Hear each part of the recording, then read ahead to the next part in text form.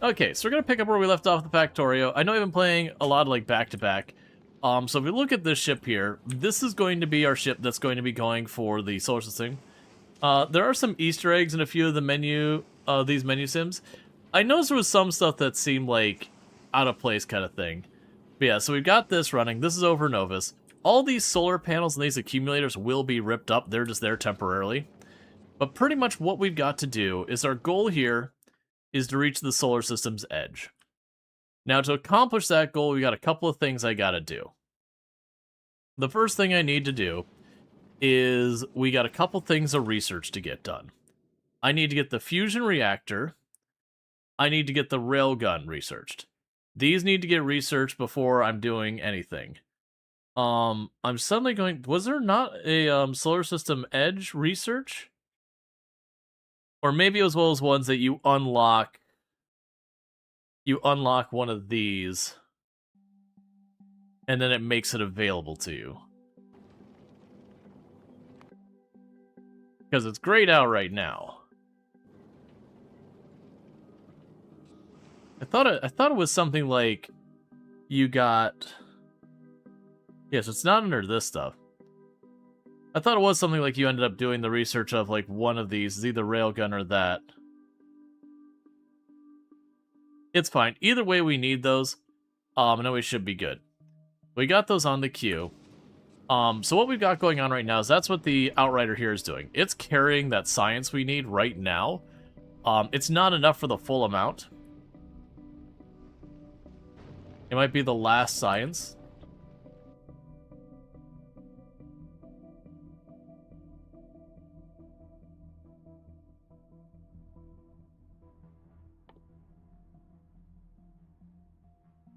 Oh, is it actually the... Gotcha. They're saying it might be that. So let's go ahead and take you off the list. What is your prerequisites? Oh, you're going to require me to get biter handling? Boo. Okay, so biter handling you can make happen relatively quick. Let's get that going. So I'm glad we checked that. So biter handling shouldn't be a whole big thing. I just need to go over here and we'll just plunk down a fast and dirty assembler. It is an assembler we used to make the biter capture pod rocket thing, right? Yeah, assembler will work. So I should just be able to go here. Plunk you down. We will tell you to make the thing here.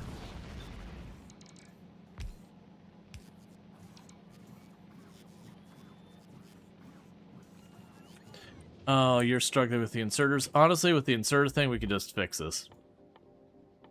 Because I don't need multiple... I don't need a bunch of these.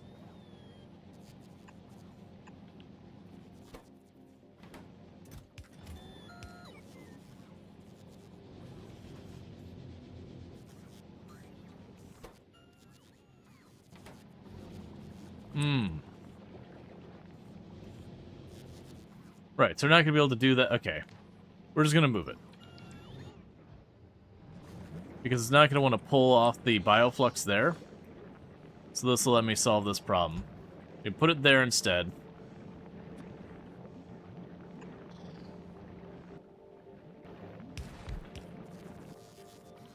Grab a bunch of these real fast.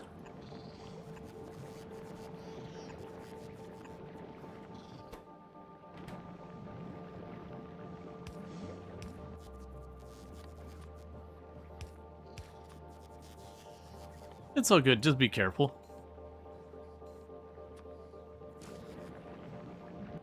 Okay, so with that, like I said, we're just going to quickly tell it to make the rocket pod thing. I don't have to do much with that. I just need the rocket pod thing.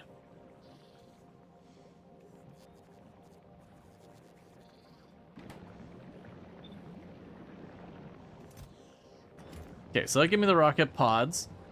So I want to grab the Tantive 4. And we're going to put on your list of things to grab is to grab those rocket pods for me.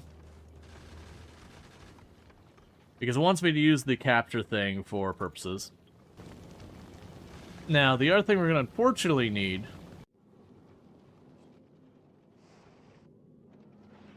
is we're gonna need to capture the bioflux. Hey, Radaman, thanks so much for the raid. I hope you had yourself a good stream and all that good stuff. And how you're streaming all that. But welcome in, raiders. Alright, so how do I want to go about this? How much... Yeah, so check out Radaman playing some Star Sector today. Absolutely fantastic creator. Plays a lot of similar games to what we play here. So if you like the content here, you'll probably like the content over there as well. But I hope you had yourself a good stream and all that stuff, and welcome in, raiders. For those who don't know me, I am Rual Storge. I do play a variety of games here on Twitch, and today we're doing some Factorio, looking at wrapping up the DLC. And I just had to deal with the capture thing here. I hadn't really planned to deal with. So, how do I want to go about this? Because I believe I actually need to bring some of that bioflux over, which is not a big issue, because it does last for a while. I'm just a little concerned with the bioflux importing it, about taking way too much off this line. But I am going to need to import it. So let's grab the Tantive 4. You're also going to need to grab bioflux. The big concern is one rocket is 1,000 bioflux, which is way more than I need. Let's actually override this and tell it to be like, hey, you know what? Just send me 100. I don't actually want the 1,000. 100's good. Thank you the _ins for subscribing for 16 months. Rual wave, Rual love. And thank you the Ints for the tier 1 sub. I really do appreciate that. And I hope you've been enjoying the stream and all that stuff, and I hope you enjoy your advertisement-free viewing as well as access to the emotes. So thank you so much for that as well. All right, so they should get that set up. Okay, so that'll get this in here. Now the problem is all of this stuff does expire, because this is Gleba, and Gleba hates existence. Gleba thinks your life should be sadness and tears, and mold and spiders. You're welcome.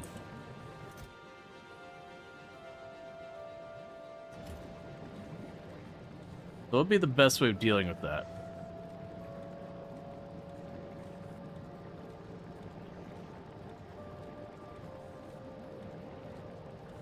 Because I need to, like, right here, I've got a place for the mold and that stuff. Glebus of the solar system's Australia. I mean, I can't speak for Australia. It being spiders and mold sounds more like Florida. Spiders, I understand Australia has plenty. I don't, like, at least from what I hear, I don't typically hear of Australia being a particularly, like, marshy, moldy, wet, miserable place. Just, you know, desert spiders, outback, that kind of thing. Isn't gonna work here, is it? What I can do is I can yoink you real fast.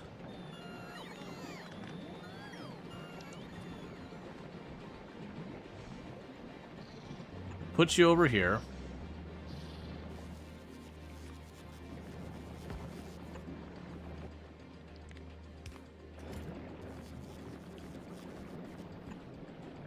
Because then what it can do is we do have it set up where it can yoink the mold off there.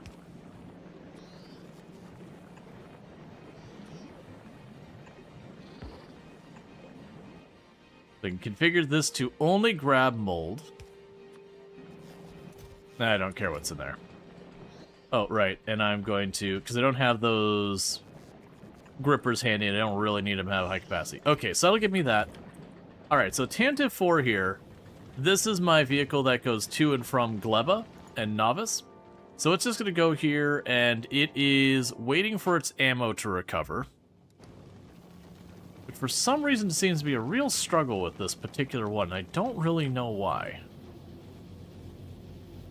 I remember I tried to expand this to use speed modules instead, and this one didn't have the power to do it. You have more solar panels on you? You do not.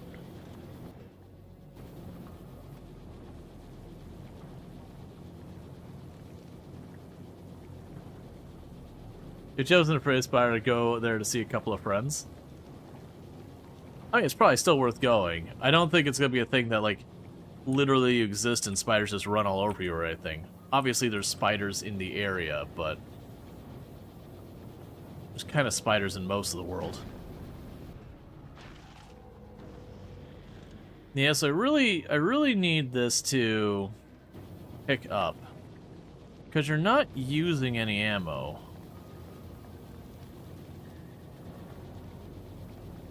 So it should be just solidly going up. Is there part of this that's not showing on the system?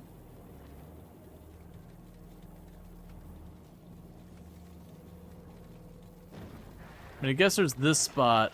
Ah, there's a little corner here that's not being included, and this spot over here. Gotcha. Right, so it's not counting stuff past the, past the splitters. We'll tell it 400's fine. You get out of here. And if it doesn't work out well, then I will be full of regrets. Because I really like to get that by, because the problem we have now is I've chucked this in here, and it does last for 2 hours, which is a pretty good solid amount of time. But if it takes me a half an hour to get that ship to go back over there because it's just sitting there waiting for ammo to replenish, and then it starts its way back after a bit, I can get myself in trouble. So we've got that going. So that'll take care of that. That does mean I need to get back off the Normandy. Because it's going to send me the capture rocket, and I have to do that myself. But basically what we're doing right now is we're working on getting the cryogenic science back over here so that I can keep researching all the things that need researching. So we can start making the Normandy ready for taking on... Yes, this is literally where they're going to show up, so we'll want to be right here. I'm not going to put a whole lot of effort into the biter science. I'm literally just going to capture a biter nest, feed it enough stuff to get some eggs out of it, and then I'm just going to let it just going to let it, you know, go. We could do biter science stuff later, because that gives you the biolabs, which do way better than your normal labs. But that's 1,000 science. But yeah, then you can craft those. It takes the biter eggs. But they're pretty good. They're pretty solid. Like, they're worth building, but I've personally found I don't like keeping the biters if I'm not actively doing something with the eggs. They're just a pain. The captive biter spawner, that's literally the lab. The productivity module 3 is one of the big ones, and the Promethean science is a big one. The overgrowth soil is also pretty cool. Like, get that research, and then you don't need to worry about it too much. But that's pretty much what you'd use it for, is the overgrowth soil for gleba, which lets you put that in almost all of gleba. Or at least larger areas, I should say. So it's good tech under here. But it is a thing that is kind of wholly unnecessary other than getting that first step of the Promethean science. And then once you get that, you're good. So I had forgotten that you need that to set up for the solar system heads, but that's fine.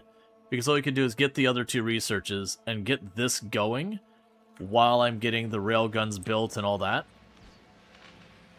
But in the meantime, we're pretty much just waiting for the Tantive 4 to reach Gleba and then come back.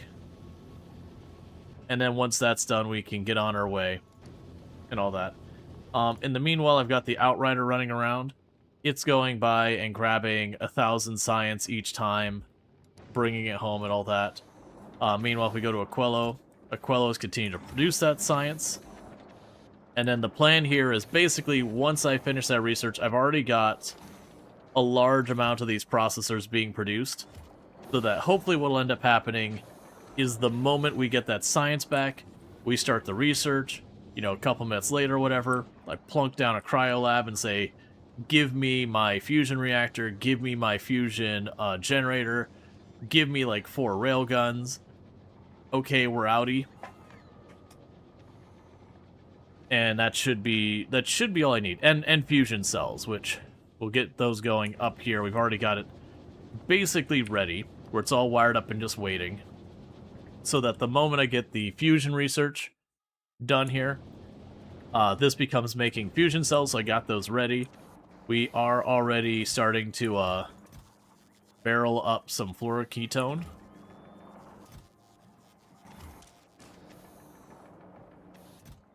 Now here, we'll actually give you some logic to this. Because what we'll do is say enable if the cold fluoroketone is over 5,000. Then cut loose. Start barreling it up.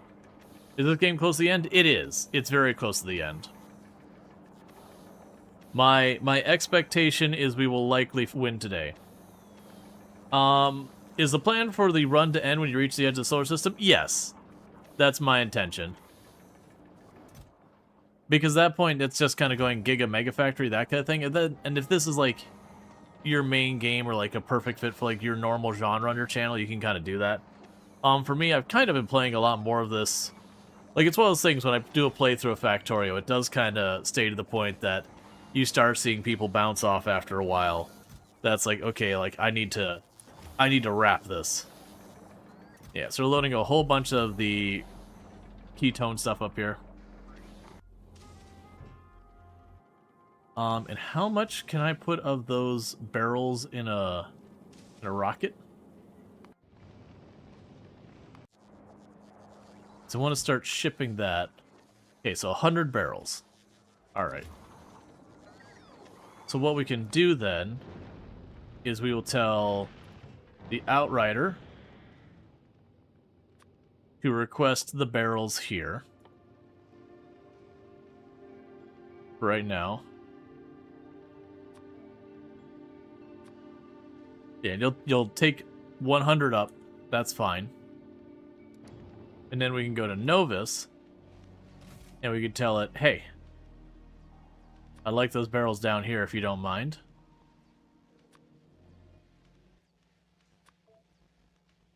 Go ahead and keep 100 of those on hand. And then with that, we can go to the Normandy and tell it, hey, I want 100 of those barrels up here.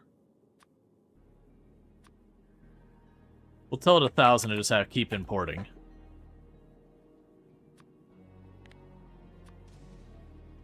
Because that way we can start getting... That's the fluid you need for...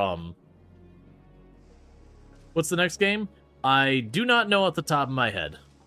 That's actually a big reason why we actually played this instead of something else today. As I wasn't really in the mood to play something that is going to need learn new today. So I was like, well, I just want to play something familiar that I could just jump in and get going.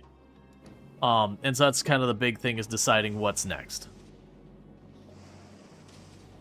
Because I'm not quite sure what I want to play next. We're kind of finally hitting that point so far as like games that I'm like, oh, I want to go out of my way to play this kind of thing. A lot of those have been kind of winding down. That there's plenty of good games coming out and all that, but games that I feel like, oh no, I really want to make sure I go out of my way to cover this game. There's not been too many of those. We still have another game, another factory automation game that we'll be doing a sponsored stream on the 2nd. I think it was Modus. But we'll be checking that out. But that's not for a little while yet. That's April 2nd that comes out, and that probably won't be like a whole playthrough kind of thing or anything like that. We'll probably do a stream or two of that, and that'll probably be it for that game. So yeah. Now, generally speaking, usually I don't know what I'm streaming next until I start winding down a game. I might come up with something. It tends to be a lot in the moment, especially if it's a game that's going to take a little while to wrap up. Because, like, whether I wrap up, 2-3 days ago or 2-3 days from now, what games are kind of doing stuff and make sense for me to play, that can change very rapidly, especially with how ridiculously fast stuff is releasing right now. It's very hard, actually, to have much of a plan ahead, just because the next game is dropping every day or so. Let's see, if you want to play a driving game, Drive Beyond Horizons, let's see, you're having a lot of fun with unlocking new star cars. I have no idea, like, what that is. I don't tend to play that many driving games, so, like, I enjoy American Truck Simulator and that kind of stuff, but, like, I don't tend to play literally any racing games whatsoever. It's just not a genre that particularly interests me. We have played other ones that they're sort of driving games, but sort of other things, like Pacific Drive I really enjoy, but that's a weird one because it's like, it's an extraction driver. It is like a collect the resources, extract from the map before things collapse kind of game, but it's centered around driving and grinding things up as opposed to, you know, first-person shooter. But yeah, no, I really don't play very many driving games, just broadly speaking. Nothing against them. I just don't find myself ending up grabbing those. Okay, so Tantive is going back. You got your science, you got your rocket paths, and you got your bioflux. Cool. So with that, we can take those two off the list here.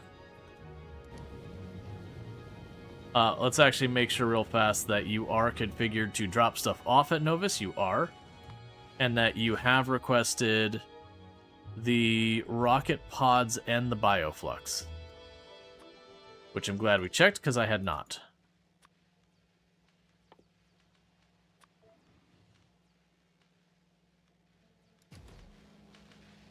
Then when the Tantive gets here, we can grab that.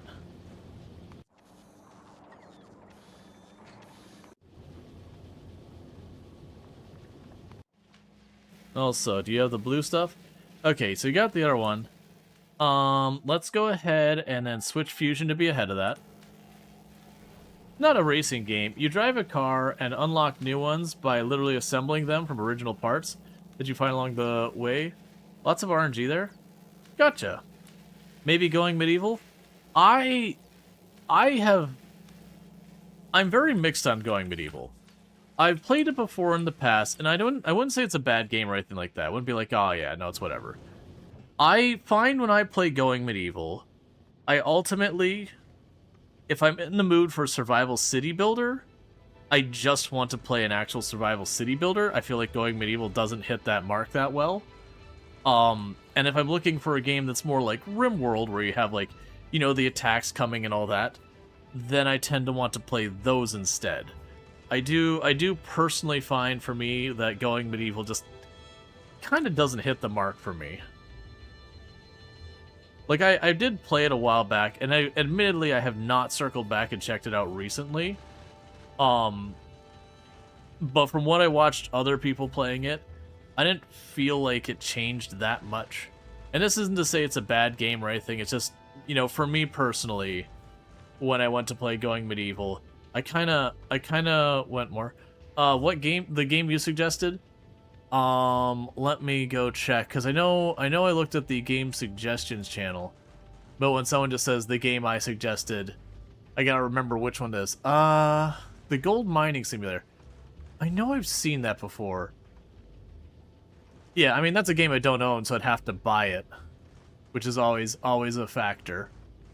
I'm not against buying a game if it's something I think I'm gonna get, like, a good couple streams out or whatever. Otherwise, it's kind of a hard thing to do, because, like, if I'm gonna, you know, plunk down 20, 30, 40 bucks and I get one stream out of it, then, you know, ultimately for me as a content creator, that can be really bad. You can very quickly just realize you're spending money to stream instead of, you know, paying your bills. That's what I have to look at more. I don't really have much about that. I have to look into it, because I know I peeked at it. I added it to the wish list to check into later. But yeah. Let me double check that one. You're gonna get a little bit of noise here for a second. I'm gonna try and mute it real fast. There we go. My apologies. Yeah, because one of the things I go with all these nowadays, the first thing is before I read anything, go check to see if there's an AI disclosure. Yeah, no, that was the... With that one, I was looking at the reviews, and there are a lot of negative reviews about it being buggy and laggy and all that.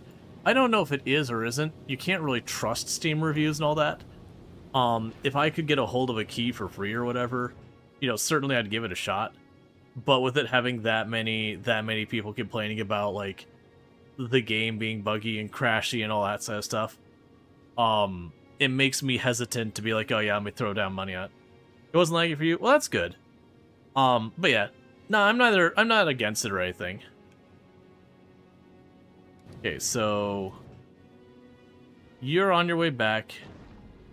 You need to recover your ammo for a little bit here. But yeah, no, we'll see. I like simulation games, but there's definitely, you know, like, interests come and go with stuff like that. So far as, like, what you're looking for. That's what I have to look at more. Like, genuinely, I just don't know enough about the game.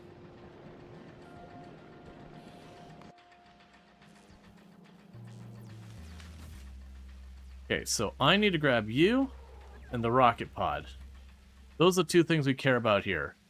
I'm also going to need to go and grab some bullets and some rockets. Because there's a good chance I'm going to need to defend myself.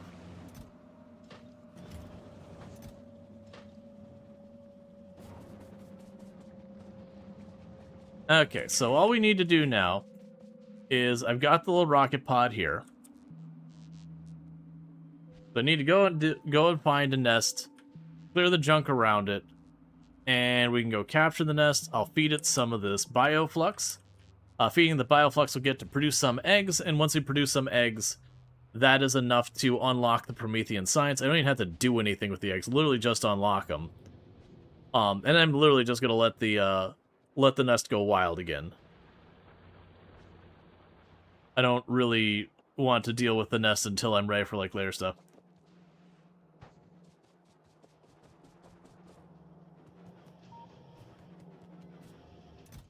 Yeah, keep in mind, one of the things I do have as, like, a kind of a rule is just, if someone buys me a game, I want to be very clear, that does not mean I will play it. That's just one of the things I always put out there, because I used to have a hard rule that I would not accept gifted games, and I did ultimately back that down. Because my fear is, you know, I would say, hey, that doesn't mean I'm going to play it if you buy me the game. Like, I won't ask for people to give me a game ever.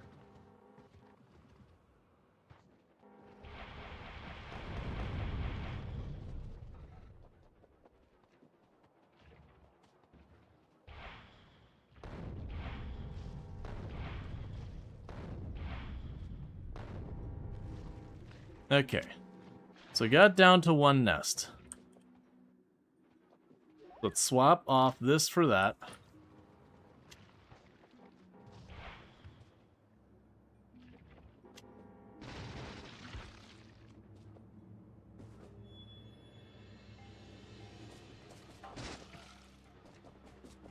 So we're just capturing this real fast. I think you can still spawn stuff on it till that fully finishes capturing it. And this is another thing, like on Gleba, where it gives you the eggs, and that the eggs can ultimately hatch and get you attacked by really tough enemies, especially if you go and you take the time to quality this thing up. Okay. So you get some food.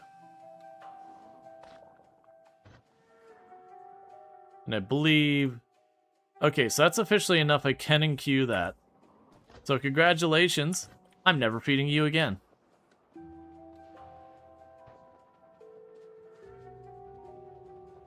I just need to do that to unlock the next science. Like, you can get some really cool stuff out of doing the biter things, but that's very, very end game. Because when you look again at the biter egg stuff that you get, the things that unlocks... Where are you at? It unlocks, like, the overgrowth soil. That lets you do a lot towards growing out big areas on Gleba. It also gives you the biolab, which is probably the biggest thing you get from it. And the big thing that makes the biolab so amazing is, if we look at the biolab, it uses the science packs at 50% the normal rate. So you literally just get a bunch out of it. Ooh, could I get a...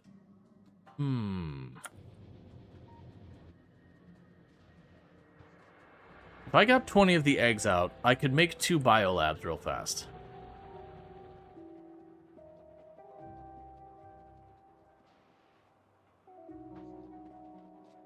We'd have to run around and gather the materials.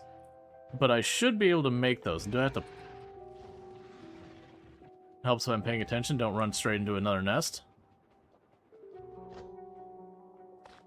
There. Okay, so we got our 25. So I've got 30 minutes to get that all figured out. Wait, what am I doing? I don't have it researched.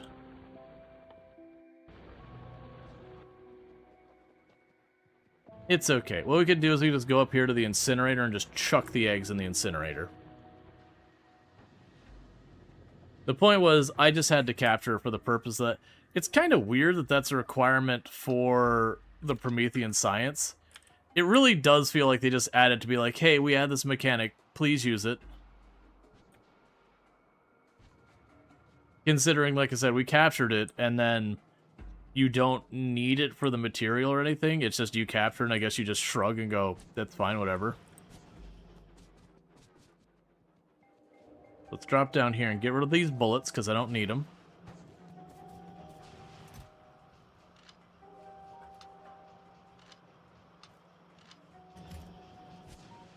Okay.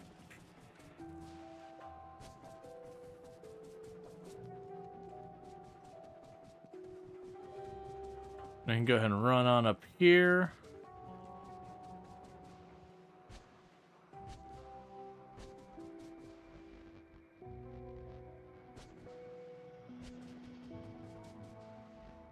Cut across here. I want to say it's up here by where I've gotten my science. They want the Promethean science to require a very solid space logistics system. Yeah.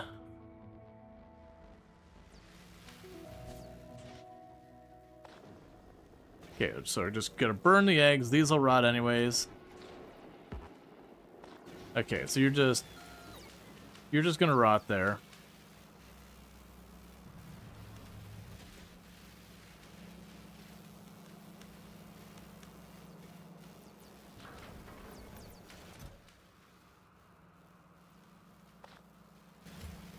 Yeah, so that should put on the belt over here. And it won't be able to feed in until it turns into rot. But when it turns into rot, it should feed in just fine. In the meantime, drop you in there. Now we can run over to the oil stuff.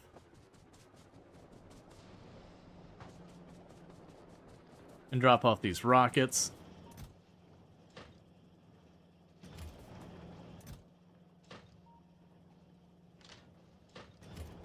Because I won't need that.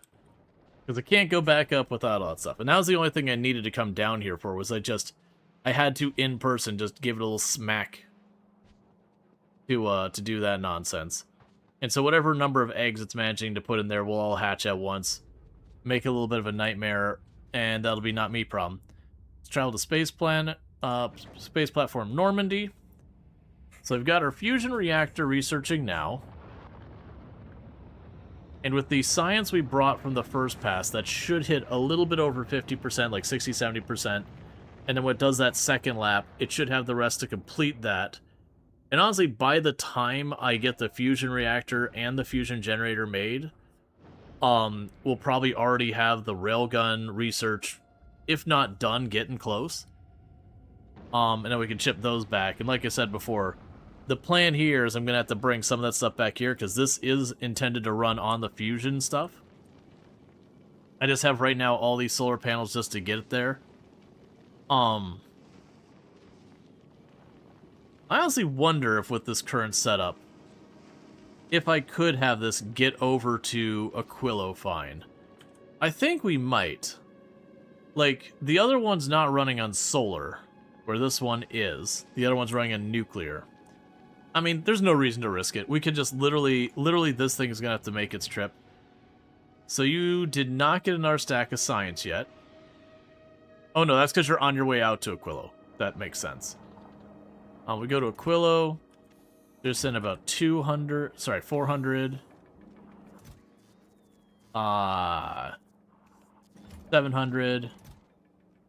Yeah, so we're sitting at almost 1600 here. So way more than enough to finish the next thing there. We got you going, which is good news.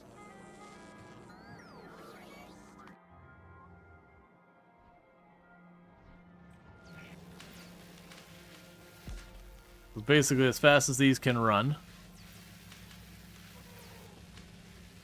And this is a point where I could just chuck a bunch more labs down.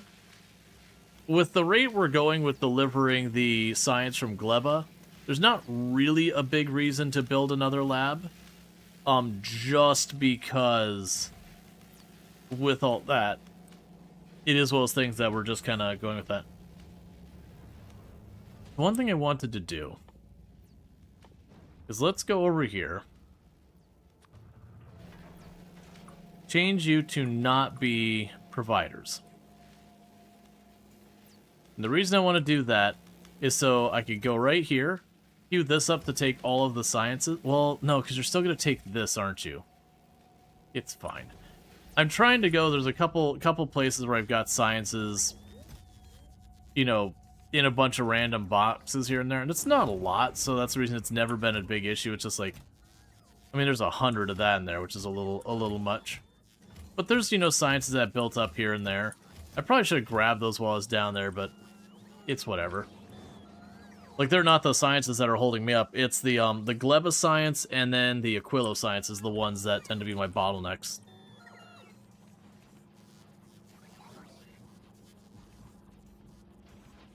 Alright, so you're still making better guns, better grinders, better grippers. Got another really good grinder up there. We're working trying to get all that stuff set up. Hey, Allison! Thank you so much for the raid. I hope you had yourself a good stream. Allison was over there playing some Project Zomboid. If we want to get a shout out for Allison, I'd really appreciate it. But, yeah, doing some Project Zomboid, all that good stuff. Also was doing some Retro Rewind recently, has wrapped all that up. Which I'm almost in the same boat as I just have to, like, get one thing. You think sounds got nerfed? Oh, like how hard the zombies can hear the sounds? Okay. I know they had that bug way back that was like, weirdly you'd have sound carry way farther than was that remotely appropriate. Yeah, pinpoint zombies not reacting to guns like they used to? Gotcha. I mean, it was a weird thing with the pinpoint zombies that the way a lot of the sounds worked, it was effectively like triple the range. And so like a small sound, that wasn't that big a deal, but then you have a house alarm or a gun go off and it was just a magnet from the entire surrounding area. So I don't think it's necessarily a bad thing.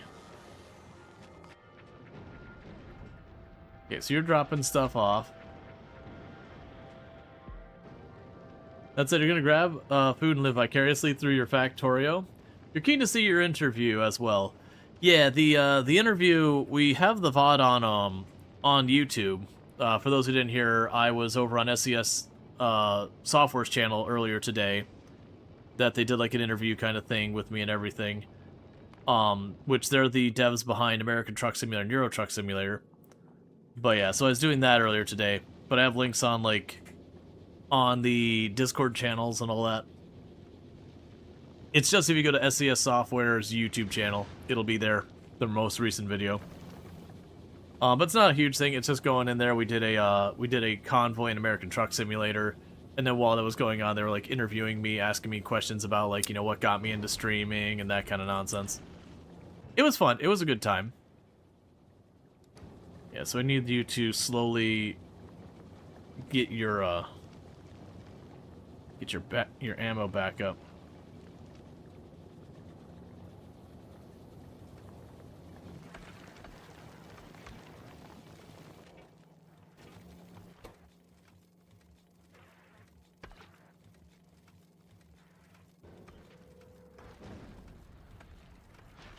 Right, so you're just chucking the carbon out as needed. Okay. Man, you've got 1,000 science already on board again.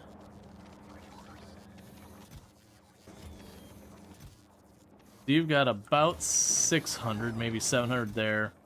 Yeah, so only about 700 there still. Alright, so we're waiting on the fusion reactor to get done, and like I said, I already got the cryo lab and everything. I'm just going to slap it down wherever I can fit it over here somewhere. Plug it all in. We'll bot over the stuff because I only need one fusion reactor and one fusion generator. And that should be more than enough for our purposes. And then once I've got that online, we ship both of those back over to the Normandy, get it into the ship, and then the last step is going to be making the railguns. We can make the railguns while the Normandy goes over to Gleba to grab its missile launchers, and then it can come over here. We'll probably also have to get the fusion cells over there as well, but we can worry about that when we get there. There's going to be a lot of that stuff to deal with. Yeah, so you have another 1,000 science. Meanwhile, if we check Novus, you have... What's your deal? You've run out of electromagnetic science. Okay. Really? Because we massively increased the throughput of you. Yeah, like literally I've got a full box of you right here. So the Firefly, that's right. Why are you not requesting science at all?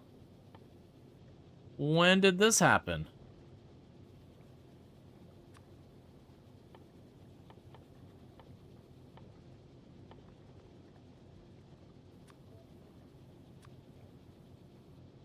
And we'll tell you to go ahead and you won't be able to carry that much. Let's cut some of these amounts down because this doesn't have the cargo for this.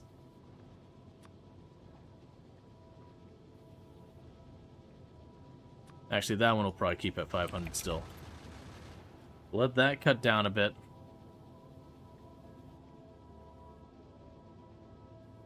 You're waiting on your fuel to recover. Yes, this is one that's really did need a storage building on it.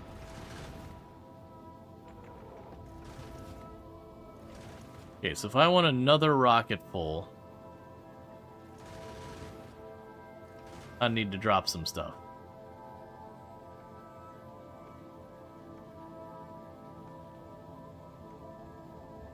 That'll give me enough room for another rocket full.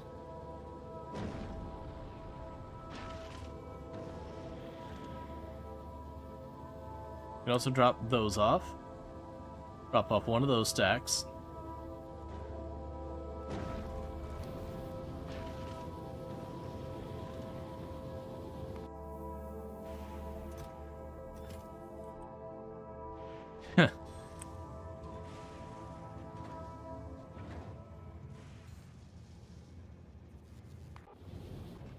I wonder why I told it to request... Oh, because you already got 2,000 up here.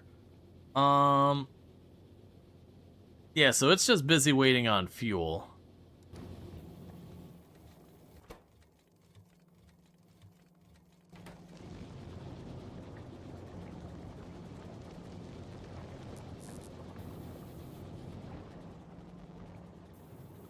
Yeah, it really is a shame that we don't have this improved more. Because we could definitely flip this thing over to use an entirely different setup. And it would just be more efficient. It wouldn't get stuck here waiting to replenish its fuel. Because we could use the advanced one. The problem is the advanced would require me to rework it because we'd have to get calcite out of this. Feed it on down here as well as carbon and sulfur down here. To then process into the better fuel. Which gives you way more fuel. Like it's not even comparable. Like no fuel tanks required. Just straight pipe it in there, call it a day. But it would require reworking this whole thing.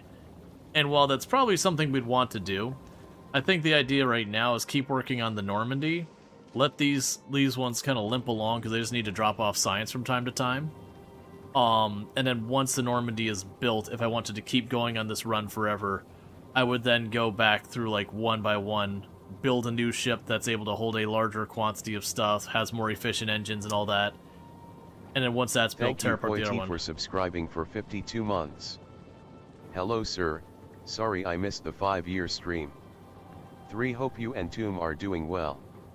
Still always lurking. Thank you, Poity. I really appreciate the tier 3 sub. And absolutely no problem about missing the 5-year anniversary. It was actually the 4-year partnerversary. But you know, it's kind of just conflated with all that stuff. But thank you for the 52 months and the tier 3, so going above and beyond, and for being here, supporting the channel for so incredibly long. I really do appreciate it. You know, so I do really hope you've been enjoying it all. It's always good to have you. So thank you again. Yeah, rip Poity.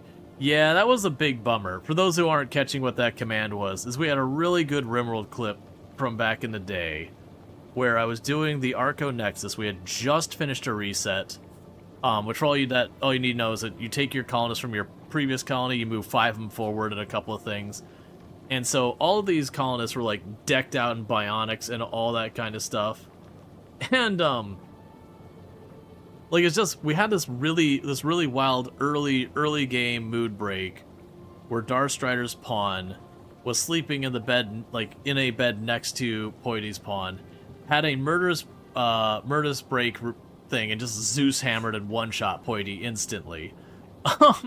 So I heard, Murr, this person's died, and you're just like, what'd you expect me to do about that? I had zero chance to react. It was literally you got the alert and it was a one tap. And then Poity's head was gone. It's like, well, just RimWorld things, I guess. Alright, so that should bring that electromagnetic science and have plenty of it.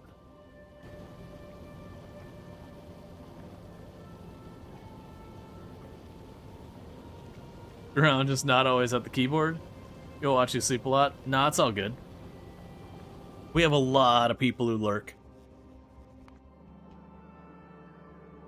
I literally set up the channel with a lot of intentions to, you know, make it very lurker-friendly and all that.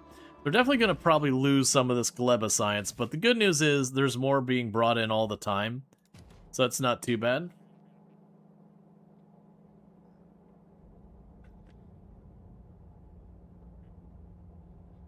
So yeah, I was not expecting to run out of the electromagnetic.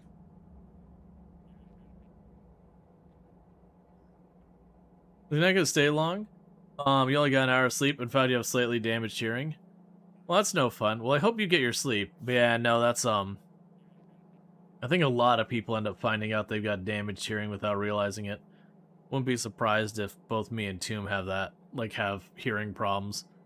Like, nothing that's, like, dire, but, you know, one of those things you're like, oh, I should be able to hear better than this. Because it's one of those things, like, it doesn't get caught unless something happens. Or just randomly your doctor's like, hey, when was the last time you did a screening or whatever? Used to be a trucker, so loud engine and air horns. Yep. You watch a Rust Reader, you think intentionally streams during NA lurk sleep hours? Yeah, no, there's a lot of us who do deliberately stream during the kind of the overnight. Yeah, and I have not tetanus, where you have the ear ringing. I get that mildly from time to time.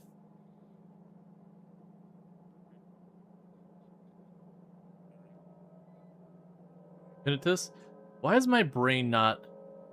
Tinnitus, that's right.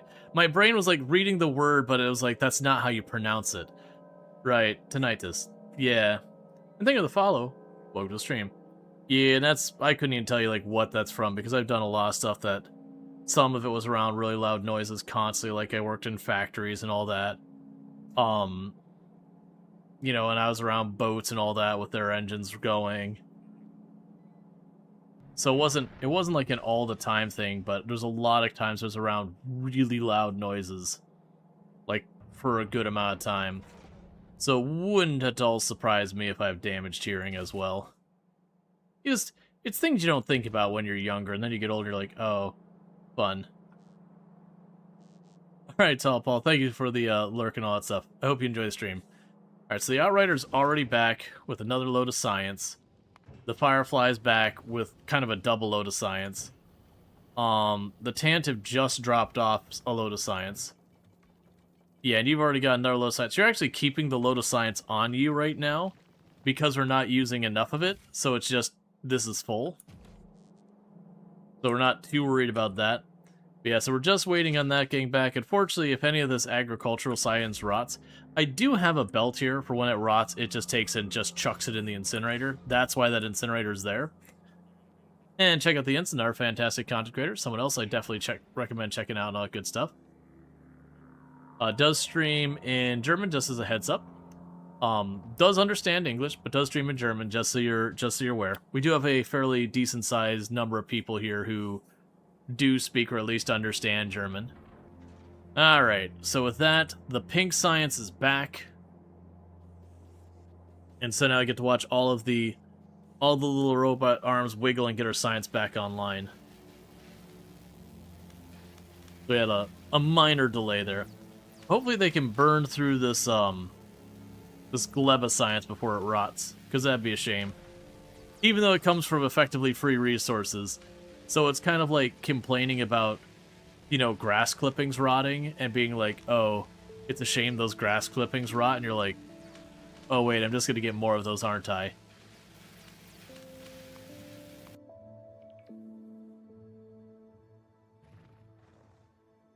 Yeah, okay, so they took back control of that nest. Real shocker, that one.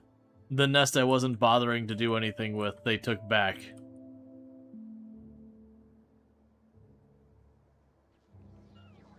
Yeah, so the big thing we gotta get now is just getting this research done.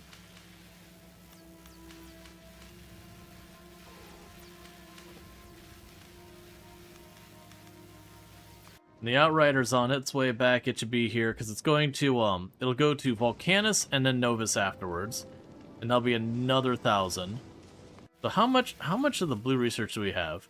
So I've got about 500 still in there. And likely between this and all these belts are probably sitting at the other 500 there.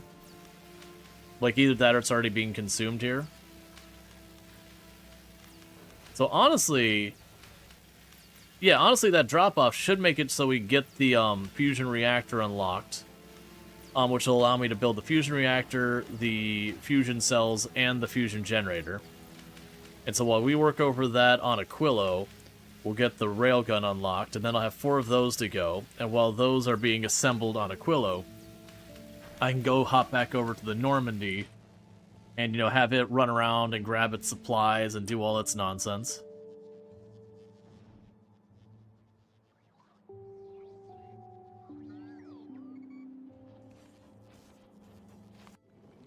And I gave you a lot of storage. That's right. They've got you queued up to grab any of these you can get your hands on. We are trying to produce the higher quality ones. I've got a whole bunch of quality modules in here. And we're making them. Not at the frequency I'd like, but we are making them. Oh, did you finally get the rest of the sentries? Cool, you did get the rest of the sentries up there. Alright, so with that, having all these sentries up to uncommon, what I've been doing is while we're waiting on other things to happen, I've been just going in here and saying, cool, if you were able to get the uncommon sentry guns, go ahead and try for the rare ones. 1 second before I make a horrible mistake. Don't do anything with those, please.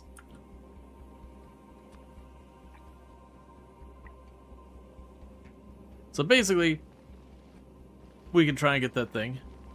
We're in the game review. We're at that home stretch that we have got Aquilo. We're getting fusion reactor and railguns done. Then it will be time to try and make our way to the edge of the galaxy or edge of the solar system, whatever.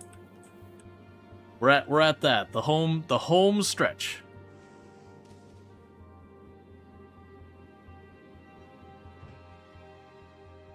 Yeah, so you got all that. But like I said, I'm just kind of continuing to request those that while we wait for the fusion stuff to come to replace all these solar panels, I'm just kind of rotating out, upgrading these as much as I can along the way. That way, when we go out there, we have like as upgraded assemblers as we can and whatnot. When we do get the fusion reactor on here, and it is down to those last buildings, what I probably will do is I probably will say, hey, if you got just the one epic grabber, give me that one epic grabber. Well, thank you, Jake. I appreciate it. Yeah, so like we have these rare assemblers and all that. We'll just send those up. because anything we can do to give ourselves a little bit more productivity will just make the flight easier. I'm feeling pretty good.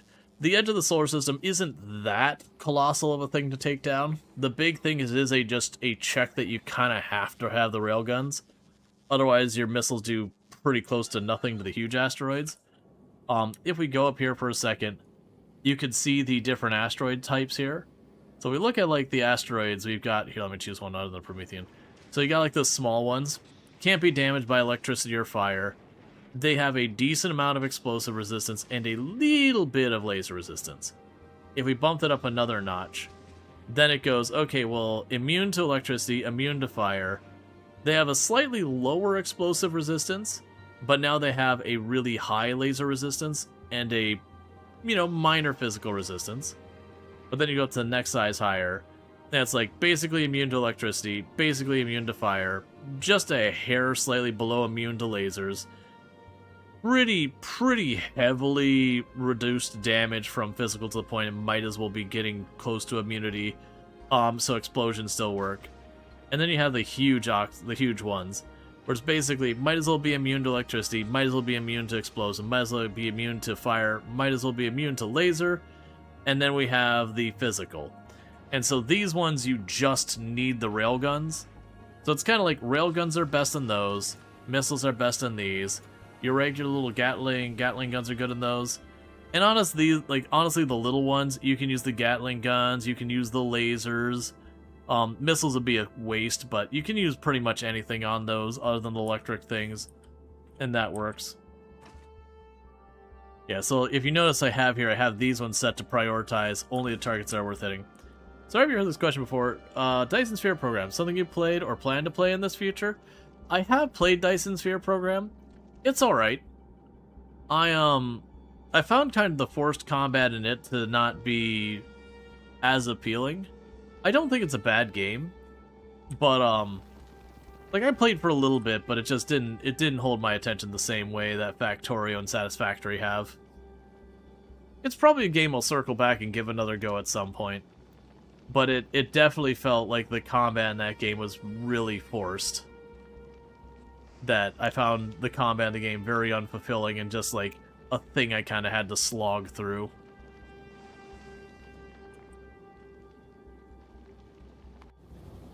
Yeah, so you dropped off all your research. Alright. So we're making good progress on this. We should have more than enough blue signs to see us to the other side of this, I would assume. Once you do your drop off.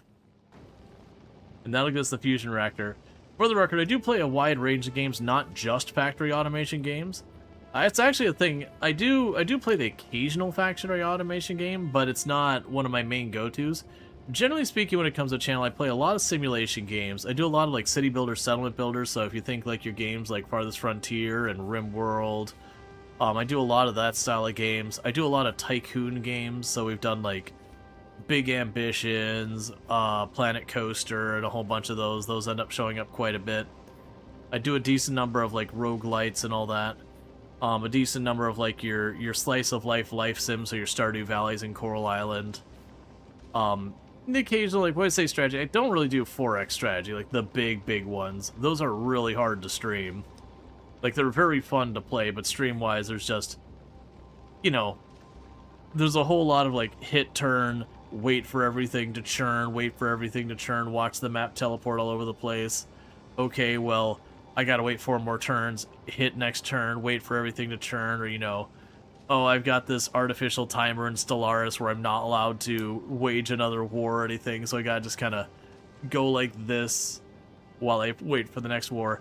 And that's fine for playing the game, but from the content creation standpoint, you gotta put a lot of effort in to carry that game when that happens. Okay, so we've got to Novus.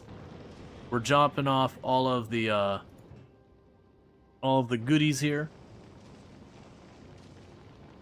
So that'll all be good. Still waiting on the grab hands and all that. But with that, I've got another 1,000 the cryoscience, while we still had several hundred left. So this should solidly have us to having the fusion reactor done and a pretty good far way into the rails. And once I get the fusion reactor done researching, I can hop over to Aquilo and get stuff set up. I can't really do more to set it up too much beforehand. We can probably get like 1 or 2 things. So let's go check on this. So for you, because I'm only going to need to make you one of you.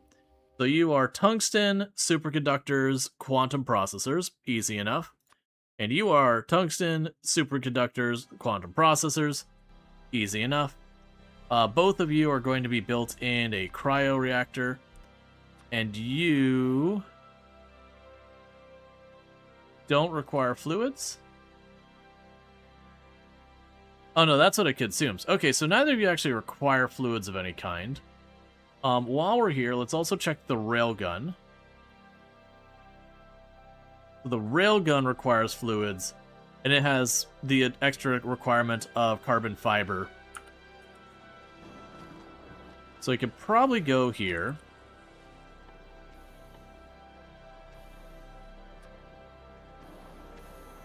Like I said, I'm probably just going to plunk it down around here somewhere. I've got my cold stuff there, the hot stuff here. So I'm going to plan to plunk it right there.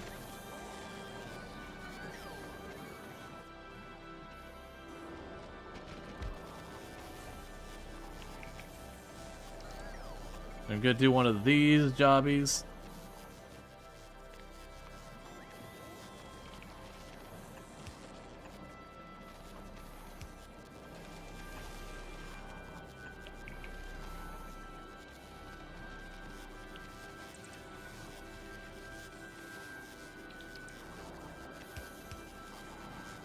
Yeah, so far as for this, if we switch these pipes out to be like that,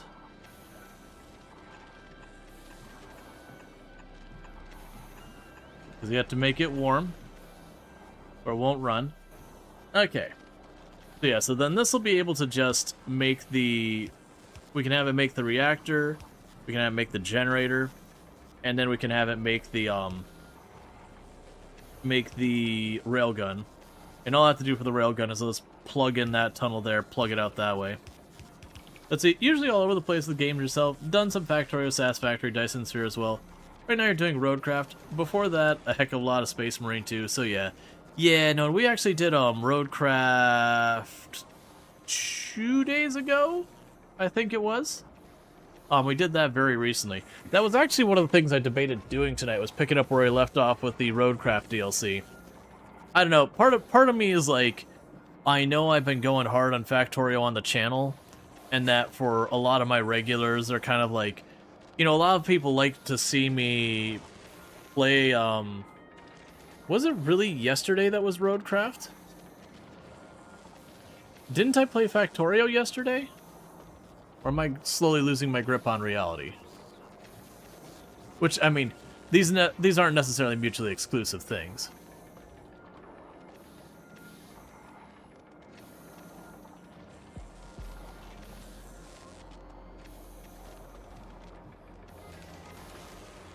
Okay.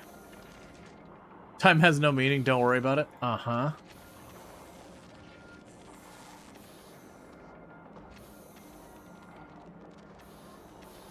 Blanking where stuff is because I'm not firing on all cylinders today.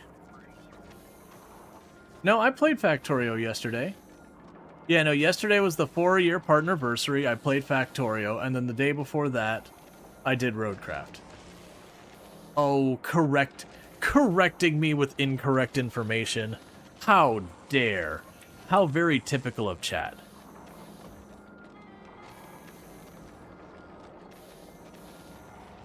What is it that Drongo does? Like, Drongo's policy on backseating is, you know, he doesn't mind backseating, but if you get the information wrong and you backseat, he will make fun of you. You checked as well on your video feed? Hi. Did you have a nice nap? Yeah. Yeah, I fell asleep. Mm-hmm. I walked in there and be like, did you want to do anything? I was like, oh, she's done. No, I was asleep. Yep. But was it a good sleep? Was that good sleep? That's all that matters, as long as it was a good sleep. Because of the bad sleep, then you lose your afternoon, and you don't even get anything to show for it.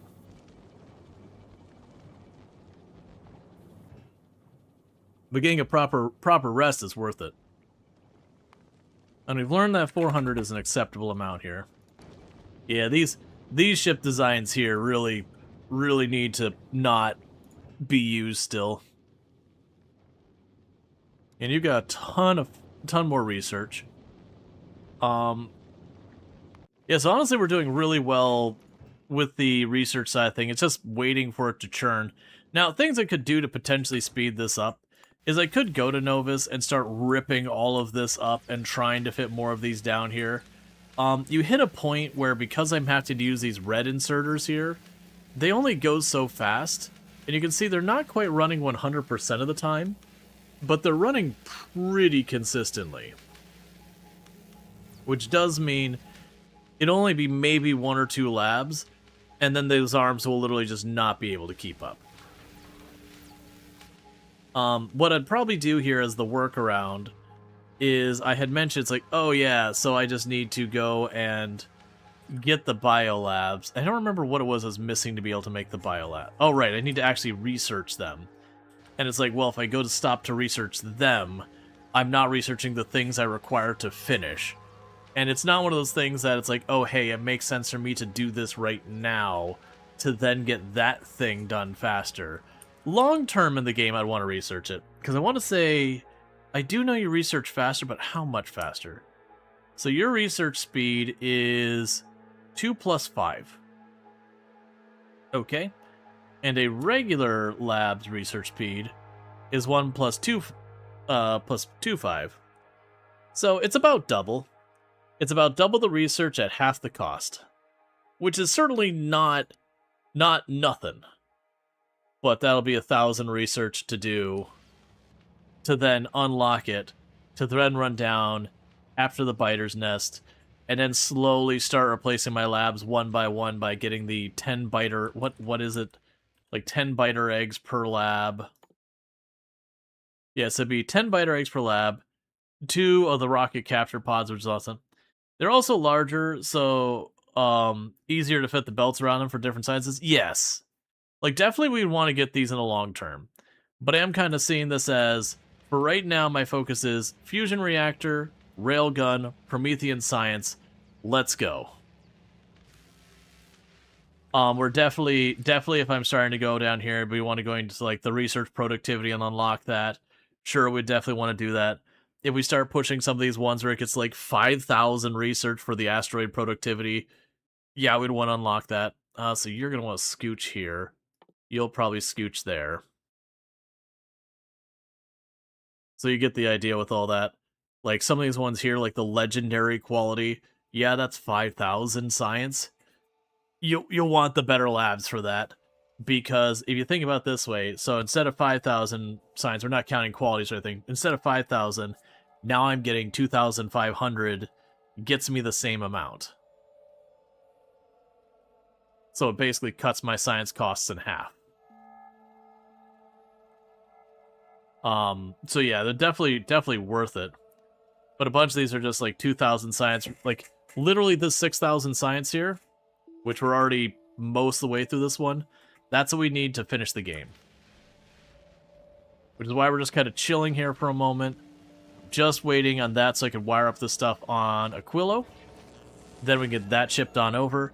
It's also a good thing because while that's building over here, I can go to the Normandy, rip off all those solar panels, and wire up where the fusion reactor is going to be. Also more module slots? Yep. Oh yeah, no, hands down, they're just better. Like, there's zero question about it. The way I'm looking at it, in my mind, is it'll probably take me, realistically, like an hour between doing the research for the biolabs, getting the biter eggs, getting everything in place together, building the, you know, like 8 or 10 of those things. It'll probably take me a good hour or so to do that. Would be my just off the cuff napkin guess. Napkin math, mental math guess. So no basis on any hard numbers, just kind of intuition. So hour and a half doing that. Or, on the other hand, We're about 1 hour into stream where I did waffle on for about 20 minutes talking or whatever, and I've already got the first one of these pretty much done.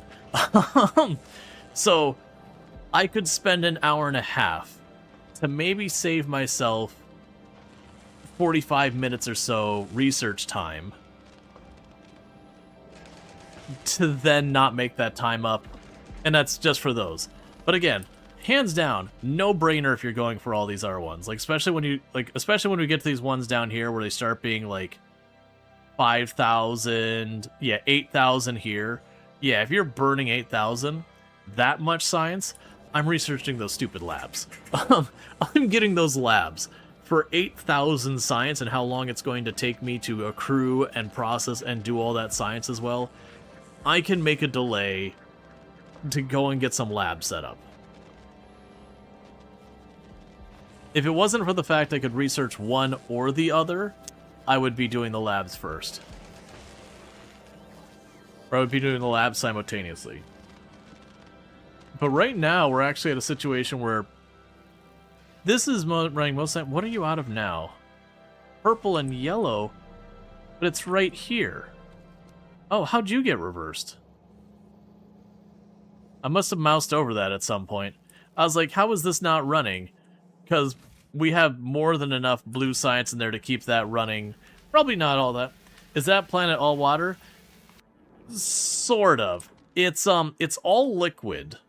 It is liquid ammoniatic solution. So it's effectively an ammonia-based solution. So this is effectively what would be a gas giant with a ammonia ocean. So we're just basically on an ammonia ocean. Yeah, currently your cheap research is in the 100,000 ranges. So upgrade labs are kind of mandatory. Oh yeah, no, absolutely. Like, I would definitely say the cutoff of where it starts making sense is probably when your individual researches start costing like 5,000 each. Even where I'm at, where they're at 2,000, it's probably worth it if I was doing more than 3. So fish would die in there? Yes. Yes, fish should be super dead here. Which it is interesting when you're looking at, you set up a bunch of this stuff, and it'll mention its temperature, and it'll be like, oh, it's 15C to start off with. I'm like, is it though? Yeah, but these things will freeze or whatever. So you have to like heat pipe. That's kind of the challenge, is when you see all this like bronze looking, copper looking pipe everywhere. It's basically have to keep pumping heat to like keep all that heat just so the buildings don't freeze over. Alright, Novus, keep going with your research. Is there ocean creatures? No. Apparently people are talking about once upon a time that they had discussed or planned to put enemies on Aquilo. It just was one of those things that never did happen. You can put fish into Aquilo's ocean if you ship them there. So you can seed Aquilo with life. Look, man, you move...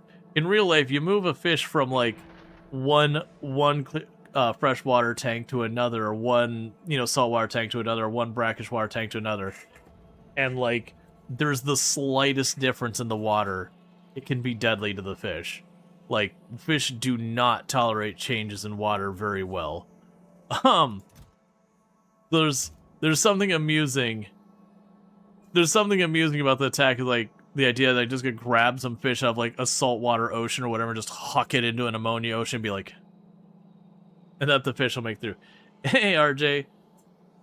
Thank you for the 50 stream streak, I do appreciate it. And you're waiting on agricultural science now. Which is on its way right now.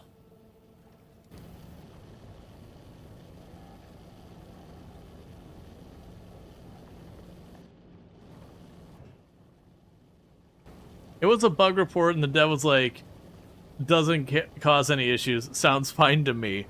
And that is a completely reasonable response. To be like, you know what? It doesn't do anything.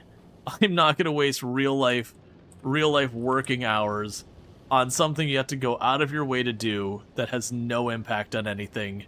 You can just do it.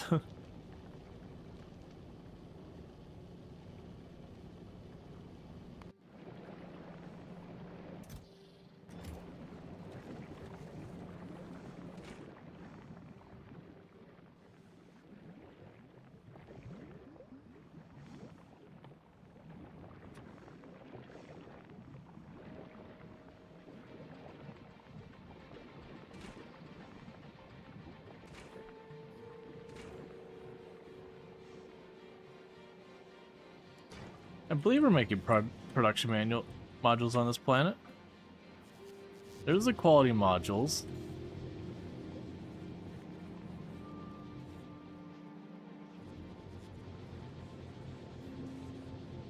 Nah, it's fine, whatever.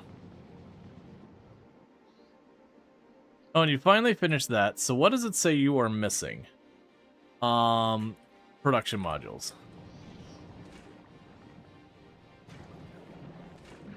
I could have them imported.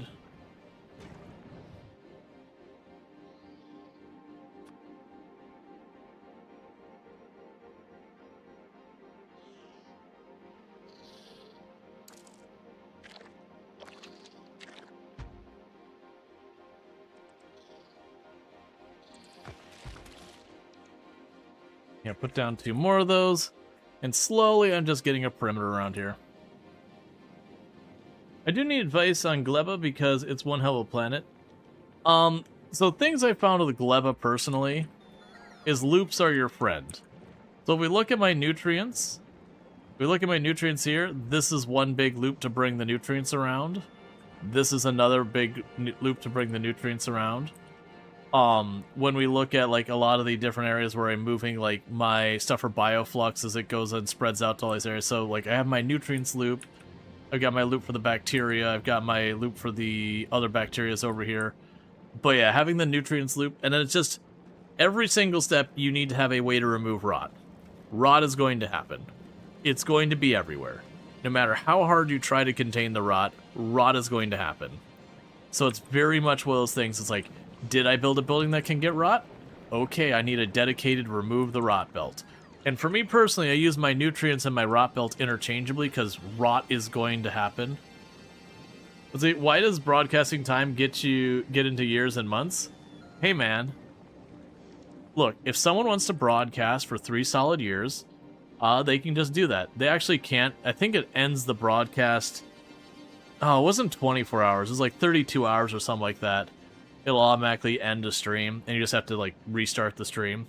That's the reasons why when people are doing these streams, they're like, okay, well, I'm streaming for, you know, whatever. Like I'm doing a streamathon where we don't stop until the timer goes down. They're going for a month solid. You'll look at the uptime, it'll still always be like under 24 hours, and it's because of that. That usually have to bring the stream down and bring it right back up. There's a whole mess of reasons why they do that. Some of them technical, some of them just practicality. Because you do want it to be a thing if someone accidentally starts a stream and walks away, that it eventually will turn the stream off. Not that they're streaming their house, wasting bandwidth when no one's home and no one's watching or anything like that. Alright, we're almost at 90%. After a couple of delays where random sciences have been getting stuck.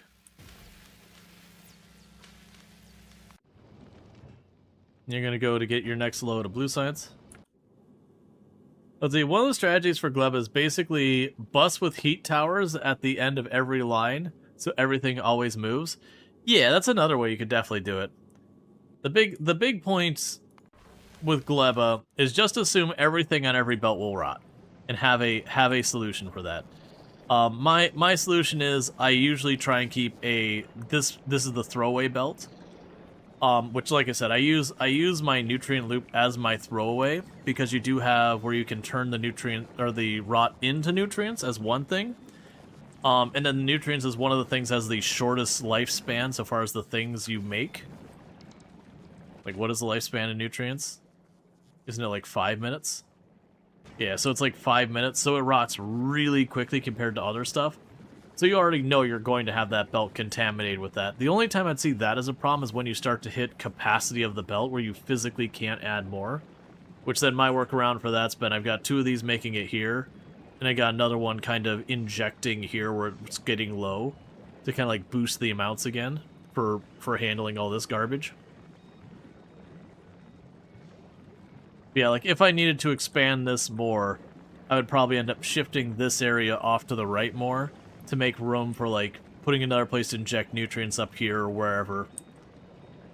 Which you'd want to do eventually. That's kind of what ends up happening with Factorio Space Age, is you end up wanting to make your, like, Because you have all these infinite research. So you end up wanting to get all the infinite researches set up and all that. And a big part of that is because you want it to not take forever, you want to just make science faster and faster.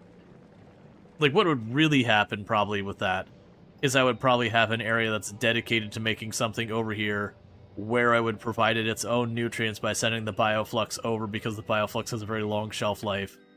So just say, like, over here I'm making iron, so I just send the bioflux over here, make the nutrients on site, have this produce all its stuff, and just have a heat tower to burn it, and it would just make all of our iron. Because, like, right now this is kind of a general purpose spaghetti factory. The next move here is to start taking individual pieces out of it and go, okay, I have my iron and my copper. Well, the copper's insufficient. Okay, so let's move our copper up here. Okay, let's bring some bioflux up to that copper to then make the nutrients, to then make copper at a much larger scale. Okay, now that I've got that move, let's do that with the iron over here. Okay, now I've got that. And it'd still probably make the bioflux here, because like I said, the bioflux has a relatively long shelf life. Yeah, it's 2-hour shelf life with no quality or anything. Alright, so 95%.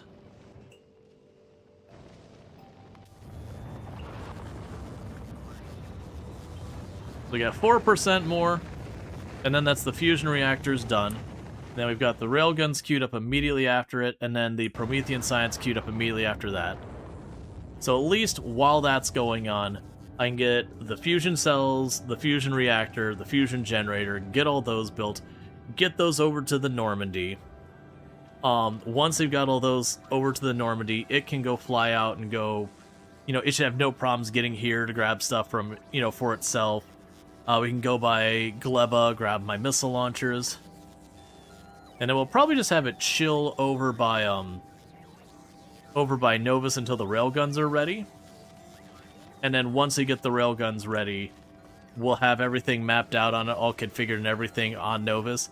It'll come out, grab the railguns. It should be able to spool up the railgun ammo even before it has the railguns themselves. We can just have it spooling up that ammo to get that belt saturated. And with that, we should be in order to get things going. You're sitting at 98%. What's going on? Okay, you are researching. So Windows status bar gets to 99%, just sits there. That last percent takes like 60% of the entire time.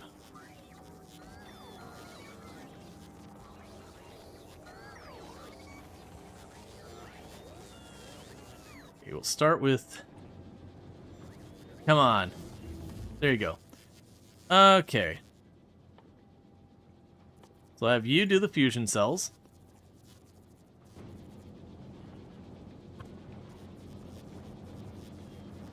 Alright, so I've got this all here. We've got the ammonia right there. So it actually shouldn't be too bad to get this all sorted out. So all we need to do here is plunk you there and there.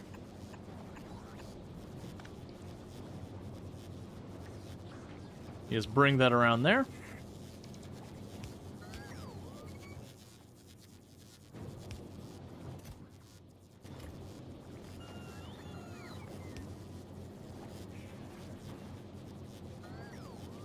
And then that'll be you online. Alright, fusion cell production is live. Okay, so next up, let's get the fusion reactor. I can go to you and tell them just to make it.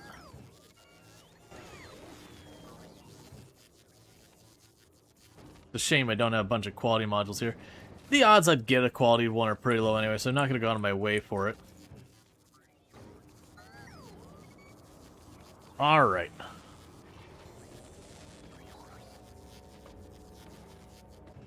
So I'm going to work on slowly getting all my materials moved over here. That's fine. Because I only need to make the one.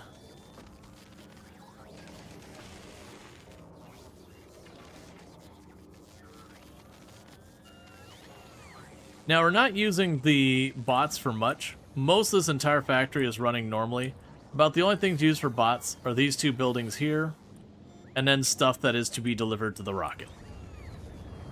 So anything that's delivered to the rockets there. We also have it for these barrels here, but it's mostly stuff that's going to the rocket. All the science, like production and all that, all the various components, we're producing. Some of them I am tossing into containers for the bots, just in case I need them. But that's fine. Okay, so you're doing your best to get everything in here.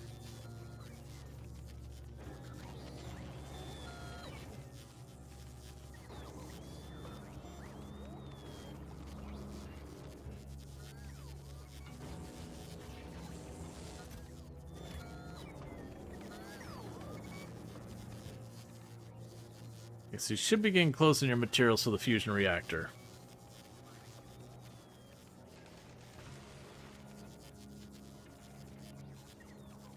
Just want to keep a little bit of an eye on to make sure I only make one of these.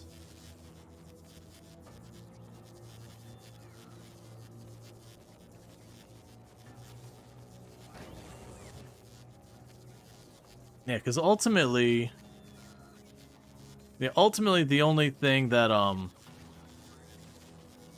boosting the quality does is it gives it a higher max output, and it increases the rate it can consume fuel.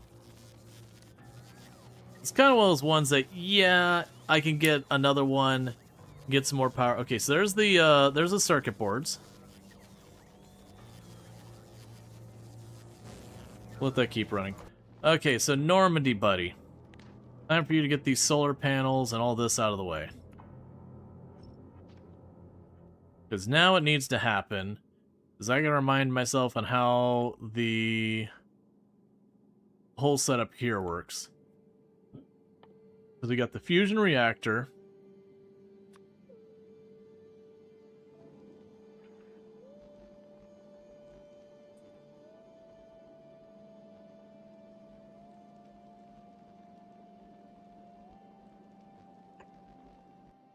Right, so you accept the fusion cells in.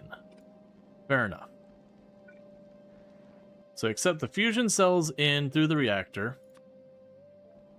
So I want to kind of put that close enough that I could just chuck stuff over the fence to make it happen. So let's go plan for you to be here.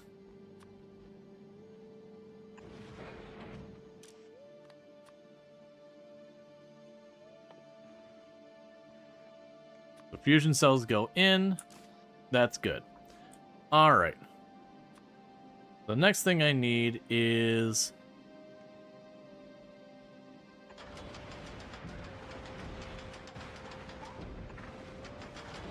some storage for the cold ketone. I don't remember if you could put this.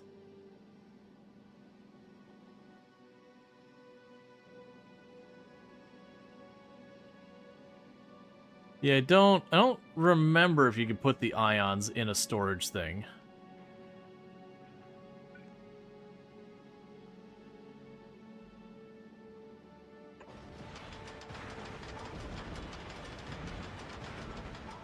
I feel like you can't for some reason. And if you can, I couldn't remember if it qualified as a fluid for that purpose. But yeah, that's fine. If it works, it works. Okay, so then we have this.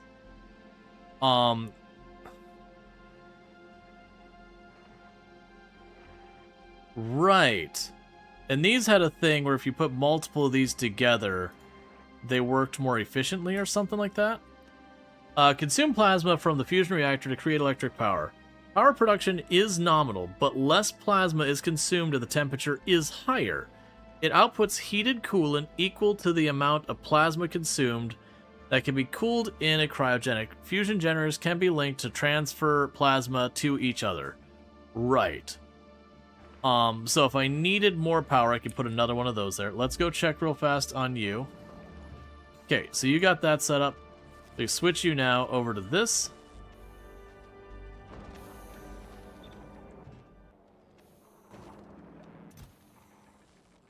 Alright, so we got our fusion reactor.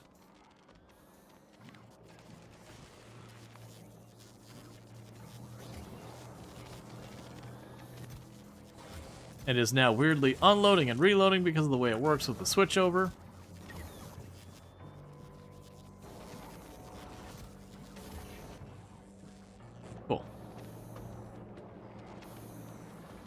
You stand corrected. Oh, it doesn't? Did you just try and it was like, no? Right. Yeah, no, I vaguely remembered there was something around that it was like, oh, I remember trying it, and I remember it not working, but as well as things I was not confident in because it's been a while. Because I remember it was just the thing, it's like, oh, well, I'm just going to plug this in directly. So then this will be here. So then the next thing I'm going to need is I'm going to need a little bit of the hot storage right there. Because then we can go over here. I need one cryolab right there.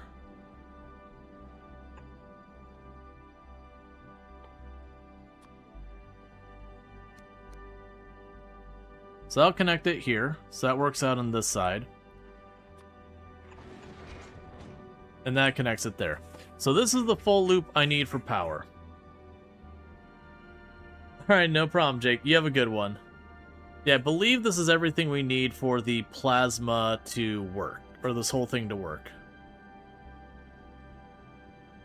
So basically, we put the cold ketone in here, which I'm going to have to import, which we already are, I believe. Which is perfect. I, of course, sent down my assembler buildings, so I don't have one up here. But yeah, so we basically put a building here. We tell it to start emptying the cold ketone. I don't need a space here. What am I doing?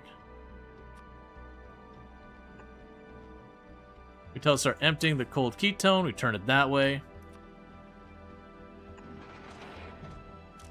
I did not think that through. Use filters, get rid of that. If you could just go ahead and grab all of the barrels that are full.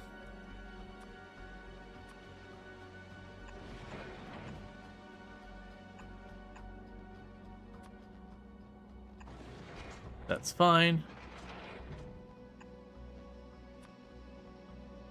And then you take the barrels that are empty back out. So it looks like they're going to need to set up some inserters and all that. We can probably get around it actually sending those by doing this right now. Because I don't need it to do anything special. We're just loading this in and getting that back out. This will fill this up with cold ketone to kind of prime the system, as it were.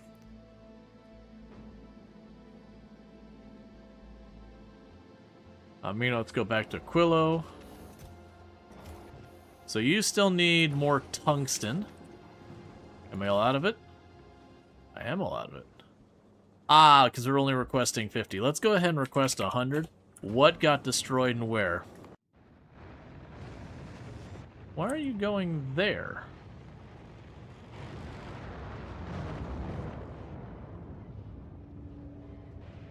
That's fine.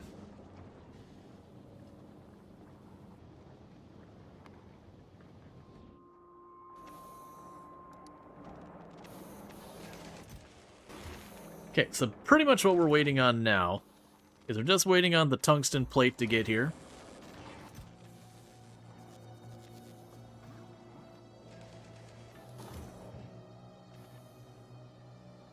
Okay, so that lets me stack size. We're still only doing one.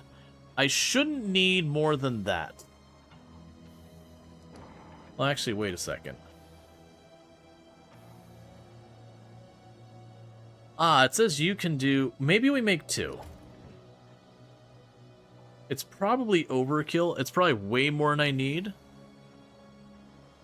Or maybe not, because... Ah, you're out of superconductors. Yeah, we'll make just the one. And the reason we're only going to make the one here is I'm concerned if I go and have it produce a bunch, we're going to starve on this end. So what's going to need to happen is the Outrider now. We're going to need to grab you. So we've been grabbing these conductors. Oh, I have them on board. Alright, so I just need to go to Aquila and increase Aquila's requests. So let's go to you. Your request is now 400. Your request is now 200. We'll bump you up to 100. We'll bump you up to 200. Because I think I need you for the railgun.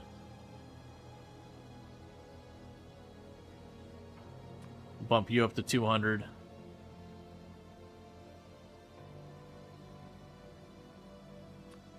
Bump you up to 200. Alright.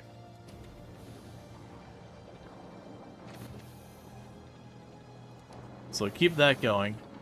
The good news is in the meantime, we are just churning out fusion cells. Because they don't end up needing that much.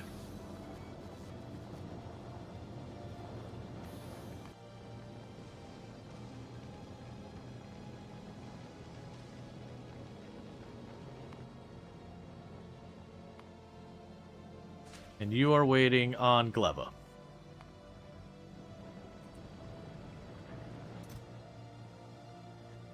Which is about to have that science rot. Why are you over here again? Right, you bring that over to Gleba.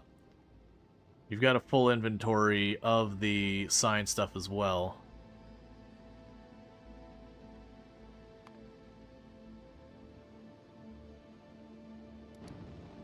They're getting it done. It's fine.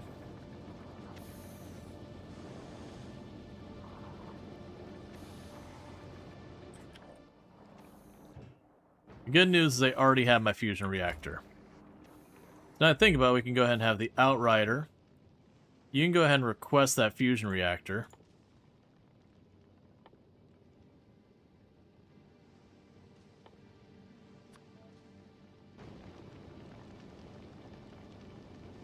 Then Novus will request the fusion reactor from you.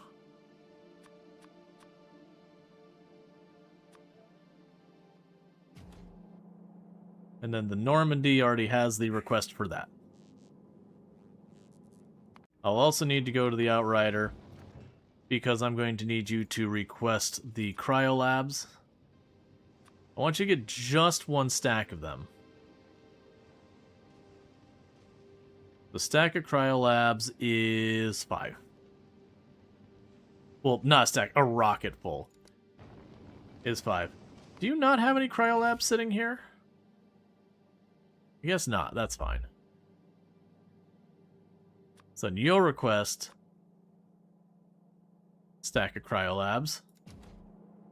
And that leaves the one up top wanting the Cryolabs up here, so that takes care of this. That's just waiting.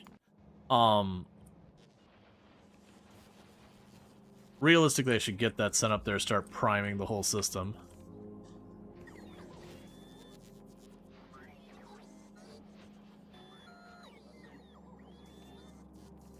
Ooh, we got some epic quality materials. One of these days you'll get to make that epic quality.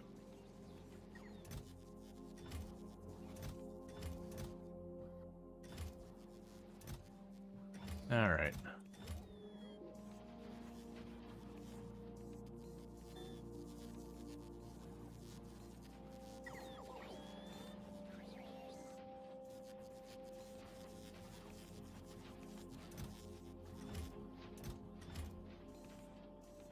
He's gonna see making a couple of these.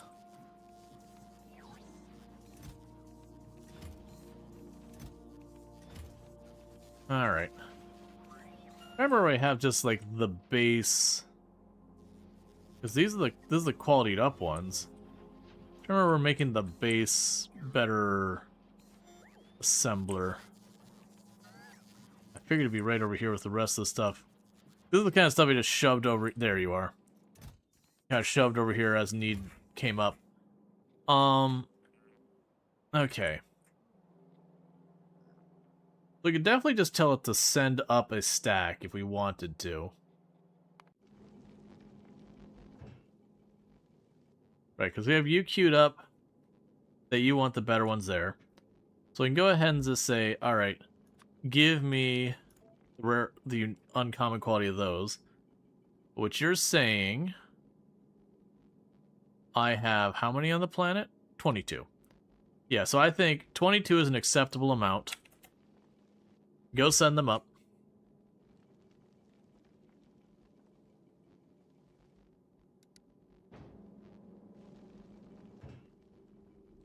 Meanwhile, Send you down, send you down, send you down, send you down.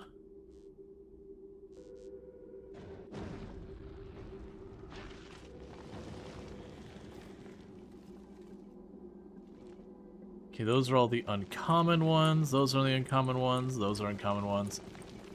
Okay, so I already have all the grinders at uncommon rate. So send those down.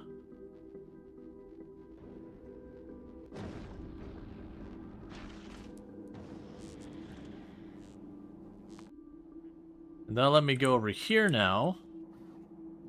Because that means it's time to get pickier about this. Say, hey, uncommon? It's not good enough. Start grinding.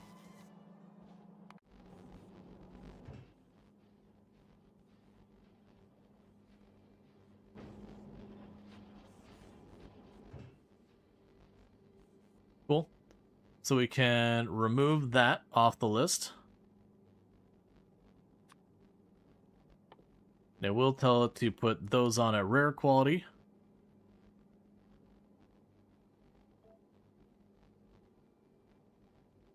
We've got 6 on the planet. So we have 1, 2, 3, 4, 5, 6, 7, 8, 9, 10, 11, 12. 13, 14, 15 of those. So I will tell it, hey, if you happen to get 15, just go for it. We don't need to wait.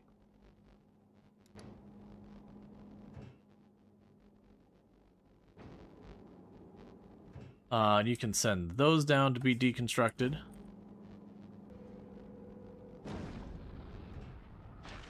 And those as well. The reason I figure we go ahead and just deconstruct those anyways is in the event that I did ultimately,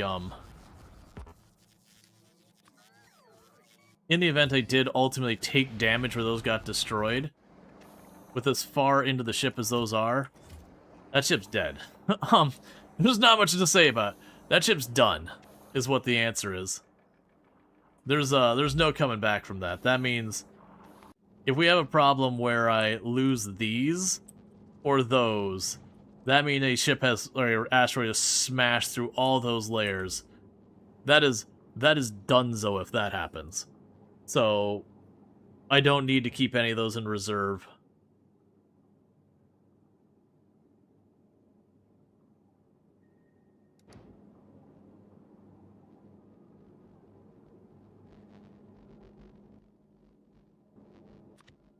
Right, so we can go here and tell you to upgrade the uncommon to the rare quality.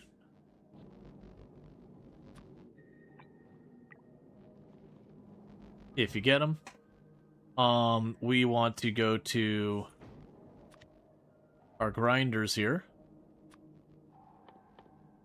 and change them from the uncommon to the rare quality.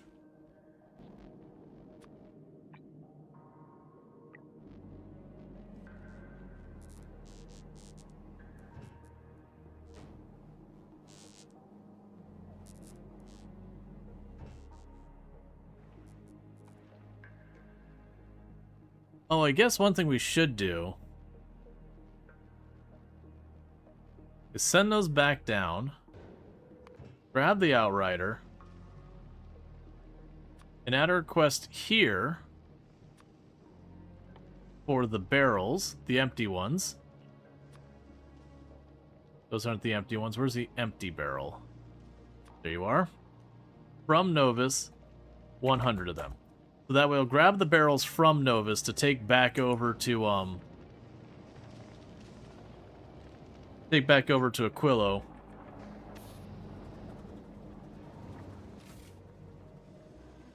And then Aquilo already has to request those back down. Because that way, with that, we can go over here towards making those barrels.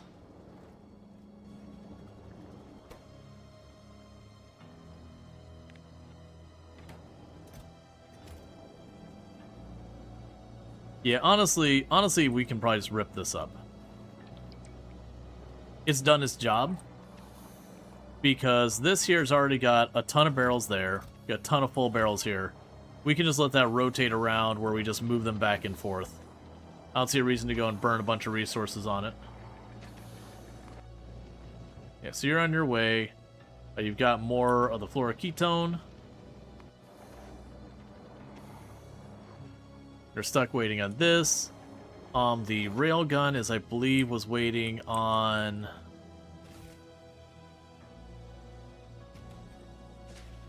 agricultural science.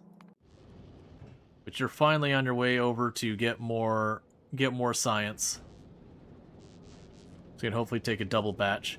You actually just arrived at Gleba.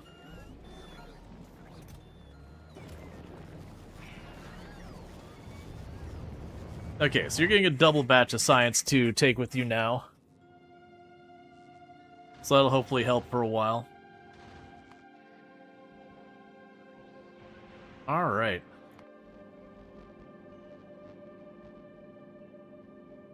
So, that actually, the next thing we can work on is while we're waiting. Let's go ahead and check on... The railgun ammo is steel, explosives, and copper wire in an assembly building to make railgun ammo. Now, we do have explosives down here. We are tapping that resource pretty hard as is. And I don't really have a good means of getting more of it. But I do think we want to go ahead and we'll branch off of this. So I should be able to bring that up, snake it through here, and go up here to make some railgun ammo. Yeah, and the railgun ammo is going to want to go onto that belt over there. This will be one of those cases where what I'll probably do is do that.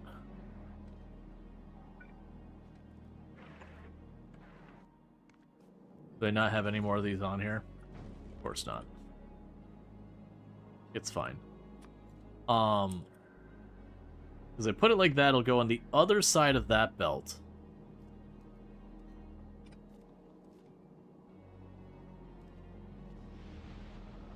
But I probably want to use the big stacker, though. Not just do that. Alright, that's fine, because that'll stack that up. So we can get lots of railgun ammo there. Now, I shouldn't sweat that. I shouldn't sweat that side. We're going to have to put the railguns in there. Okay, but first, we need to get you up here. And we need to get these copper plates where I can get at those. So we'll get the explosives and the copper plates up there where we can get the copper wire and our railguns. Because it's steel and copper wire. I have steel and copper here. So that should be easy enough to work with. So what I could probably do to make this work is I can move this splitter farther back.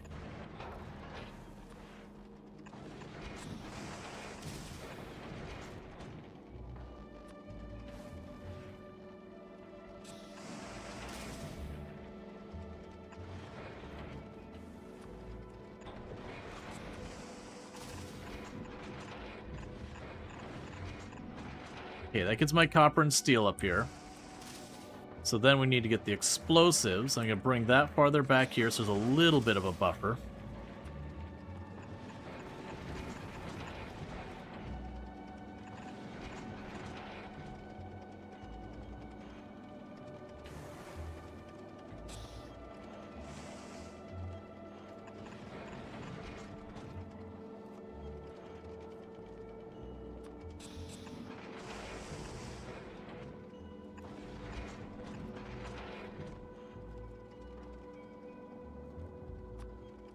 Okay.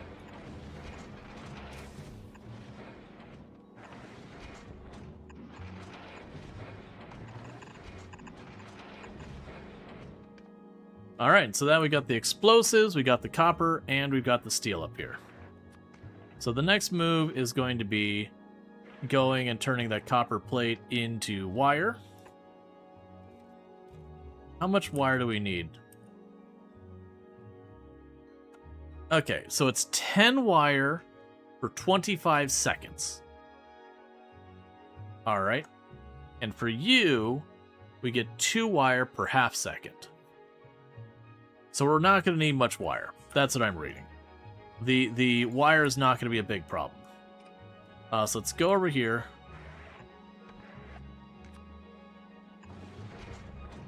You'll be making the wire.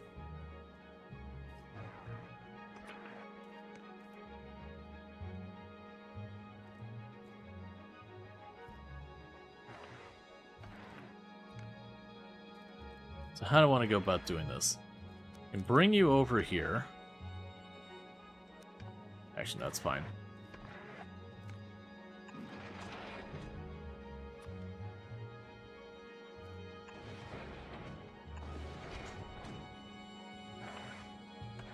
So you stack that up. So that'll put the wire there.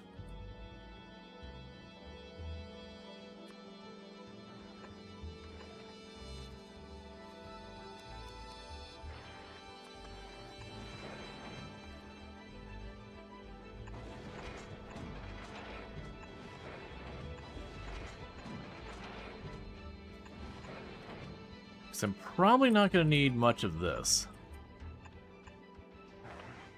And then these will be for the railgun ammo itself. Then I'm going to want to do here.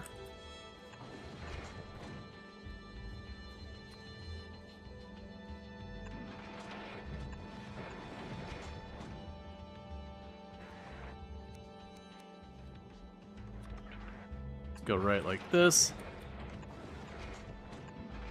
And then wherever the railguns end up, we'll ultimately want to do something like this.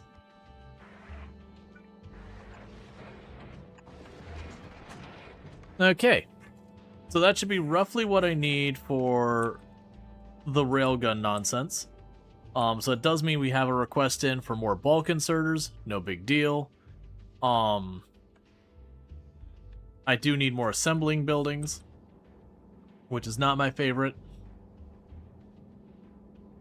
but is what is. That's not a big deal. We could easily just send up whatever we got when we get to that point. Alright, so you are on your way to Fulgora to get the last of the materials, to bring it over to Aquilo to unstick this, because it's waiting on the tungsten plates I was not demanding nearly enough of. So that should unstick that. Meanwhile, the Tantive 4 has probably just dropped off a really large amount of the agricultural science. Yep.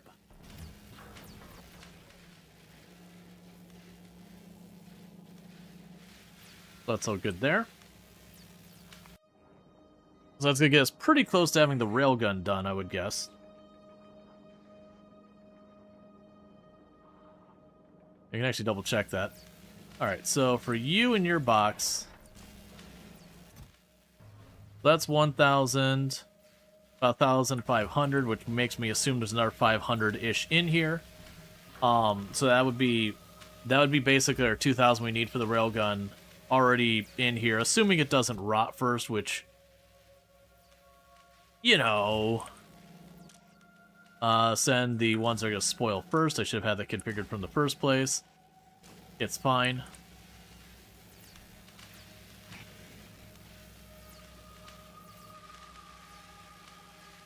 Okay. Yeah, so you're waiting on some quick materials.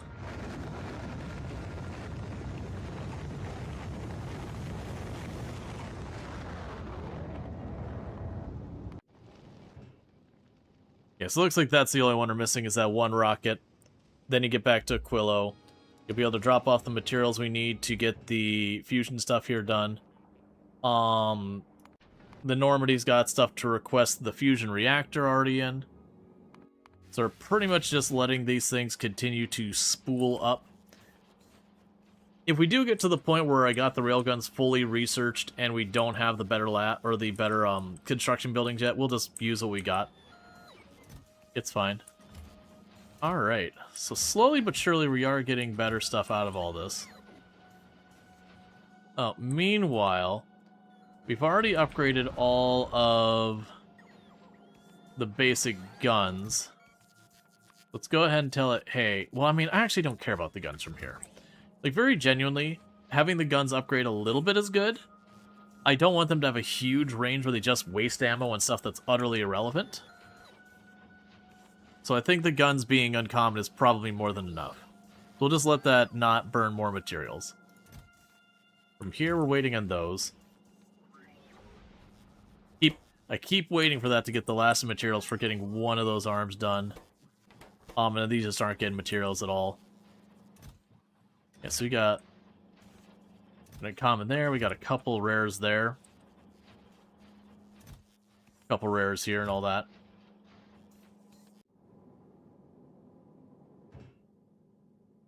Alright. Bear with me, chat, while we're waiting for that delivery to get over here. I'll go ahead and use the restroom real fast while we're on this. Because once I get that delivery over here, we can get the fusion generator online. Get those delivered over to the other location. Let's also check on Aquilo how many fusion cells fit in one of these. A rocket is 50. Okay, so what the Outrider is going to start also doing is you're going to tell the Outrider to grab a stack of fusion cells. As soon as I remember where those are. What just got destroyed? Where are you? Where? Oh, you're weirdly cutting all the way from over here to try and reach there to repair what I'm assuming is damage from a biter attack. Alright, well, biters, I was all about live and let live and all that right now, but, you know. Then you shot my drone, which is a mild inconvenience. So... Actually, put it around here is probably good. So instead, we're going to shoot you with artillery. As you do. Anyways, what I was going to say is we're going to have the Normandy. You're going to request fusion cells.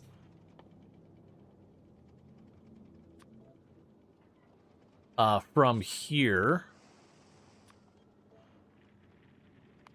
You're going to request fusion cells. From there.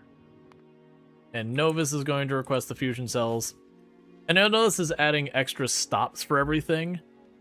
But until I have the fusion cells in the Normandy's kind of stuck. Alright, I'm going to quickly use the restroom. I'll be right back, and thank you again for tuning in. I'll be back in a moment.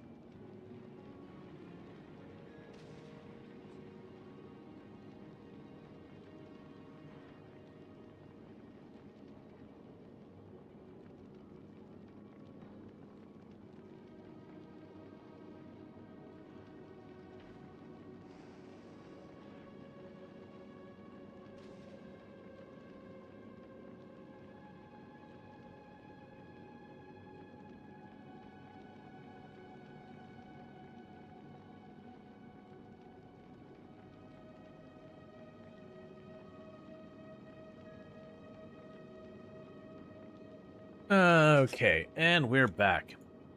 Alright, so I see the railgun's gotten a bit more research done. You have probably not gotten your research or your stuff yet, because you're on your way. You're about halfway over.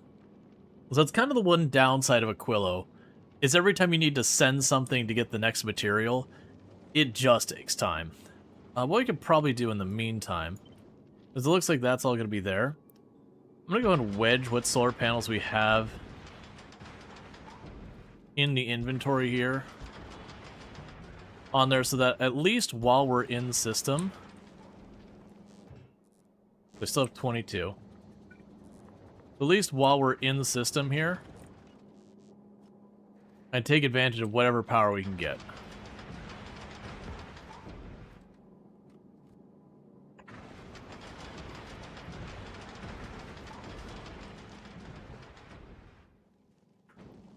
They've got 8 accumulators we can chuck down here.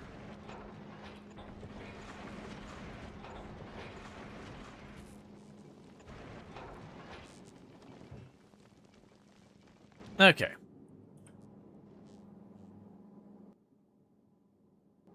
Well, I guess for the moment, they've got plenty of the efficiency modules.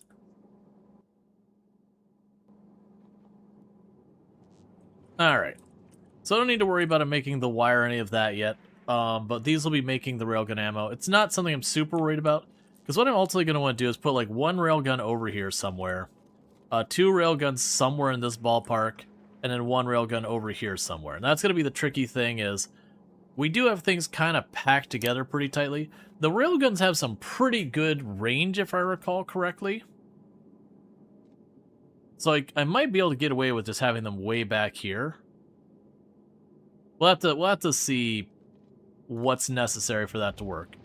The absolute worst case scenario is I would like grab the front like this or whatever range I need to, and then just shift it forward a tiny bit. I'd probably not even be that far. Like shift it forward a tiny bit, 2-3 blocks. Just like cut paste it up, and then fix the belts here, fix the belts there, and then just put that down. But it shouldn't be too bad. I actually have a lot of room back here. It's just a matter of how far forward the railguns need to be effective. I don't think they need to be that far forward, if I recall. I want to say they got a pretty solid range. 40 range. Okay, as opposed to my missile turrets, which have 39 or 36 range. Yeah, so they can fire basically up there. So if I were to put the railguns like right back in this area, that would line them up, almost have the same range as the missile launchers, and that's probably fine.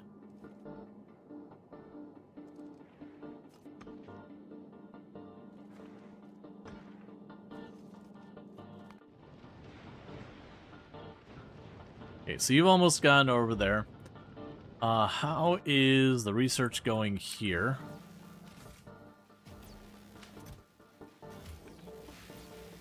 Yeah, so still making good time on all the research from Gleba.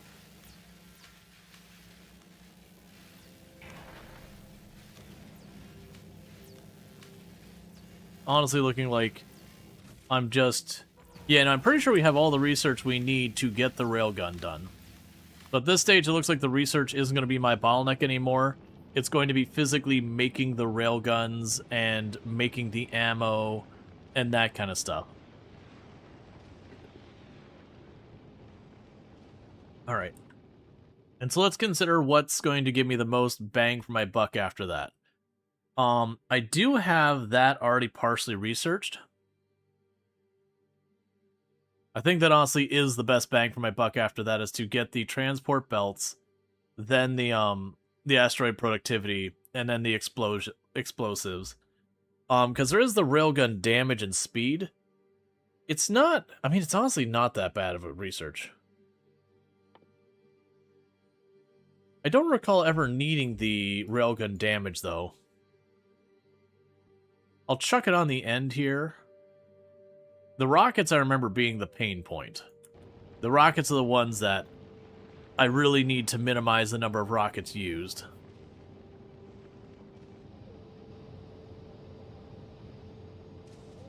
And all these are all set up in buffering. That's good. Okay, so you're right about to reach... Yeah, so you're right about to reach, Aquello. And so you should dump a lot of this stuff down. We can get our stuff built.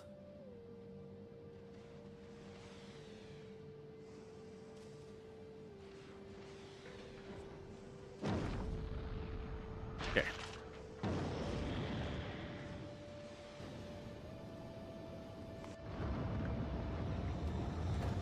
Alright, so that is the power plant on its way up. You'll now get your stuff here.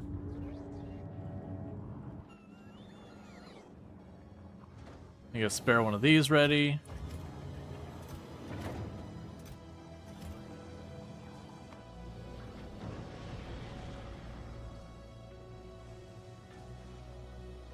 Okay, so you've got that on board, so cancel that from now.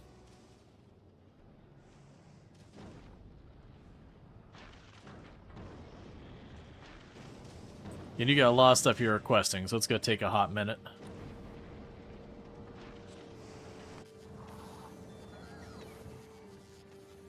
Okay, so you're right about to get to the point of that kicking over. You've already got enough fuel for a rocket there. You're getting those cryo labs in here.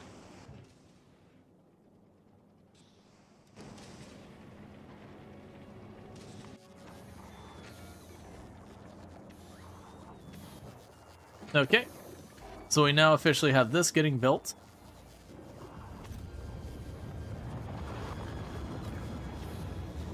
Okay, that's done, so we're gonna go in here and cancel your recipe. And then I'm gonna go the Outrider here. And we are going to request this. One is fine. Go ahead and bring that up. Just keep on sending those rockets up.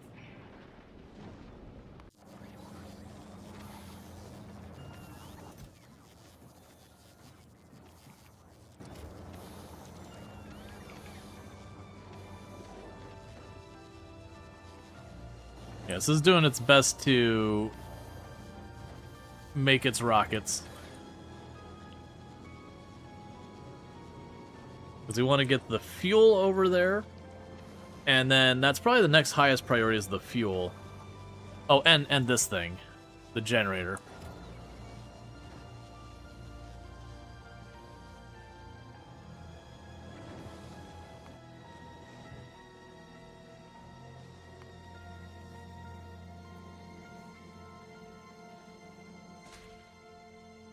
Right, and you're short on the Gleba research because a bunch of it probably rotted.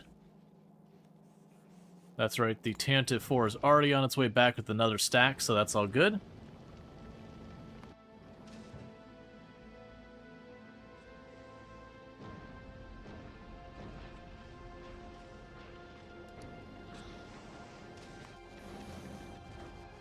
Yeah, downside the thing does take a hot minute to make rockets. I don't think this is a case where I want this to make a bunch of rockets, because most of the time it is just going to be rocketing up a thing of science or two.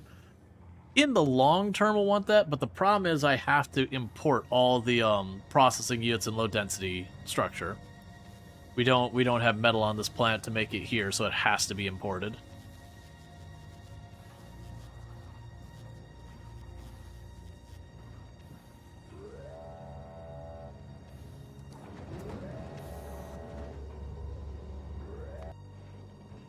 Okay, so you're still waiting.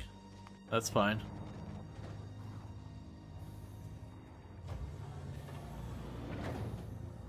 Alright, so there goes the fusion generators.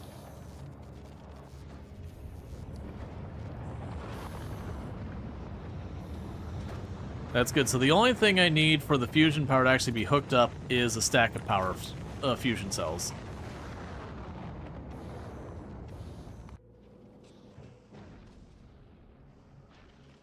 I can go ahead and take the cryo labs off there as well. Because these are things I'm importing one, and then we're just going to like keep them here. We're just bringing those over to get the Normandy online.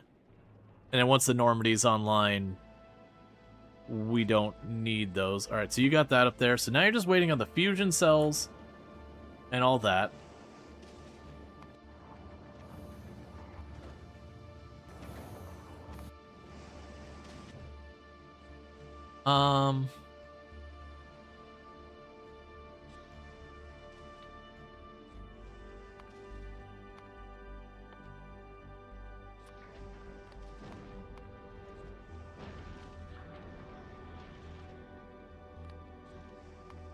There.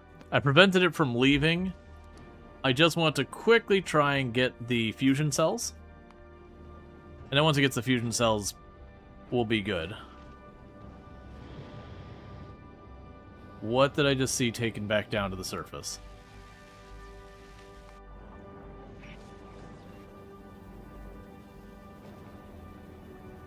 Okay. For a moment I thought it was the cryolab. I was like, don't you dare take that cryolab back down there.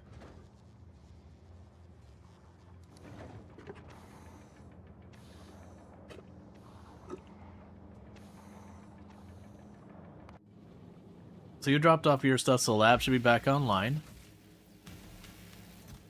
Love to see it. The blue science still has tons in stock, so we're good there.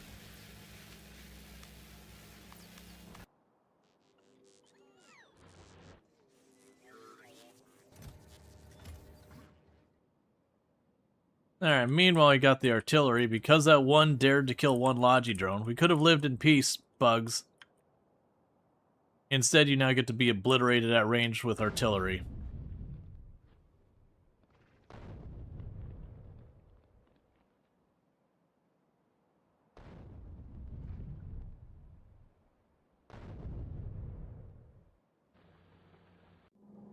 Yep, okay, and how are you doing over here? You're still fine. You're about to get that next rocket out of here. Railgun's already at 50-something% done.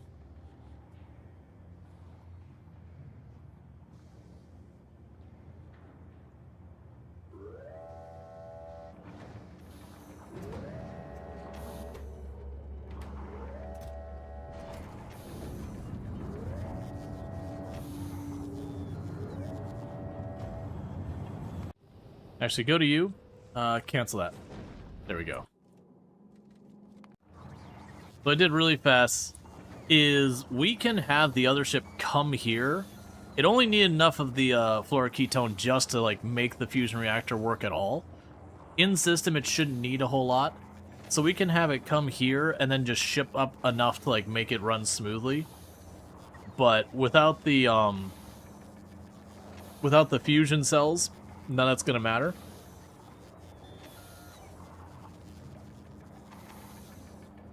And honestly, once we get these fusion cells and the assemblers online, we're probably at the point of just grabbing whatever my best modules are, shipping them up, and sending the Normandy over to Gleba to get the rocket launchers, and then over here to get the, we'll start getting the railguns built.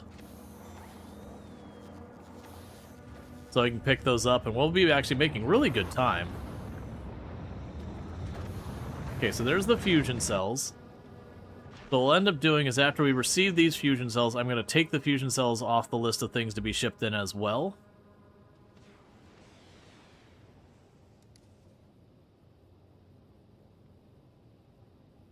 Because this is just to kick over the thing for just being able to be travel-worthy. Alright. So it's on its way out of here. Let's double check, because you should be configured to accept all those things. Let's make sure that's the case. Alright, there's the power plant, there's a cryolab. We need the generator. Yes, we got the generator, the cryolab, this, and the fusion cells. So that's what I need. So let's go check in the Normandy. Yep, so that's these three. And then we just need those, and then these we get from these missile racks we get from Gleba. The big problem, I shouldn't probably move it to where we get the railguns until they're researched, because I need to figure out where I'm placing them to make sure we got that sorted.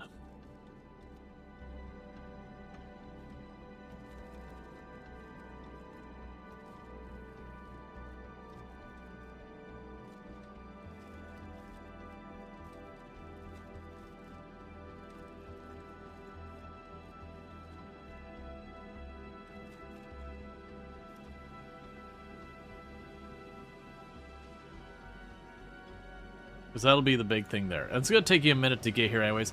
Yeah, there's a good chance I'll have the railgun research done around the time this drops everything off and we get it back up to the Normandy. So that should work well, because then I can queue you up to start making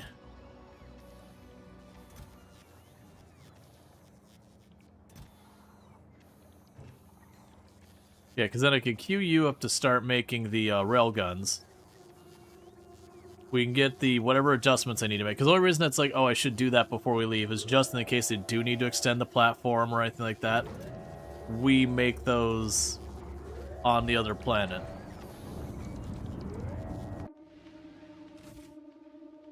And so we still have those in storage. That's fine. You didn't end up getting any of those this time, which is not great, but... and checking the Normandy. Yeah, so you requested a bunch of these.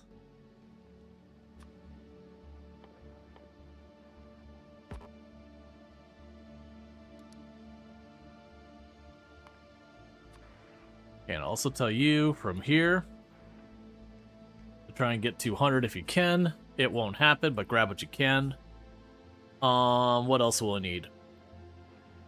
We can go ahead and do the same thing here. We can go ahead and say, hey, you know that ketone, or ketone? Go ahead and request entirely more than you can. Just load it on up.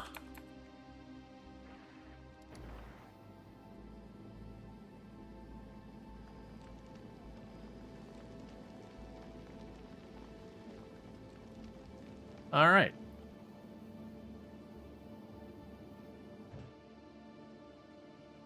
Yeah, so it should be good on all that. Oh, I got a bunch of uncommon quality grabbers. Which means if I got all the uncommon quality grabbers already on board, we can go down here and go, alright, you know those uncommon quality grabbers? What if those are rare quality grabbers? That'd be pretty cool, right? So you go ahead and try and make that happen while we wait. Now, I do feel like in this case, I will keep the uncommon ones on board, because this is one that realistically I could take a smack right on the grabber and lose one of my grabbers. And those I'd want to have replacements handy.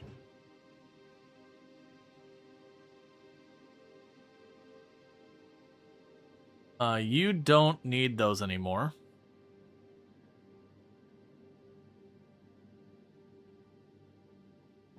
I'm actually getting pretty close to getting the rare stuff. So I can go down here, and just like before say, hey, new thing for your list of things to destroy. The uncommon grabby hands.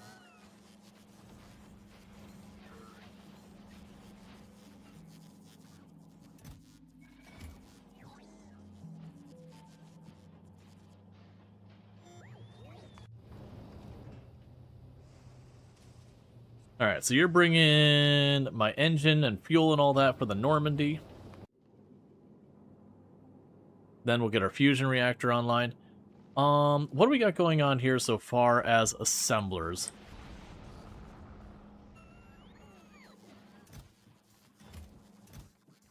We do have a couple of rare quality assemblers.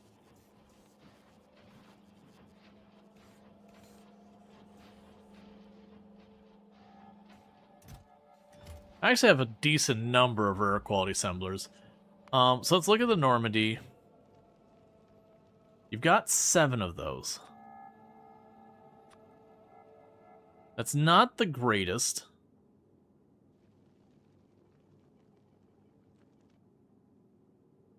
But it's half of what I would need. And I can get this then all wired up and raring to go.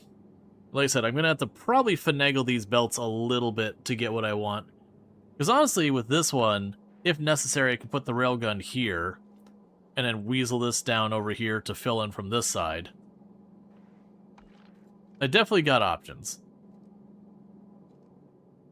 Like, I might have to like finagle, because even if I have to like finagle a belt and have this belt go down and around or whatever, that's not a problem.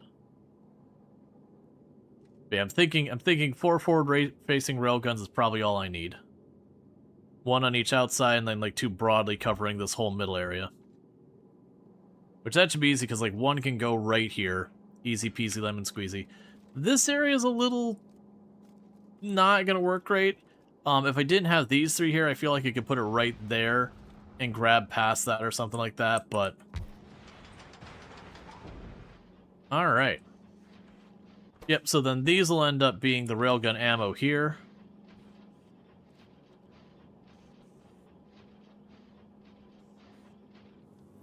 And a bunch of these just got upgraded to rare quality.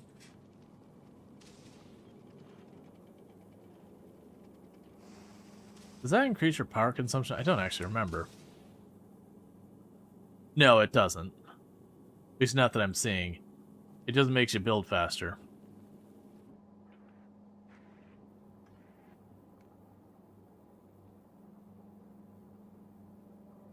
Yeah, so it's not quite double the speed now.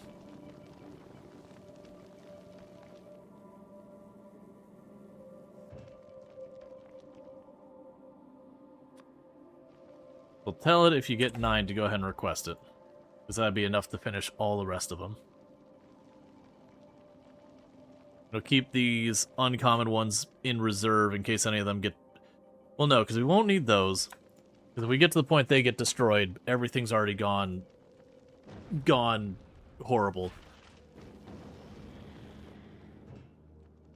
Okay.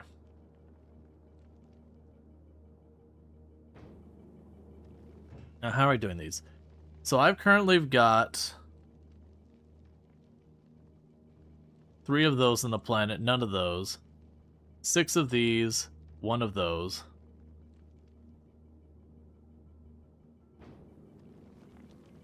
Alright.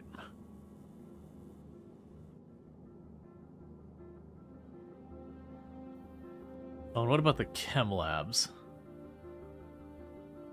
Oh, we've got 4 of the 6 chem labs I need. We can queue those up.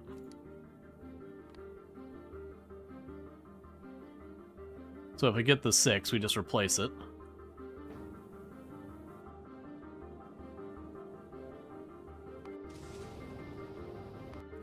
We're at 98% in our research.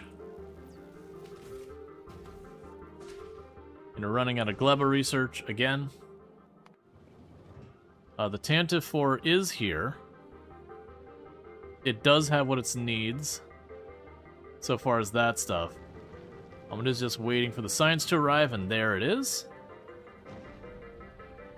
Cool. And that'll be on its way.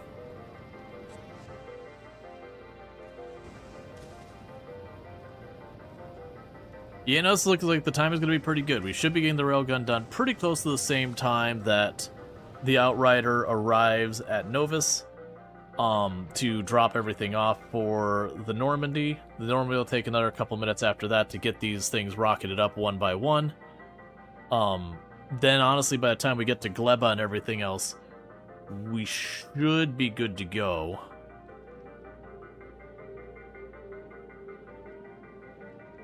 Okay, the Tantive 4 is already on its way back.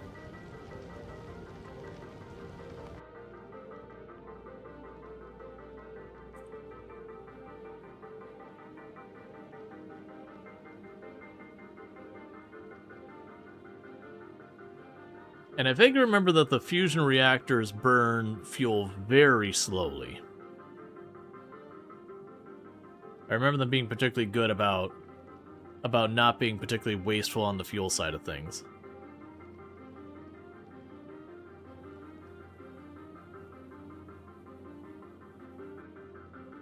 And like I said, when it's time for us to depart, I'm just going to send up whatever we have of these higher quality ones to just swap them in anywhere we can. Even if it's just sending like one epic one, we just replace one of those with an epic one strategically or whatever. It's better on the ship than sitting back there when we're trying to do like the end game thing.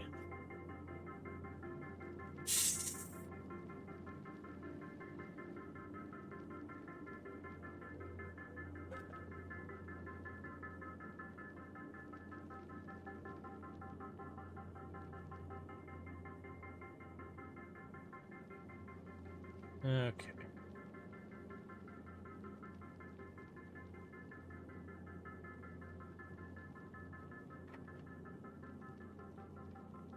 It'll also help as we level up our asteroid thing to get a little bit more yield out of these.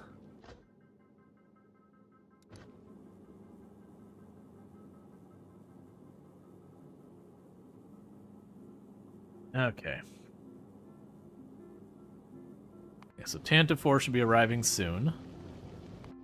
Outrider's not too far behind. I can't do anything with you in the meantime. You're also busy sitting here making your fusion cells, which is good. So when we get by here, we just load up and we're ready to rock and roll.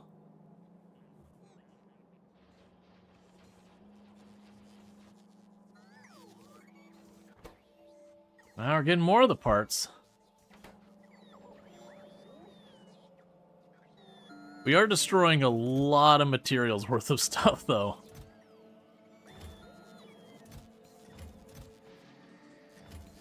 Like, we are getting a lot of materials worth of stuff just destroyed there, but that's kind of the hope, is as we get some of these medium ones and all that, we'll get some guaranteed higher quality ones.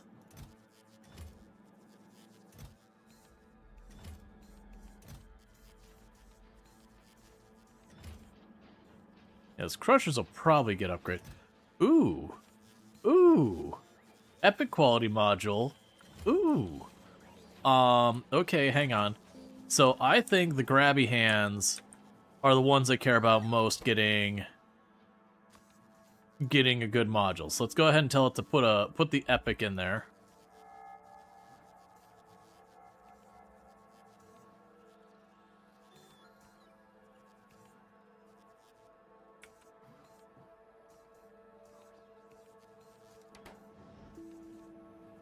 It should do it, because they have one epic quality in here. And honestly, a bunch of uncommon qualities, too.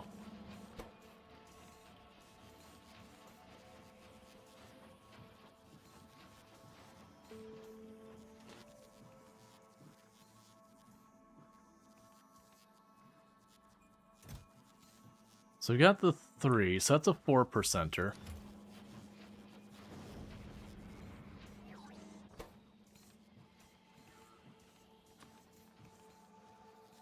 That's what quality? Rare?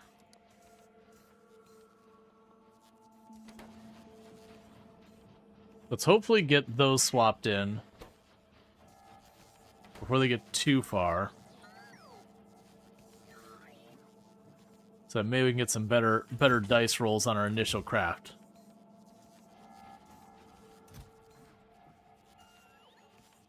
Also got some level 2s, but let's get these two in first. Why are you not getting that done? They are right here.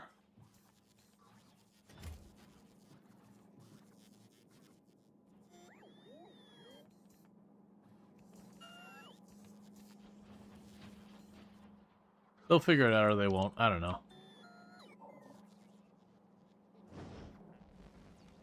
Okay, so Tantive 4 has arrived, so our science is unstuck.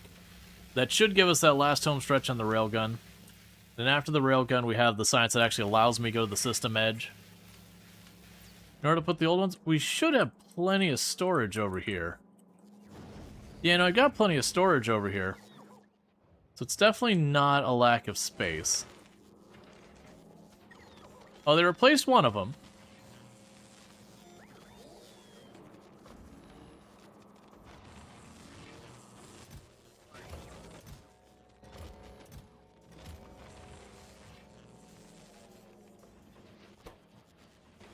They're just taking their time. Okay, so it takes us to a 10% chance of better quality.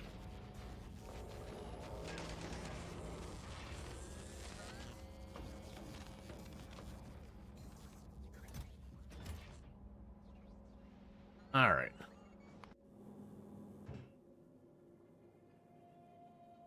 Okay, so have all those queued up. So you've got 3, 0, 7, 1, none, 4.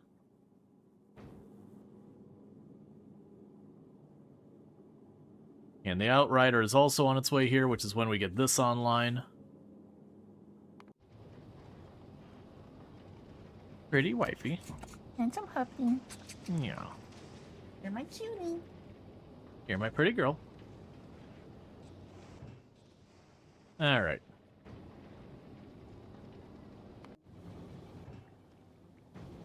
Yeah, it's right at almost 90% there. Yeah, so we should be on the mark for having everything prepped. We've already got more of these quantum processors going. Those are starting to take time to happen. That's going to be the superconductors and all that. That is what it is. We ended up getting a bunch of them pushed into our storage up here, wherever it was. Oh, and all this garbage.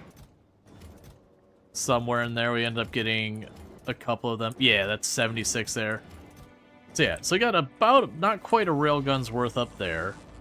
We got about another railgun here. We are actively working on the rest, so by the time we get to all our stops and all that, there's a good chance that the railgun's made here.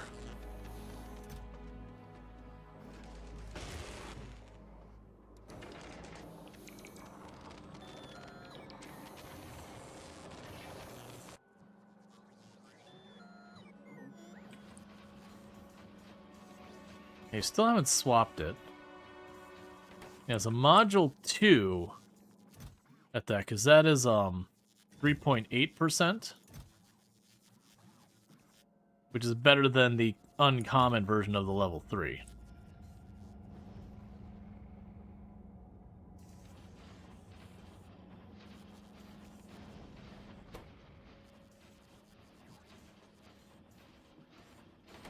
Yeah, it's still counting, so I mean it's fine. We did get another rare grabby hand out of that.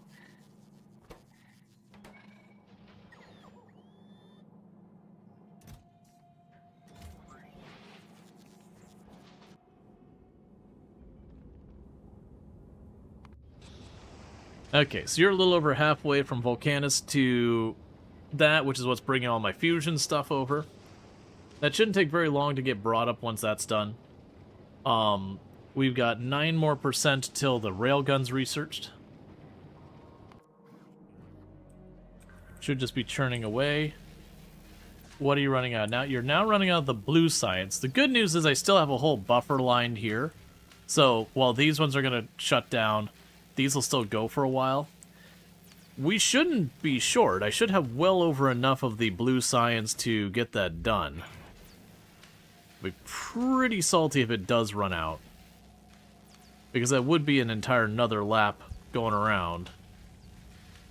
I don't think it will though, because all these have a couple of cryogenic science in them already. We still have all that back buffer, so we should probably have enough to get through there. It's just going to go a little bit slower since half of these don't have any science left in them.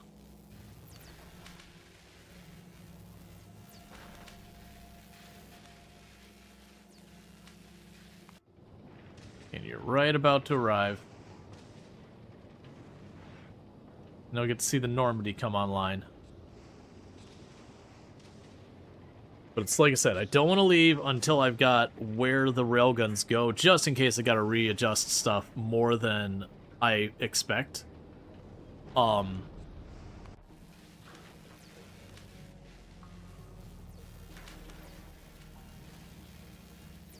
the Outrider's here.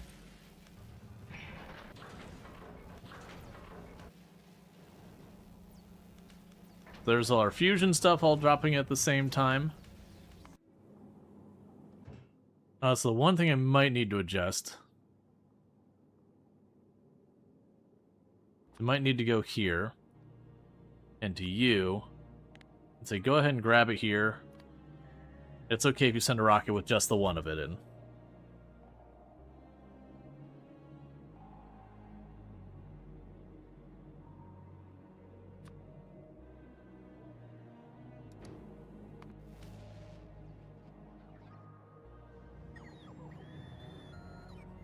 Okay, there's the cryogenics, there's the fusion lab, there's the fuel cells, there's the fuel generators being loaded up now. We're at 94%, we still have stuff on the line here, so I'm feeling relatively good that we're going to get through that whole thing before it goes.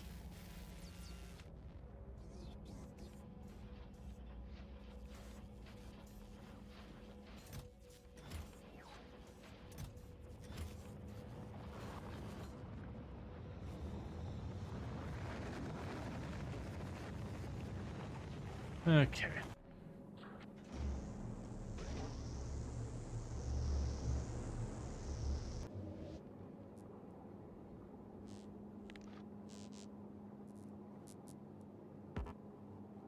Oh, I can't connect the wire to it. Right, you only use stuff as you need to. Okay, and with this, power is online.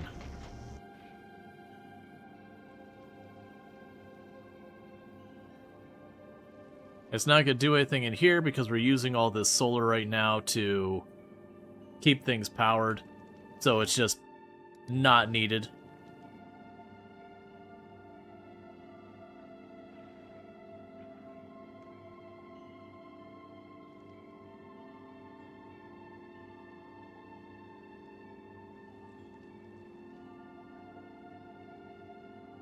Yeah, so output full, because it's full of the plasma, and the plasma is being fed in here. But we just don't need the electricity if we're looking at this. I'm just not using any of it. Not really.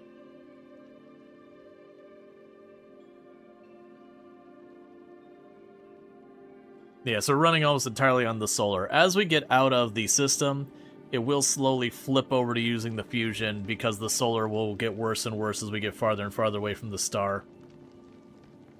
So I'm just waiting that last 3% for here. Meanwhile, I can go to you. So there's nothing we need you to request here. What are you waiting on here?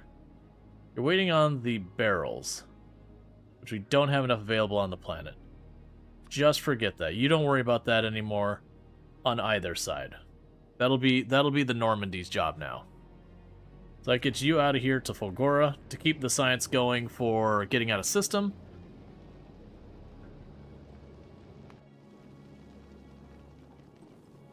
And let's see here. Yeah, so just waiting for that last 3% there. Okay, we're just starting to feed the very last of the blue science in here.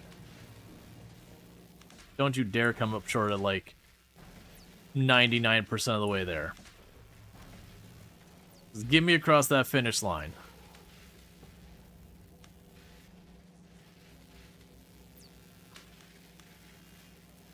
We're at 98%. Still about 7, not quite 20 science left there. So it needs 36 to finish. So you have 7, 11, 13, 15. Okay. I understand. So we're going to be short the tiniest bit of science. All right, well, let's just figure out. So what is your size? You're probably 3 by 5 is the actual part it blocks. It's either 5 or 6. I can't tell if this is part of the blocking part or not. So it's either 3 by 5 or 3 by 6. So let's see if we can't just figure out where we're going to be putting those to begin with. I wonder if there's an easy way to represent it. Like if I could mask this in some way. Okay, so I think the easiest one is going to be the one here in the middle. So if we do the 3 by 6, it's going to fit there, no problem. I don't need to think about that at all. Like, it's just going to fit here. That's fine. That's easy. The one over here should be fine, because I got a couple of options on how I can deal with this. Worst case, I could underground that over and then pull from here. So I should be able to put one over here to cover this area. So one here, one roughly there. This is the tricky one, because this is smushed in here pretty tightly. I can probably fit it there and then pull across that way, and I don't think that'll be too far back. So I would take the right side, the left side, and kind of center right. This is the one I'm not sure about. I do want one in this area. It might be just fine to have it back here somewhere. I don't see how I could get the railgun ammo here, though. Now, it could just be it's off-center, so we have two slightly on the right-hand side, and we just live with that. It could also be that I put like one here and one there, one here and one there. So there's not one like right in the center. They're kind of more like focused on this edge and just where they overlap. I think I'm comfortable that we're not going to need more platform.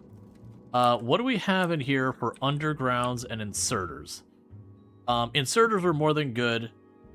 Undergrounds we should be fine. I'm a little concerned about the conveyor belts, but realistically, I'm going to be swapping those out. So I think we're okay. In the meantime, you here have a bunch of these. So let's just plan to just shove these in things. Because there's no point in having that go. We'll probably end up replacing some of those with productivity modules. Okay, so I think I'm satisfied that what we're going to go ahead and do is drop you off. Alright, so send me the 4 you got. Get them up here. You do not have any. Send me the 7 you got.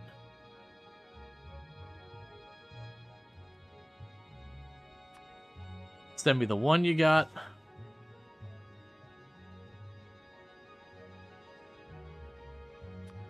And then send me the 4 you got.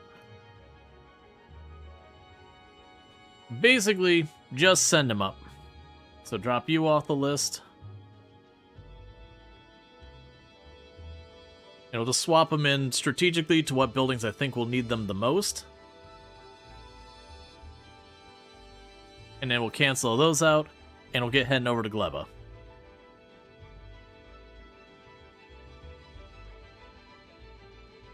Because the absolute worst case scenario is that we ultimately don't get what we're looking for. Alright. There's no more of those on the planet. There's none of those on the planet.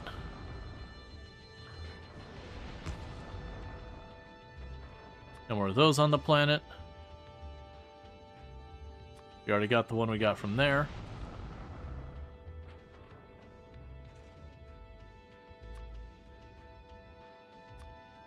And so you're going to be switched over to you. And you're going to be switched over to you. Alright, so let's find a home for the Epic Crusher. So which Crusher do I think will be the most urgent? Honestly, probably this set. Up here with the,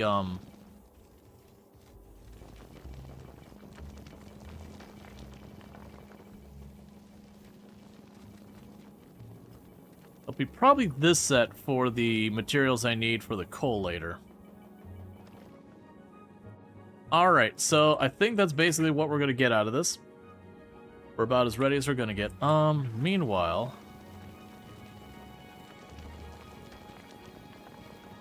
making sure all those have their arrows set, so they're not just junking things for no reason. Okay, so I think we got ourselves a setup here that we're going to be as good as we're going to get for this. So let's go ahead and have it go on its test flight. So its first test flight. Oh yeah, so we're looking at the Normandy, right? I haven't actually, yeah. So let's go ahead and get all this crap off this list right now. So you're gonna go to Gleba. That is not Gleba. You're gonna go to Gleba. Get out of here. Alright, so the Normandy is now mobile.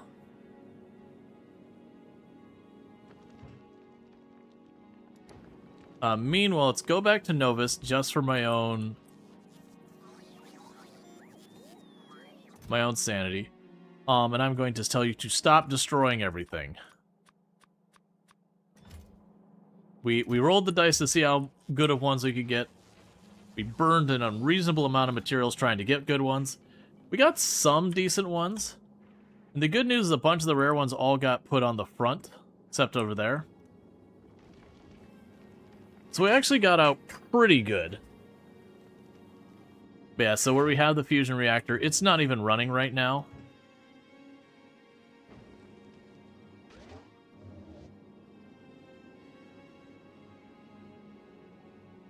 Yeah, more than likely this will be fine. These ones might need modules put in them. I'm pretty sure the explosive is going to be our troublemaker here.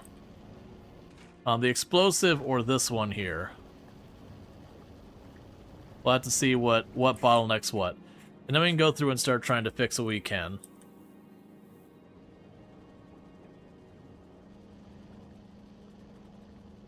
Part of me wants to do this.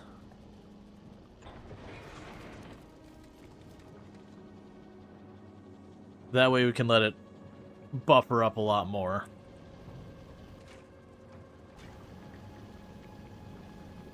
Oh, hey, don't do that.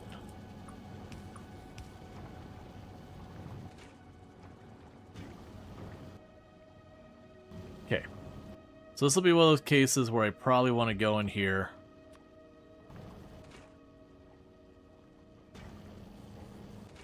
And make you faster. Well, actually... No, you're fine here. That's just you running. Yes, you're fine just the way you are.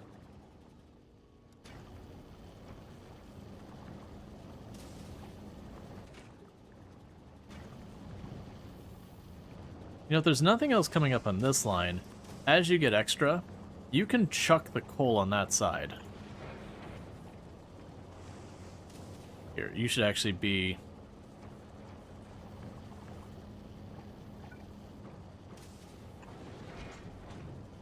You can be a stack inserter.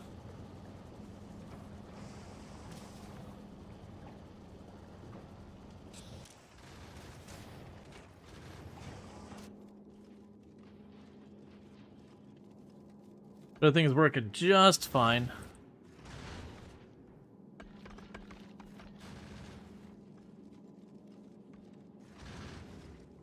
All right.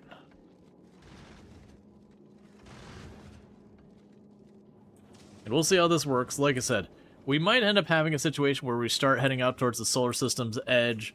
Something's not working quite the way we need it to. We gotta back off, switch a couple things around. That does happen.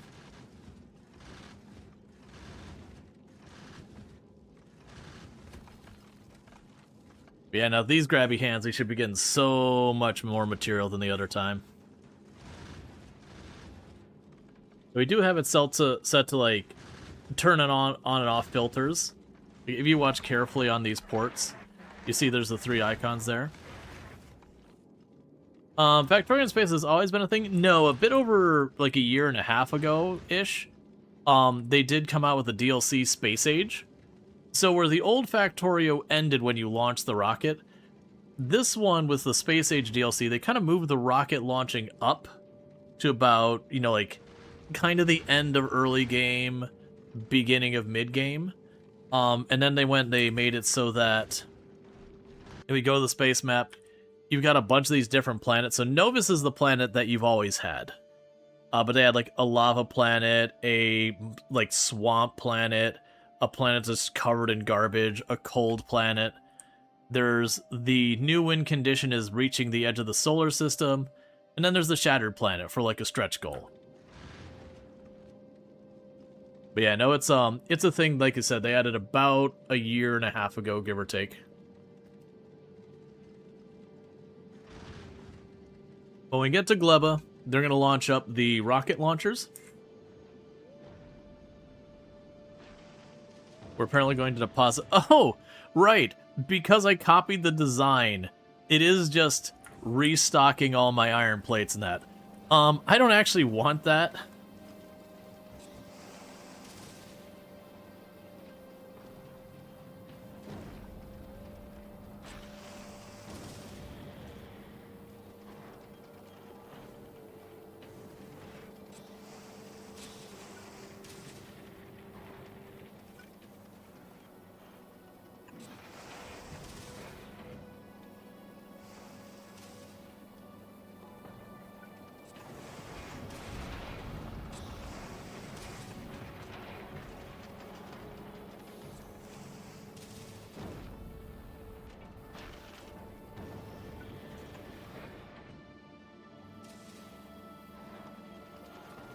I'll do one of these.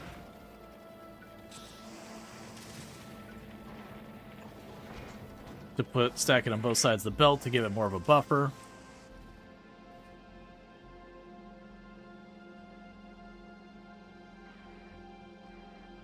You want to do that thing where you make comparisons, but it makes you think of RimWorld? Oh, I mean, other than being in space, there's really not a whole lot of similarity with RimWorld in this. Because, like, RimWorld, you don't have, like, the manufacturing platform. Yeah, no, you have where you can kind of move your colony in that. Alright, so this is all going very, very smoothly. So we're going to go ahead and just say, I don't see a reason not to just take it on the next test. Let's go over here to where we can start loading it up with the next thing. So Outrider is right about to go back and grab its science. Aquello is busy making its fusion cells so that we have all the power we could possibly need. We're getting all of our processors made so that once we get the railguns unlocked here in a minute, that we can start having this produce our railguns. So Normandy's test is going very, very smooth. That the fusion reactor so far is not running at all. We should see that slowly come online as we go through here.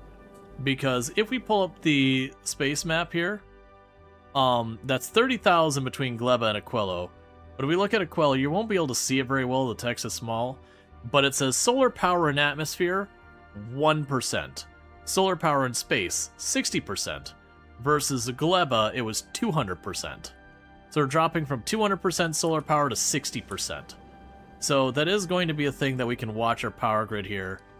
And as we fly, we should just see this solar just keep coming down more and more and more.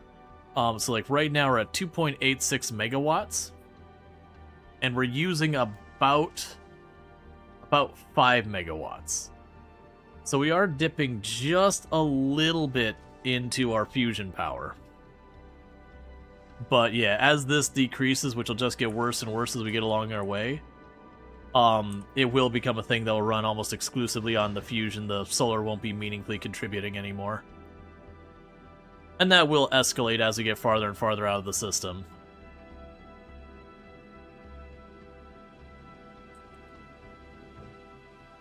And we already know we want to go here. And, oh wait, we don't have it unlocked, so I can't list it yet. Never mind. Again, our ship is not fast. I have deliberately kept it at a nice slow pace. I've personally found making a really, really fast ship is just a fast way to kill your ship. I've made that mistake before where I shove 3 engines in the back because it's fun to pipe them all up. And then you just push into the asteroids faster than you can break them. You're like, alright, hang on, wait a second. Let's see, I think it's Odyssey where you turn the map of the ship, basically. Yeah.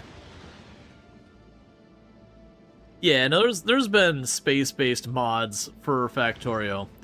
This one's kind of cool, because it's not really that you make, like, a full-fledged factory in space. There's a lot of materials unavailable in space. There are also materials that are relatively easy to get in space. So it is kind of one of those things that each of the planets have at least a material. Sorry, a material that you can only get there. Some of them usually have like 2 or 3 of them. And that you need to like make more advanced technology. So in a lot of ways, this giant space platform, in quite a few ways, is effectively a train. Just a space train.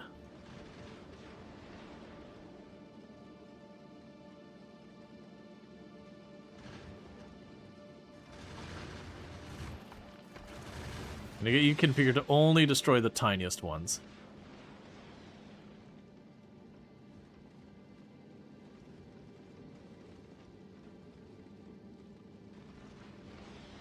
Alright, so Outrider's chilling over here at Aquello. We are actively getting the rocket launched to finish up our railguns.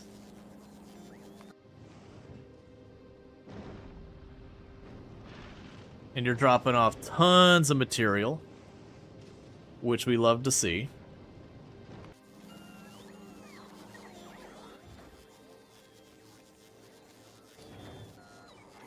Okay.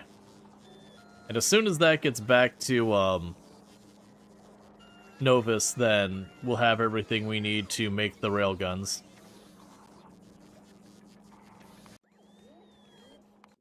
As well as to take the Normandy here and configure it to have all that stuff. Alright. So far, the solar panels seem to be holding up okay.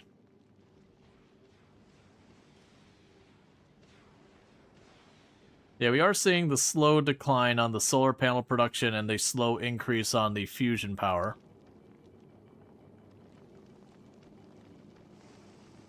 So it should happen here. Yeah, we're technically consuming the plasma at 0.1 per second. So we're just barely consuming any of the plasma. But that will start to increase. Now granted, I vaguely, like I said, I remember earlier, generally speaking, you don't burn through the fusion power very fast, thankfully.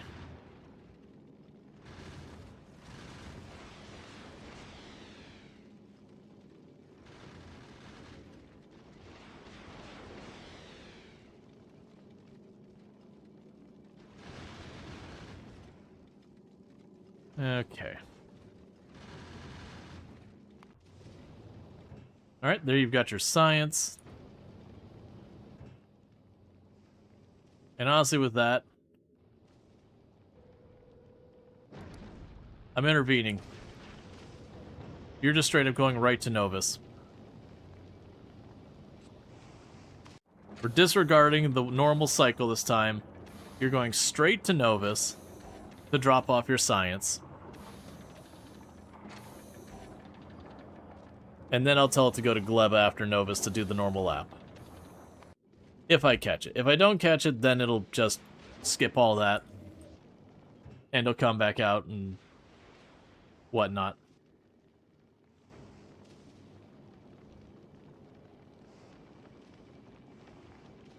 Alright. We still gotta get the railguns in here. And then get railgun production online as well, so I can start stacking all that railgun ammo on here.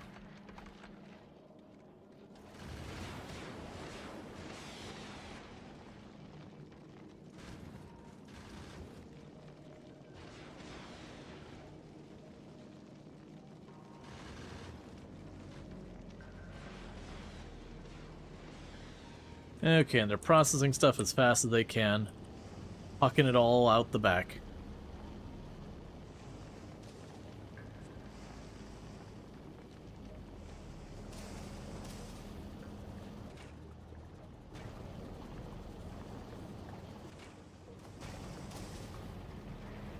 We get all explosives set up.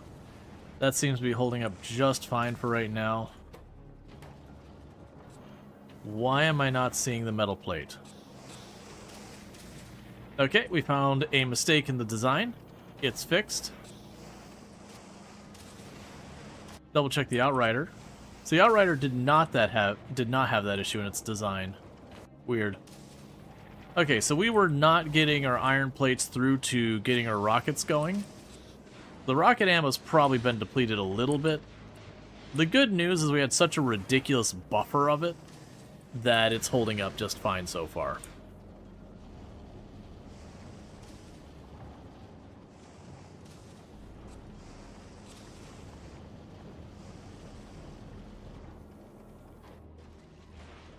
And we're almost to... Outrider is actively passing Gleba.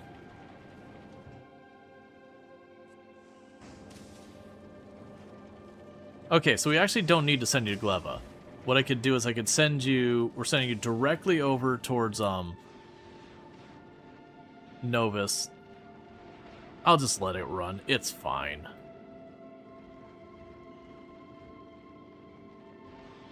If it has to do a lap, it has to do a lap. The big thing is our test flight with the Normandy has gone swimmingly. We did find one mistake in the entire design so far. Got that fixed. So that should be all squared away and good. All the other stuff is going swimmingly.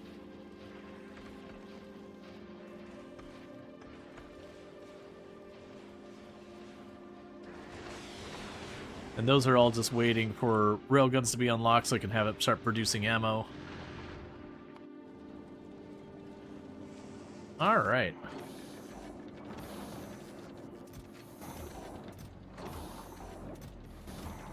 And you're working on the science. Yes, we got at least enough of the circuit boards because we got 2 here and I had another one worth the box. So we have at least enough for 3 railguns. All right, so with that, the Normandy successfully arrived to Aquila without any major issues. And so now what we're doing is we're just importing the fluoroketone. We're importing that and then exporting the empty barrels.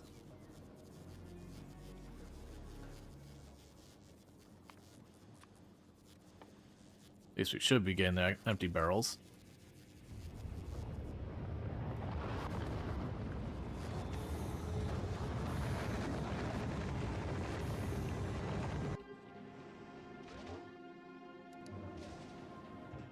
Yep, so they're going to keep sending up this. They're going to keep sending up fusion cells.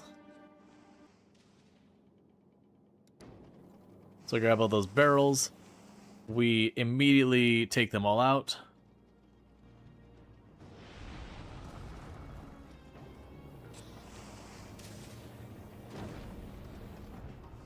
Now we empty them.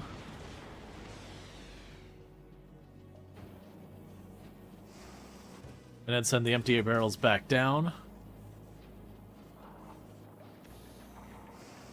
And that's because we need enough in here that if this starts running constantly, if this doesn't keep up, we can have this build up a lot of the hot stuff, and it can slowly work on until we can get a break. But if you get something like 10k in there, that's usually way more than enough. I probably already have way more than enough in there. But I figure we're sitting here.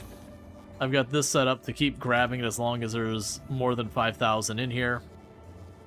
We can just let it churn for a while. Okay, you're about halfway from Gleba over. We also want to grab a bunch more fusion cells, even though you go through them really, really slowly. It'd be nice to have some surplus just to be safe. Oh, you know what? We can't use any of these up here. Let's drop all of you back down.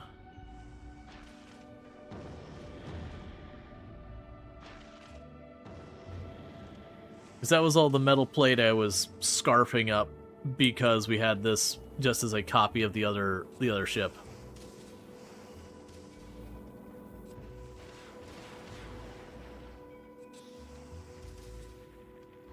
Yes, that's a 1-to-1 ratio.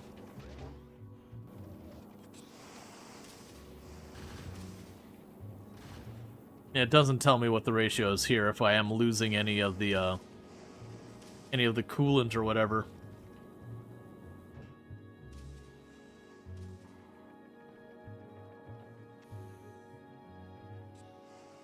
Yes, they have room for those. Oh, it's just, this doesn't produce rockets that fast. That's fair.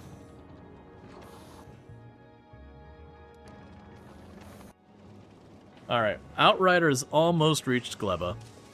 I'm going to go ahead and grab you, whereas intervening on your route. We are going to have pop into Gleba. So I could have it go for its route. Well, no, because let's look at the space map. Right, so it doesn't make sense for me to go like Gleba, Novus, Vulcanus, whatever. It's fine. We can probably just skip Vulcanus this rotation. Yeah, it's fine. Just keep on the route we set you to begin with, because you'll just skip right past Gleba. You'll go to Fulgora, and then you'll come back out, which does mean it'll be probably a sort of wasted trip, but that's okay. You'll get that last science for the railgun. Okay, there comes more of the ketone.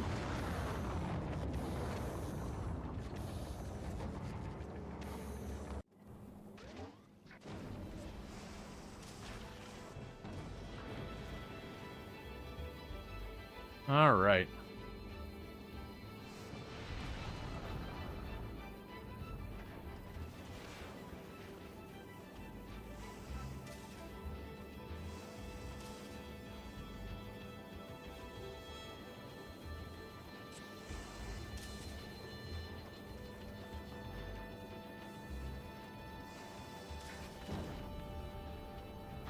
Yeah, so it seems like each load they get me is getting me just slightly under 1,000 of the fluid for this. That's fine, because when we consider it split between all 4 of these, that's probably close to 4,000 fluid. Okay, so you're about to hit Gleba. Then you'll go to Novus, which is a much shorter trip. And then we should have our science done for the railguns.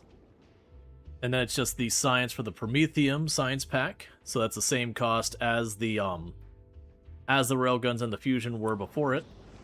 Except the difference is, you know, we've already got everything kind of moving around doing its stuff. We also have, like, in a pinch, I can have the Normandy as, like, a ship I just go and grab stuff on my own to figure out. But we're here till the railguns show up. Do I want to go back over to Novus and check on things? So far as, like... Ooh, maybe we do. Because we did get a epic quality asteroid collector. Because I'll have to wait for the research. So once we get the railgun snagged, we can maybe pop back over here. Okay, where I said it was done with these. I'm also a liar.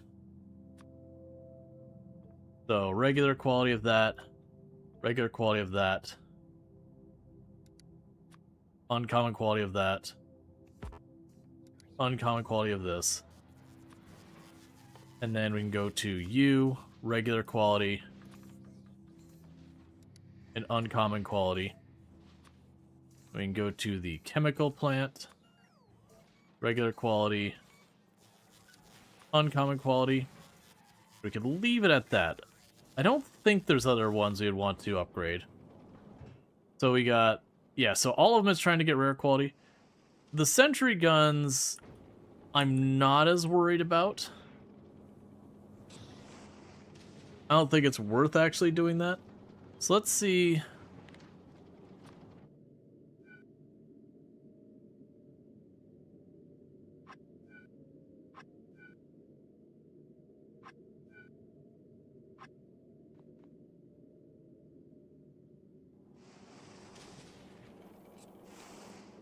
Yeah, so now if we check it. Yeah, so took the sentry guns off there, but we got all the other stuff. And then we have the asteroid collectors. So let's grab you. Right now, take you 2 off of there.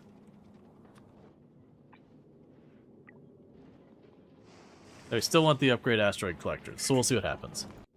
Alright, Outrider is more than half of the way to Novus from Gleba. You're continuing to collect all the fluids.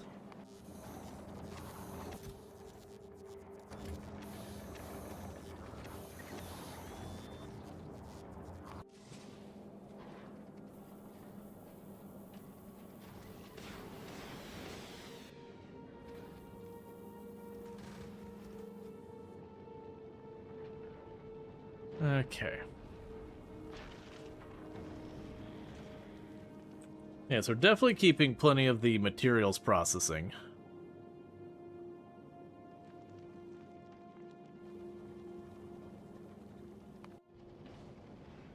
Alright.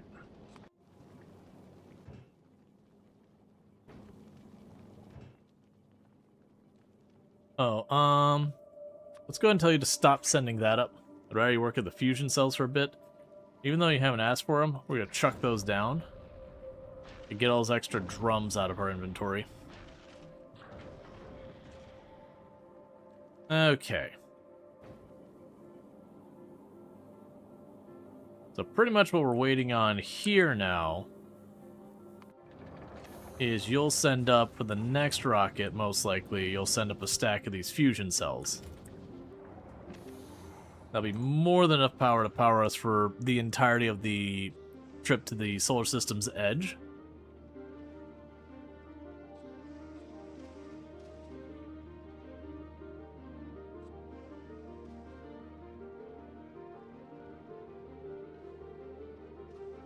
Okay, you are right around to get to Novus. We'll drop your 1,000 science.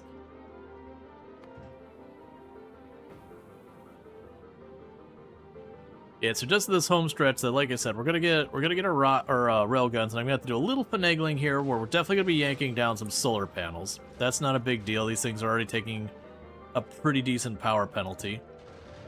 At this stage, our fusion reactor is doing more of the heavy lifting than our solar panels.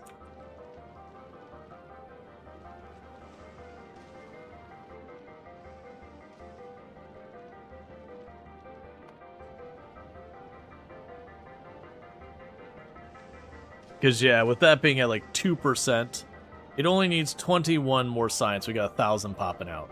So with that extra 60% we have there, that should mean we're effectively going to get pretty close to halfway on the, get pretty close to halfway on the research to reach the system's edge. And part of the reason I don't feel bad about turning around, trying to grab some modules and come back out, is it's going to take me a minute to make the railgun ammo. That we'll want to get that buffered up before we start making our move to the system's edge, because it's okay if I fall a little bit behind on the production of railgun ammo, as long as it's not a lot. Because I fall a little bit behind and I've got thousands of railgun ammo ready to go. If I'm just slowly bleeding down, who cares? I get to the edge, I come back home, and we're just good. Alright, so let's go down to Aquilo, because they're right about to pop. I saw it hit 99. There we go. And with this, we want to make the railgun. So we go boom, boom. Get that out of here. You need to be plugged in here.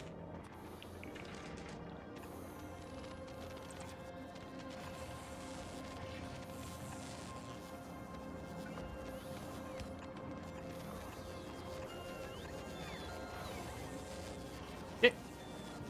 As soon as they plug that in, now it's just a matter of them getting the materials in here. And we're looking to get 4 railguns. So how deep do you stack? So you stack 10. But what's 1 per rocket? I understand. So let's go up to the Normandy, because now I need to go in here and we can set you to make railgun ammo and set you to make railgun ammo. So we're now officially making railgun ammo. I'm pretty sure I can't put these in here. I cannot. Let's check what modules I've got handy. Yeah, so we're just down to speed and production modules. So for right now, I could put a couple of speed modules on here. They're probably wholly unnecessary, but that's fine. Okay, so weapons. We need railguns.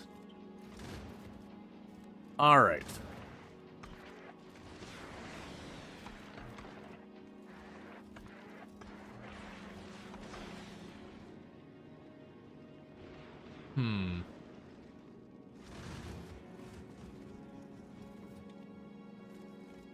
We can fit you here easily enough. Let's do that.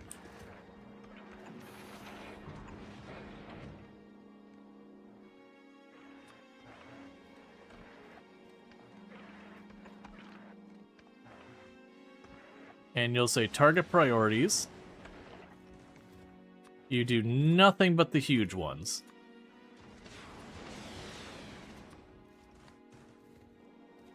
We do not want to waste ammo on that. Alright. So you'll have yours. So that'll be 1. Oh, that is highlighted all that red. Hang on. Am I not remembering these friendly fire?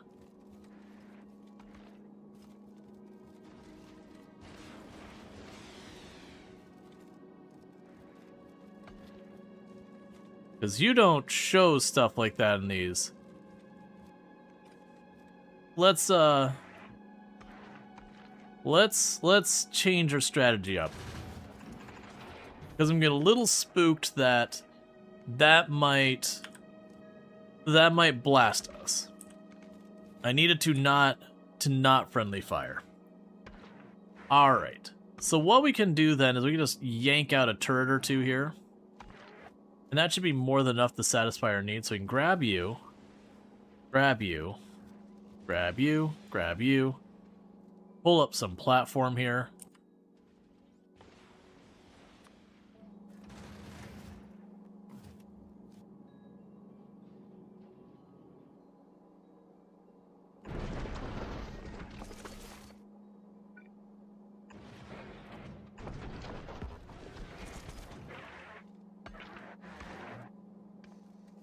Okay. And now for you.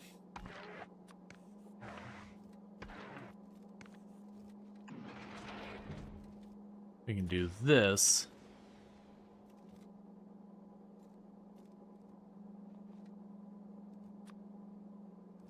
Probably fine. Okay, so that'll be one railgun. Covering that spot. We can do the exact same thing over here.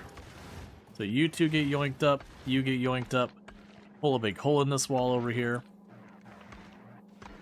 I don't have good access to the belt here. But we can probably finagle things here a little bit to make this work. So make this... Yeah, I can probably move the missile launcher one tile to the right, have this pop over to the other side, and that would work. So again, we need to put you to have ignored list.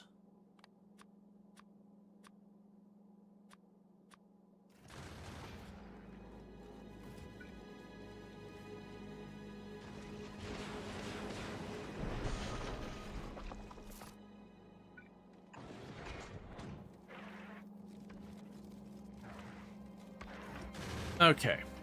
So like I said, what I think we do here is we grab you, cut you, paste you.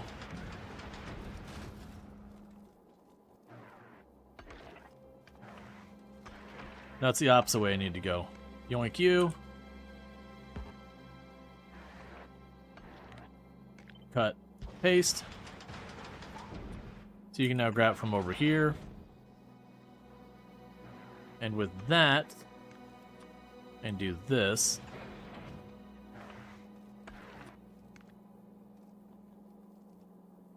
You can do the same thing up here.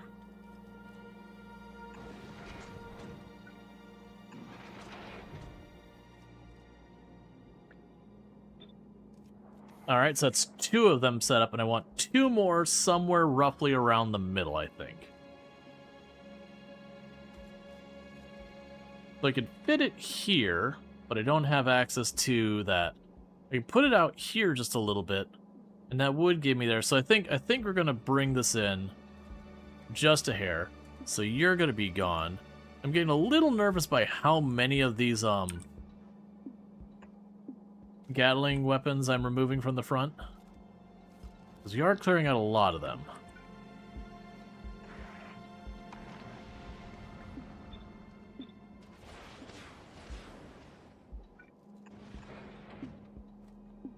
Okay, so with this, what I can do is grab you two, do that.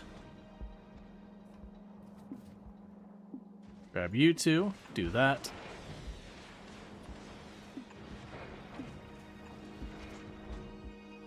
Alright, and with that, we should be all good.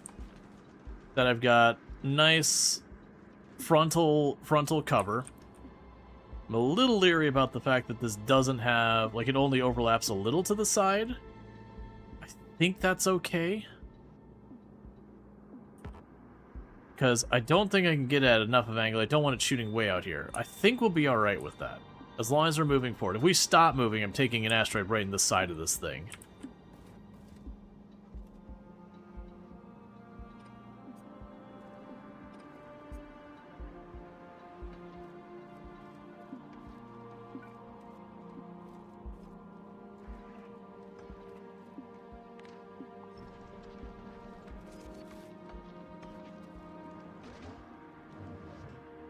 Okay. Yeah, so I need a tiny bit more platform. And I need more railguns. I'm just going to manually tell it, hey, you know what? I'd really love it if you gave me 4 of these.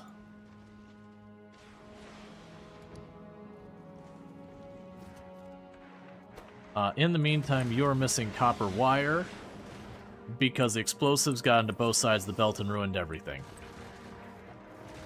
I see. So...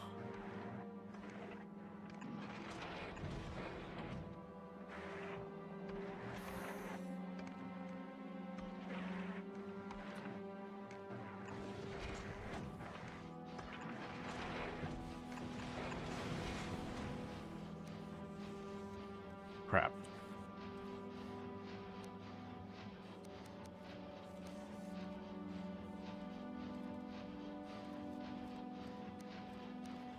Oh my god, please.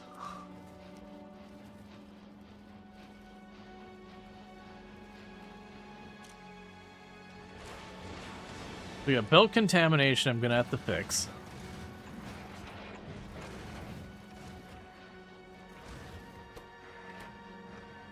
Okay, so what I'm gonna need to do is decontaminate this belt.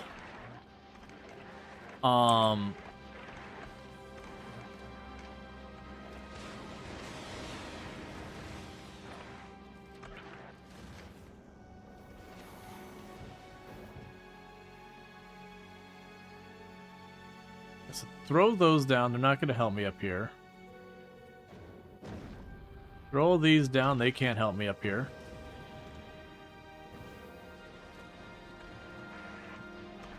Okay, so what belt got contaminated? Okay, so it's the belt that we've got the signal on. Alright, so this belt got contaminated with explosives and other junk we don't want on it. So what we can do here...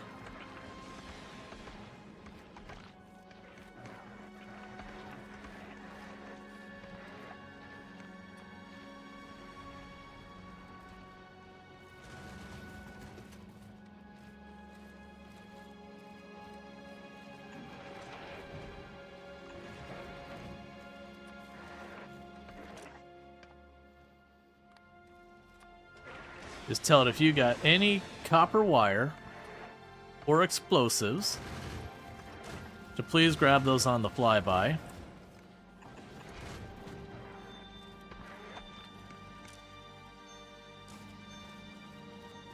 Okay, so that'll try to unscuff it.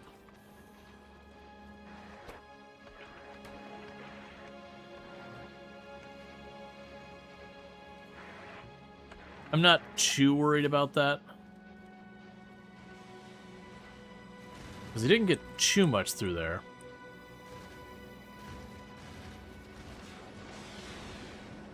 Alright, meanwhile, what's going on down here? So you need the quantum processors. And you've made 3 of the railguns. And then you're waiting on blue circuit boards, which means you're probably waiting blue circuit boards as well. Okay, and the Outriders are already on their way out with more blue circuit boards. Haven't got that research done. We're already at 28% on the Promethean science.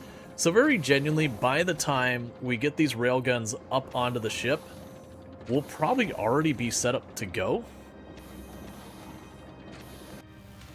And you're just churning away still. You definitely don't have enough science to get it the full way there, but that's fine. We're getting our pickup.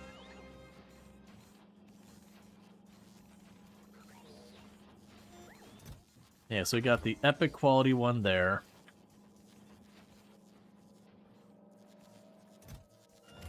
Couple more rare qualities over here.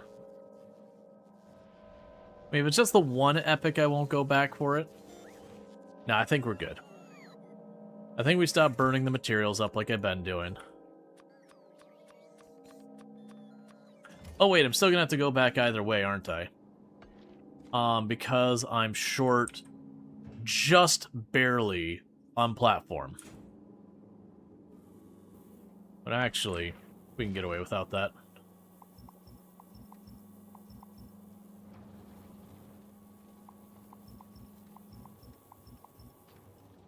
That should be the 6th platform I need. Yep, platform settled. Alright, so we're literally just waiting for the, How goes the factory? We're getting pretty close to, some credit rolling.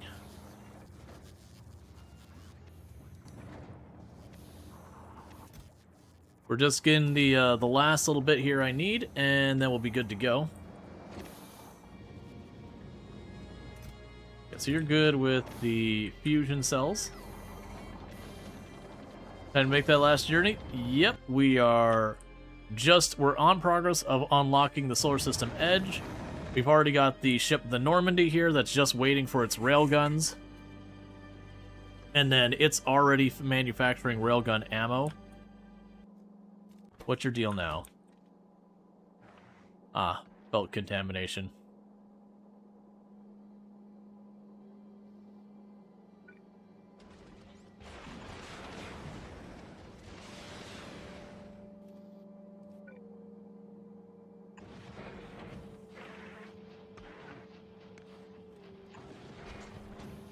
There we go.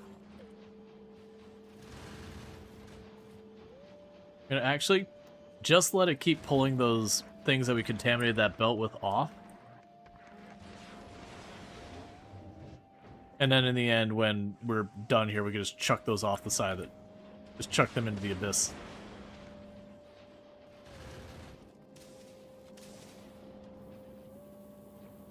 It only happened briefly. You got one little spot of explosives that got in the belt over there. I mean, there's still a decent amount that got contaminated-wise.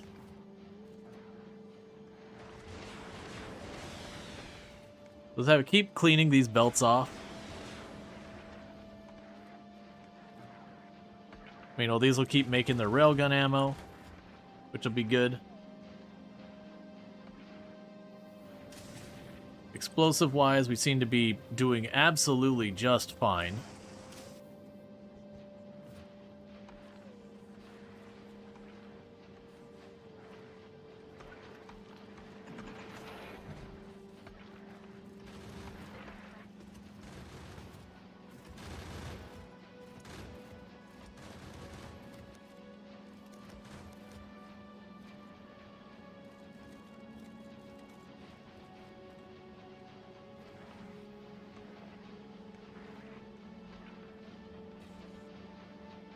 Okay.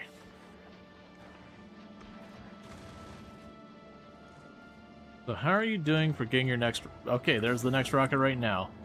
So that should give me my first railgun. It looks like the other railguns are unfortunately going to just be waiting on those blue circuits to arrive. That's okay. So that'll be the first railgun online. Meanwhile, it's double checking the Normandy. Yeah, so targeting priorities... Okay, so they are all set up to not fire unless they're... So yeah, what... I don't remember these being stuck out in the foreign... Yeah, cleaning the platform belts always sucked. Yeah. I seem to recall that my last railguns I thought were farther tucked in my last save. But when it lit up everything in the cone in front of it with these like big red squares, I'm like, alright, hang on, this is the game telling me something. And I probably should listen. Alright, we got our first railgun ready, locked and loaded.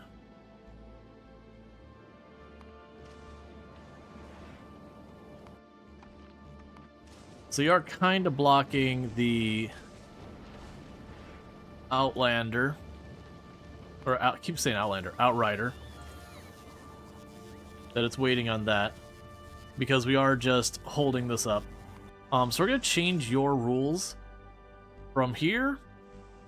item count is greater than or equal to 1,000. Don't bother going anywhere unless you got your science. Okay. Hey, bear with me, chat. I'm going to quickly run and use the restroom. I know I've been using the restroom a lot this stream. Just what's going on. It happens. So I'll be right back here in just a minute, and thank you again for tuning in. I'll be right back.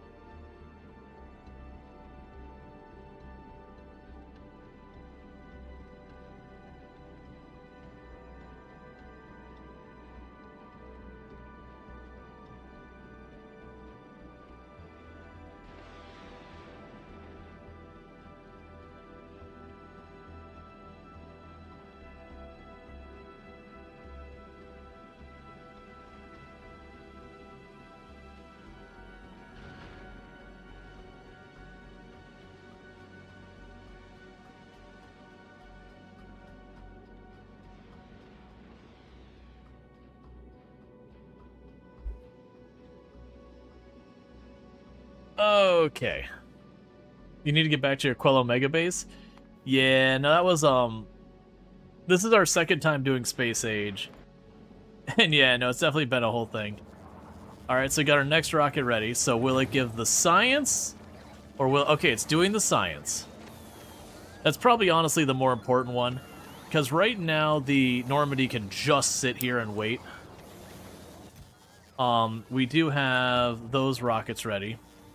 And we do have you making your next batch of your quantum chips. Once we get our 100 quantum processors, that'll be the last of our railguns.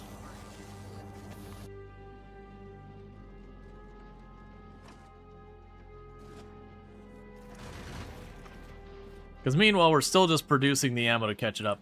It's a thing that, while it's taking me a while to saturate that belt with the ammo, it is just a thing that we also don't really need much ammo.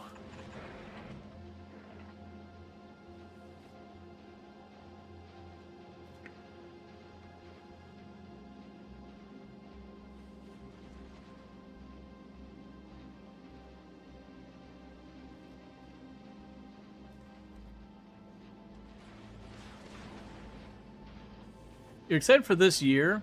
US factory manufacturing games will be will be good. Yeah, we're checking out, what is it, Modulus or something like that on the 2nd. So as far as like new factory automation kind of stuff.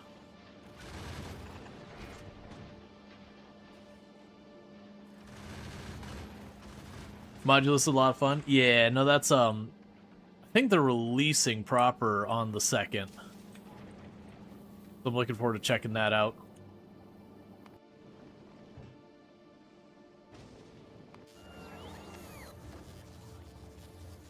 Okay, so you're almost loaded with the blue science. There's about 400 there.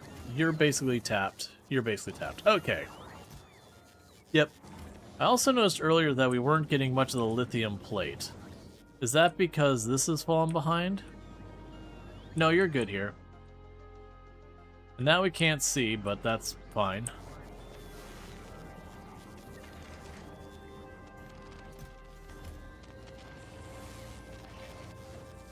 Okay, so you're almost loaded, then you'll get out of here. And how much do you need? 100. We've been waiting on substructure, but have been having fun with machine mind and desynced. Gotcha. Desynced was one I remember messing with that, but I needed to circle back to that one. Are we running low on power? We are running low on power. I noticed this thing was running less than top speed. Okay, so we've got the steam here.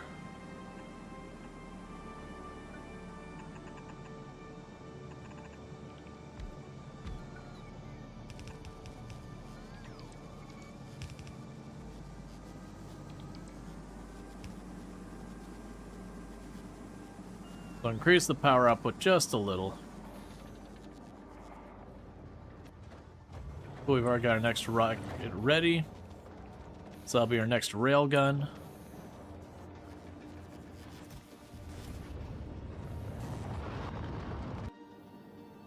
And the Outlander is already on... Outrider is already on its way back. Take you off the list. You're already handling it.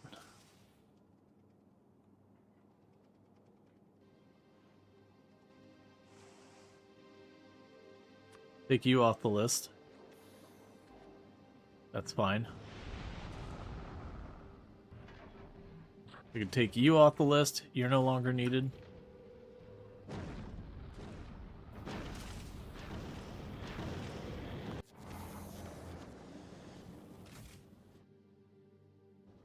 Oh, well, that's about to be a mess. Well, I regret that immediately.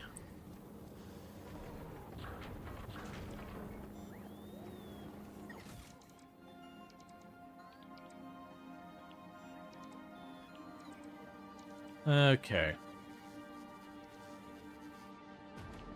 You'll sort yourself out in a minute.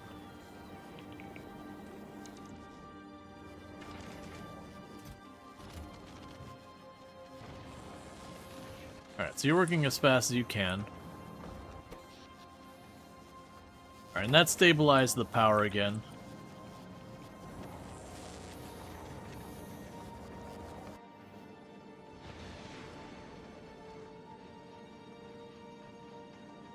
So we have 2 of our railguns online.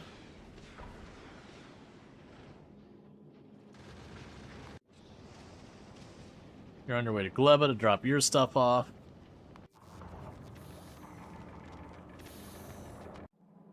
Did I unset you again? I did, didn't I?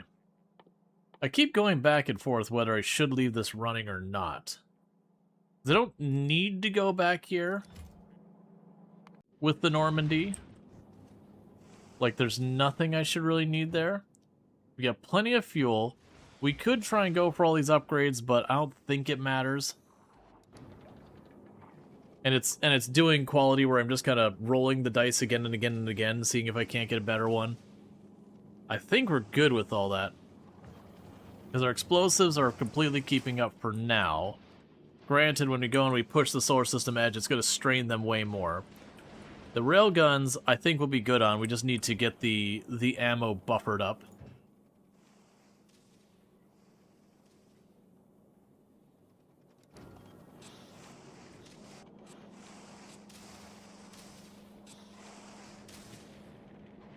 All right.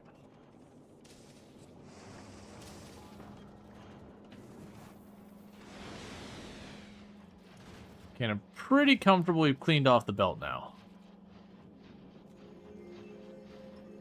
Just need to, like, just let it keep on churning away.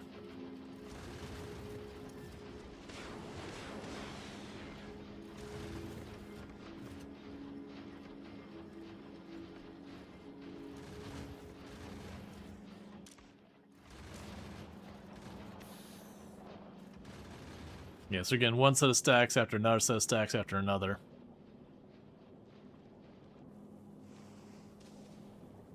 They're processing a lot of these materials fast enough that they are struggling to keep them in supply.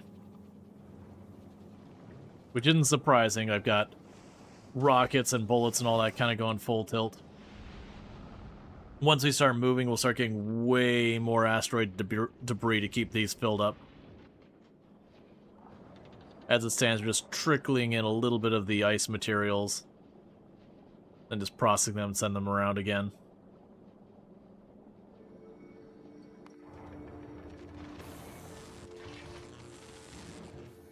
Alright, so we're at 54. Okay. So the Outrider will drop off that science. That science should be plenty, because this takes 2,000. We're over 50% done with it. And we look at the Outrider.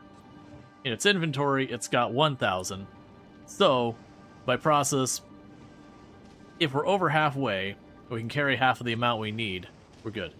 Were you a management type person, Frostpunk, Ixion? I have done a lot of those in the past, yeah. I do very much enjoy that. I'm actually surprised to hear Ixion brought up. I really enjoyed Ixion, but that was definitely one of those games that popped out there, and a lot of people kind of... You know, there's some interest in it, but then a lot of people kind of shrugged. I liked the idea of, like, taking the wrecked space station and building a colony inside the wrecked space station / ship / whatever. Like, it was a colony building game that was, like, very story heavy, which, to be fair, most aren't.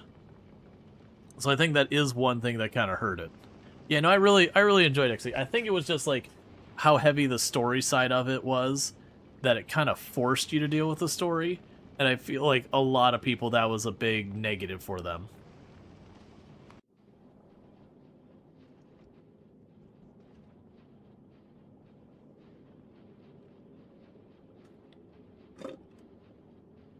It was also definitely a city builder that you were definitely more limited in that one than most of them.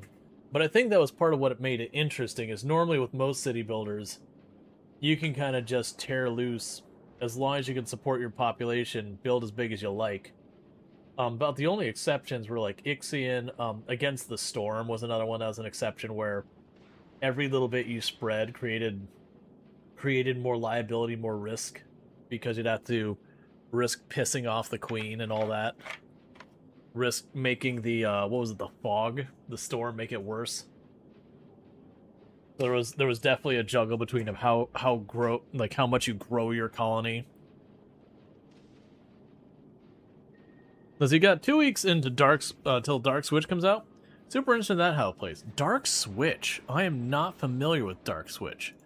Let me deal with a really quick little search here. Dark Switch. I'm gonna try and mute this before it blasts everyone's ears. Oh, you scrolled down on me. Oh, yeah. The one where you build your city on the tree. Yeah. Yeah, I forgot it was called Dark Switch. Yes, that was another one that was interesting, that it was like very, very fantasy, building almost like a an elf-like settlement where you just have like the big tree that everyone's based off of. Yeah, and that one looked pretty wild for doing something different.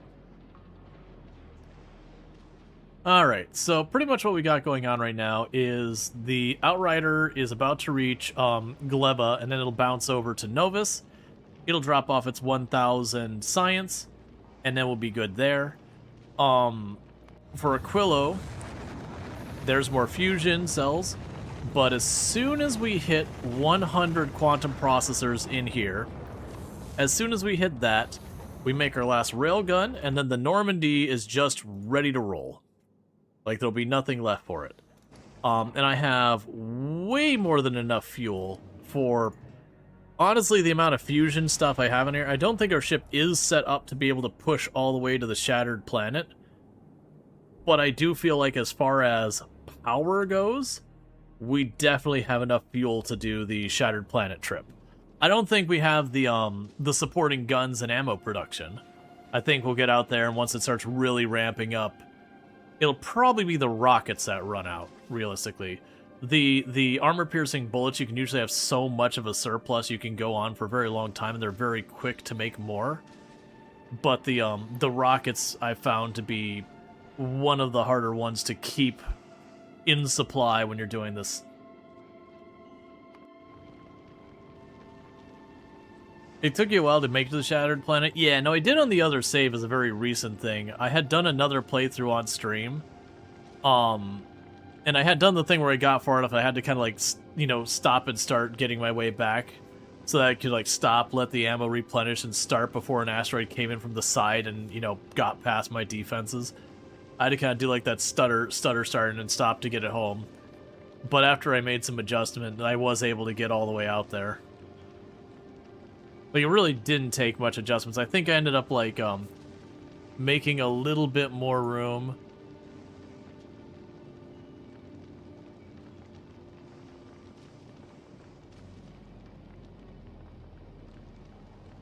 And with all that stuff, it was just kind of one of those things. Alright, 1 second.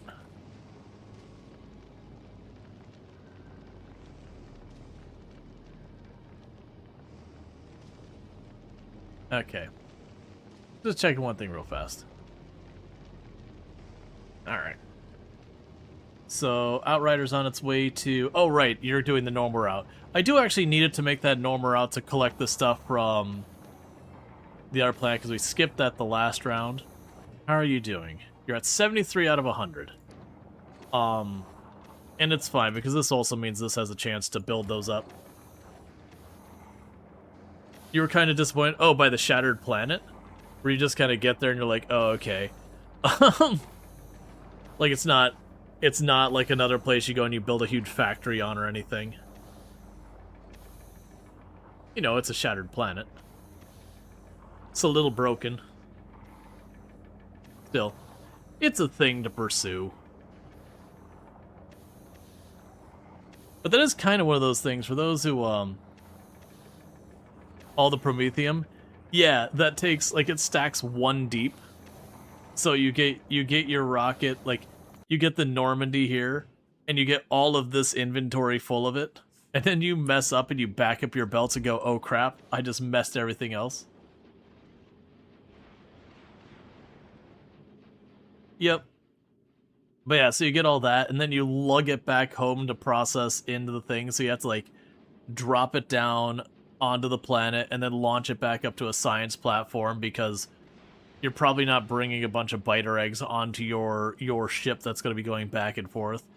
And so you can drop a couple hundred or whatever. It's like, well, no one's doing anything for a while because just the rockets to get this crap up to the platform is going to tie up production for a while.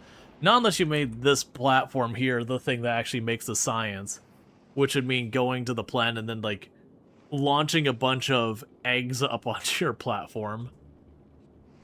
It's super cursed, the Promethean science. Yeah, because it's, that's right, it's biter eggs, quantum processors, and Prometheum asteroid chunks. So the biter eggs being the dangerous one and everything. And like I said, they stack only 1 per inventory slot, but they do let you put 10 on a rocket. And you need 25 per batch of science. So it's literally 2.5 rockets worth of this stuff to do 1 batch of science.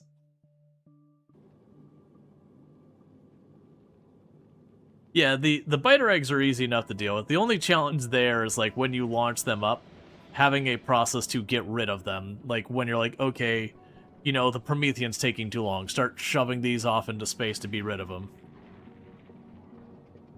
Because that's what I tried to do, is I had a bunch of rules around, like, okay, if you have more of the biter eggs than these other materials, just huck it off the side of the ship. Okay, if, you know, if you don't have any of these materials on the ship whatsoever, just start hucking these off the ship. Basically, almost any excuse, just start hucking them off the ship. You kept standby lasers set to biters. Yeah, and that's the other thing you can do, is just have a bunch of guns and just bring them up and be like, yeah, who cares, as long as they don't get a chance to damage anything. I can see that.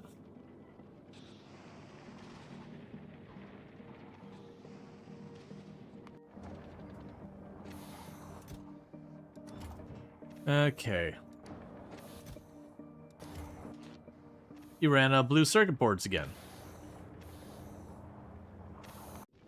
That's fine. We're still stuck waiting for the science to get around. So that's okay. Because we got all but one of our railguns on. We are just slowly building up our railgun ammo on the belt here. Just, like, keep letting it churn and build up and churn and build up. So then the Outrider will drop off this science. It'll get back over to Aquilo. It'll drop off its blue circuits. Speaking of which, how many blue circuits do I have you telling it to get? 200?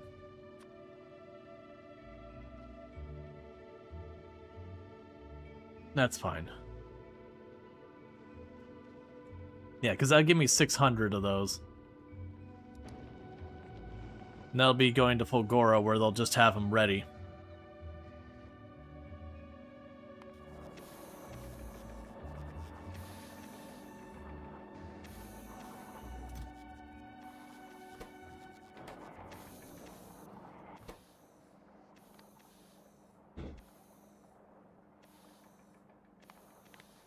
Let's say greater than, more than you can carry. Because I'm just going to shut that off for right now.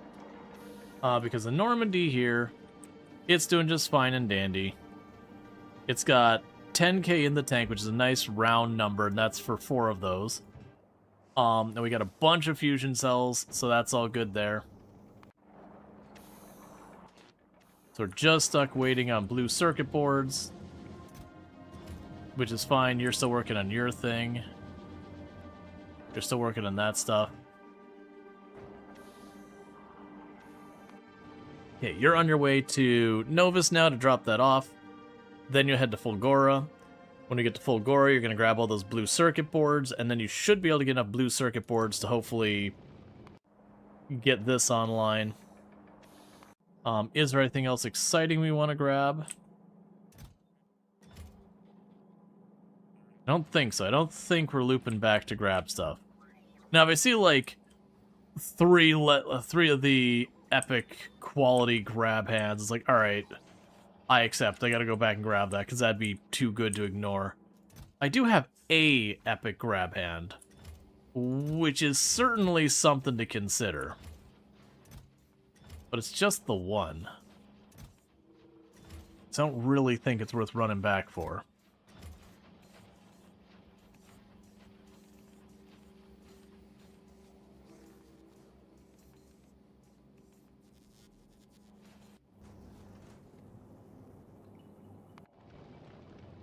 All right.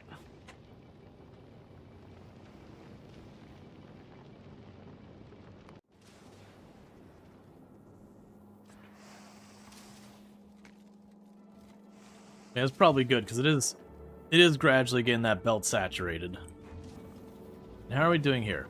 So we're starting to hit the point. We are keeping the explosives on the line, but it's not buffering back as nearly as much. Ooh, you're not getting sulfur. They're running low on the sulfur. That is not expected.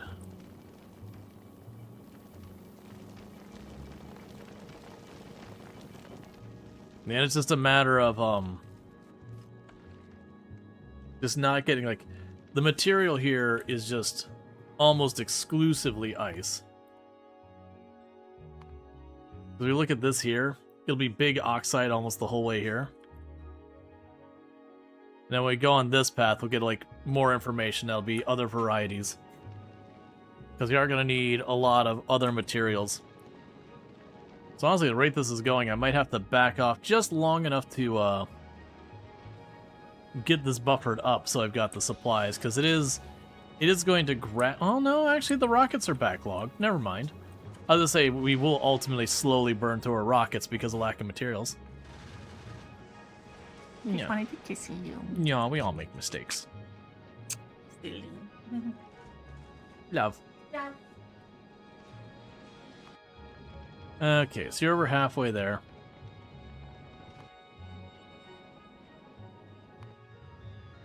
Alright, so you're doing fine. The Tantive 4 is visiting to resupply its blue circuits and all that. That's fine. Novus, let's check on the science real fast. Yeah, so you got plenty of the agricultural science just sitting here waiting to go. Got probably another 1,000 or so there. It's literally just waiting on the other stuff here. So yeah, that'll give us a Promethean science. I'm gonna avoid the temptation of immediately switching these over. So realistically, this is probably the more important one now.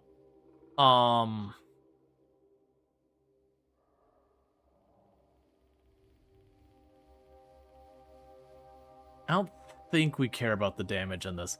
I vaguely recall the railguns just one-tapping the huge asteroids. So, like, the railgun damage always felt like a weird thing to get, because, like, these things just slice through everything. You know, if something has 100 hit points and you hit it for 1,000 hit points, it doesn't matter if you hit it for 1,000, 10,000, or 100,000. The result is the exact same. The thing is just done. Certainly it doesn't hurt anything to have the extra damage, but it just, you know, number get bigger, you know, is its own thing to pursue, certainly. But for our purposes, I don't think it makes sense. Not unless it ends up being a thing that I got like 2 or 3 shot a huge asteroid, which would be a problem.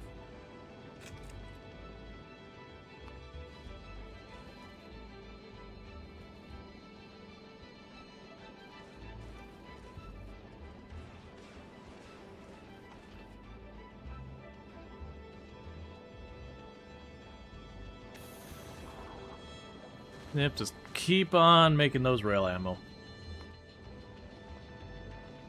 Okay, so you're about to arrive and drop all that off.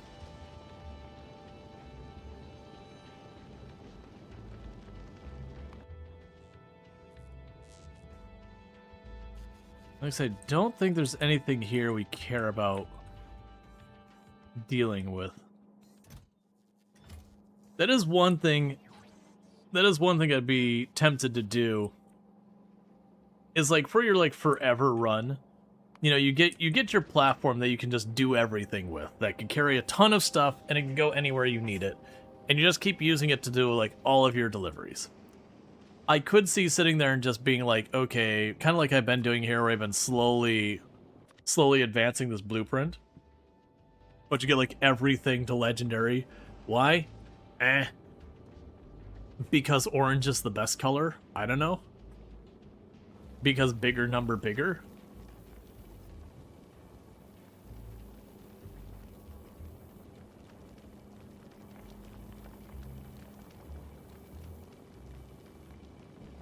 Yeah, I'm surprised that's running out in sulfur. It's gonna eventually start having those all drag. Yeah, so Outrider. Wait. Wait. Go back to Novus. Why do you still have your science? Novus. You request that science. That science isn't here. You have the science. And you're supposed to stay there until you have the activity done. Why did you skip that? I'm glad I caught it before it got very far. It would suck for that to like begun its next whole lap just to realize it hadn't dropped its science off. Okay, so you're here. You sent out the fuel cell. We got the cryogenic science. Why are you automatically going? Stop. Stop. Go back to Novus. You're supposed to wait till all requests are fulfilled and you've been... Or... Ah. Well, no. Because you're...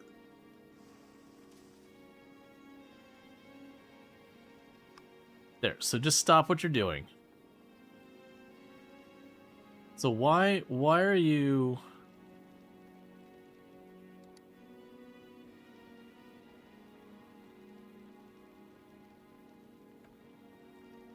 Okay, turn that back off.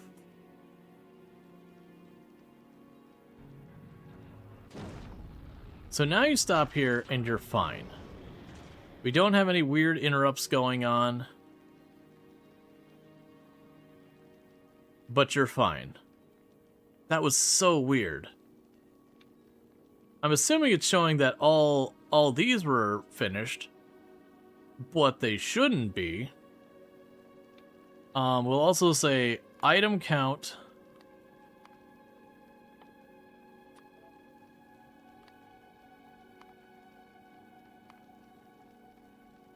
We'll say item count for those 0.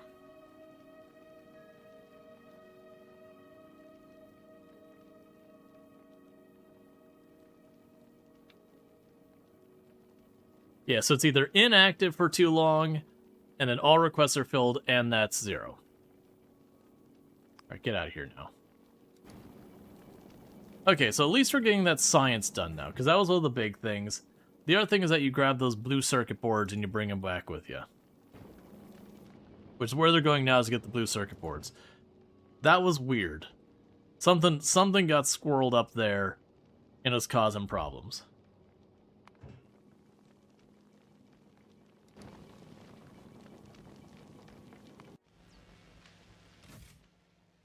Yeah, so all you are running. That should get us the Promethean pack done.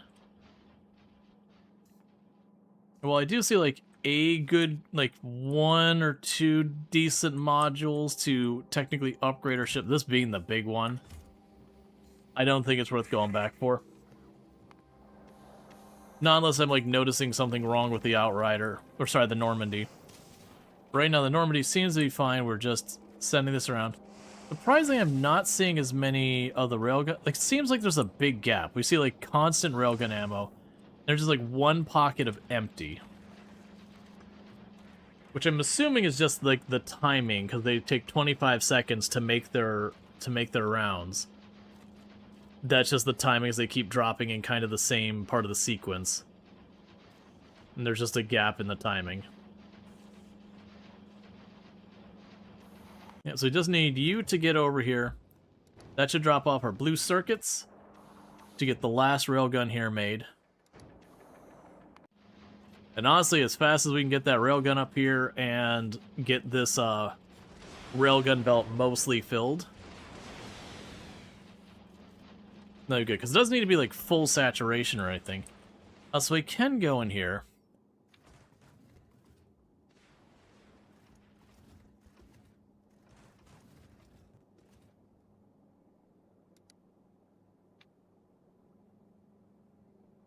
The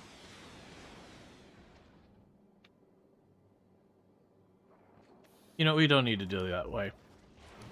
What we could do here is we can go like this. Yeah, so it's showing that we have 603 railgun ammo. We have 2.5k missiles, 6.1k of the armor-piercing ammo. So we're really well off there.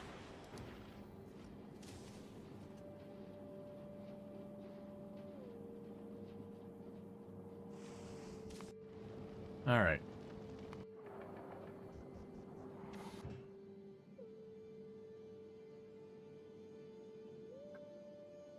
That does no good for us here, so let's get rid of it. And get rid of that. And you.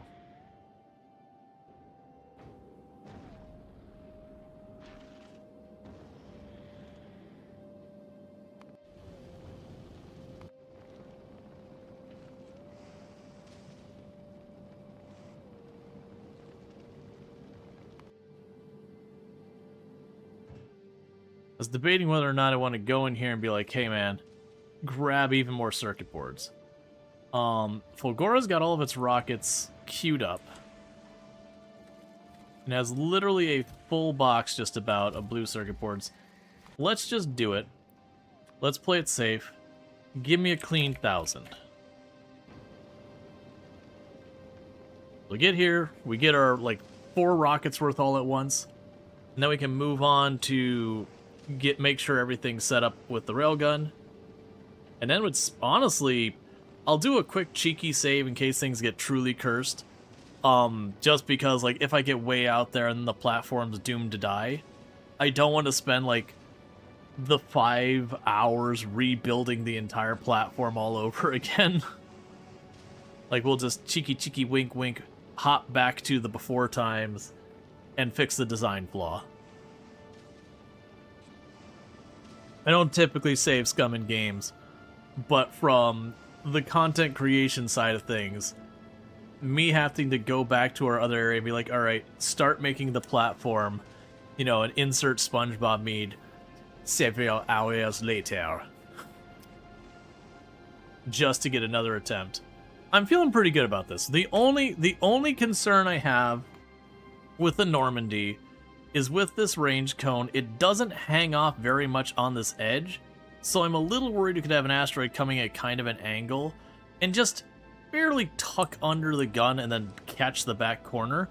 Honestly though, even if it just straight out struck and ripped this corner out, as long as it doesn't disrupt the belt, I think it would be fine. And if it does disrupt the belt around here, I probably could get away with just routing the belt around it, even mid-flight, and we'd probably still be fine.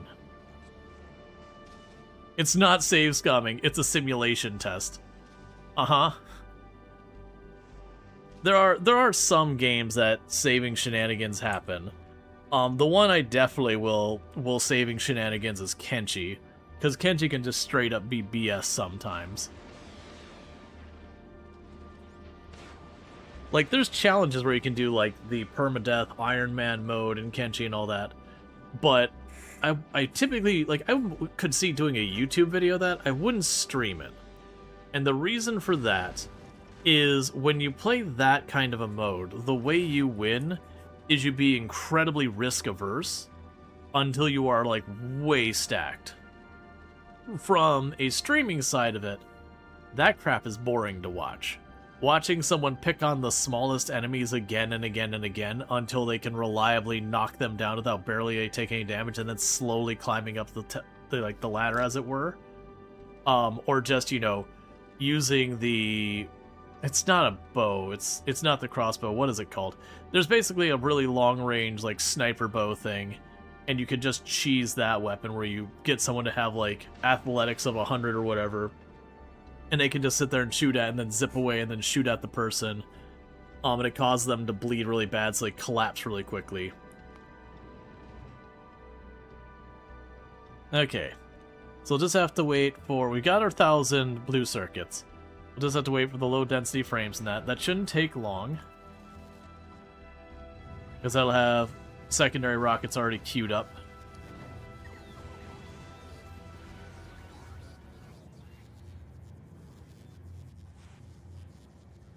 And that's not a complaint about Kenshi in general. Like, Kenshi, there's some games you get BS pretty bad.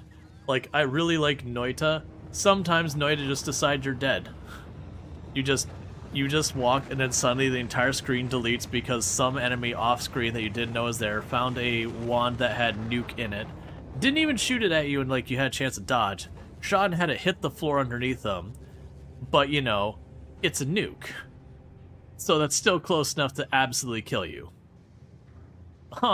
Which the meme in the Noita community is that'd still be like, nah, it sounds like a skill issue. It doesn't happen often that kind of BS happens in Noita, but every once in a while, you just get okey-doked by the game. Alright, so the Outrider is on its way with all the blue circuit boards now. So just to avoid causing ourselves problems later, we'll tell it to keep 500 in the future.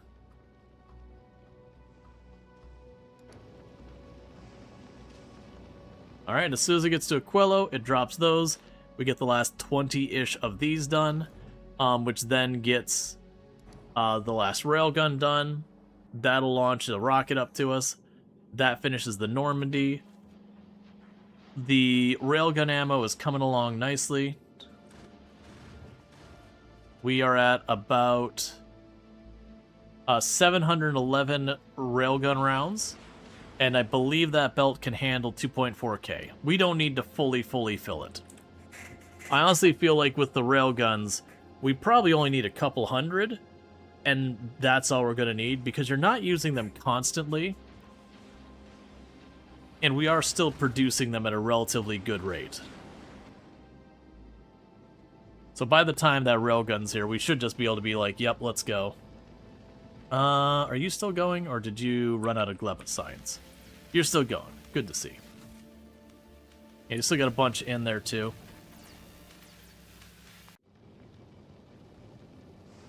Yep, because we got 30%, and then we can leave. So the science looks like it's locked in. That's just going to get done. Once this gets here, we'll get that last railgun locked in. That'll be just done. And then this is just working. There's not more to say. It's doing its job. It's making its bullets, it's making its railgun ammo, it's making its rockets.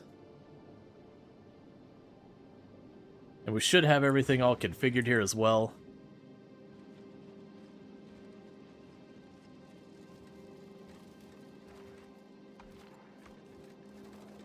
Oh, and if you see all these wires and what this is about, I probably should explain the ship. So basically, pretty much the way this works is I've got these ports here. Pretty straightforward. You'll see little rocks drift up here like these ones. When they get in the range of that, it goes and grabs them and brings them back and spits them onto this belt. This belt effectively just does a big old circle around the whole thing where all those arms dump onto it. But what it does is it comes over to this set of splitters. And pretty much the idea is it tries to put it on this lane. And then it goes, okay, are you a metallic one? All right, you put it here. And so it tries to take it down this lane. If this is backed up, it flips to that. And you'll notice the sensor there. I'll explain that in a minute. But like this lane takes it to where it gets processed into the materials that the rest of the thing needs. Same with the ice and all that. Now, if it overflows, where it goes here and there's all blocked up, it'll go down this lane. And this is where we'll then take it and try to change the metallic into a different chunk. Where we put a metallic in and it can become any of the other three. Or it can become any of the three types. And then this box is if that lane is full and this lane is just about full, it'll flat out tell these to stop grabbing that type of chunk entirely. That like, hey, this whole thing's backed up, just don't even grab it. And we do that for all three of them. That's what all this is. But that's what these are. And these wires are just so we can tell it, hey, you know, set the filters based on what this is telling, And this is checking to see if there is less than 3 on here. Okay, if there's less than 3 of that respective chunk here, then go ahead and keep grabbing it. The other thing we have is we have our ammunition going around the whole way here. So we got our, our armor-piercing rounds, we got our rockets and our rail ones here. And just like the other ones, they just do a big old circle. And then, the guns grab theirs, the rockets grab theirs, and then the rail guns up here grab theirs off of it. So we just have these, 3 loops just kind of going around. And then from there, all the rest is, manufacturing, where all the materials go in, we take the 2 for making fuel, they make fuel, we make the 2 for oxidizer, they make oxidizer, we make explosives, the explosives go into the rockets and the rails. All of this is for producing the metal, for making the rockets, the bullets, the rail gun shots. It's like all of this over here is the manufacturing of our ammo. This is a manufacturing of our fuel. This is just turning the asteroids into usable materials. And then this tiny little spot into here is our main power source, which is just fusion. That we put a fusion cell in, it makes plasma, that makes the fluoroketone really hot. This cools it back down, so that I can just cycle around in a circle. Where the only loss is these fusion cells. Alright, and you're still on your way with the blue stuff. We're at almost 80% on this, and it is still churning away. We still have more blue science available there. Yeah, so we should be way more than prepared for that. And thank you for the follow. Welcome to the stream. The next thing we've got queued up after the Promethean science is to just basically anything that could potentially help our ship function. We've got that queued up as our focus. And that's kind of what we got going on. What I'll start doing is for after that, I'm going to queue up a bunch of just random stuff. Because realistically, with these being like 3, 4, 5,000 each, we are going to win this before those are done researching. To that degree, I actually think... I mean, the railgun damage I don't think is that much. We can keep the asteroid productivity there. It probably won't get done before we finish. But it would be the most likely to be useful one. And what that's doing is if we look down here where we're processing stuff, that little purple bar, that's productivity. That basically, you get free results each time that fills up. So if I have 10% productivity, the 10th time I use something with it, I get a free cycle out of it like I did it 11 times, but only in 10 times worth of effort and materials. So it's just free materials. Yep.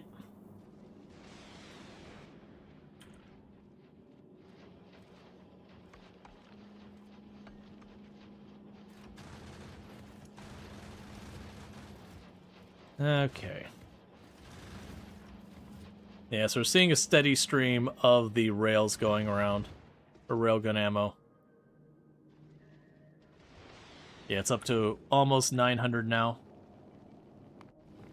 Alright, Outrider's over halfway here. Yeah, so you can see where the Outrider's moving right now. It's got all... because this is literally the same design as the other one. All of these are full up. Whereas the Normandy just sitting here at Aquilo is just mostly getting just regular old ice. So it is struggling a bit on its metals. Actually, it's specifically struggling on the sodium and the coal.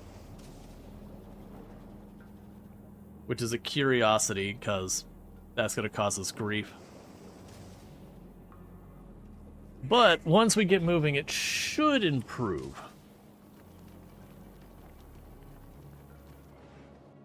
Because then we'll be destroying a lot more asteroids and getting a lot more material.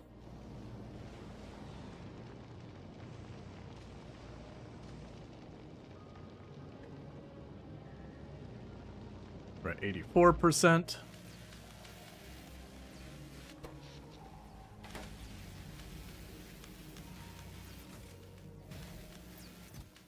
And we got way more science there. They still got a ton of blue science, like it's still in the building.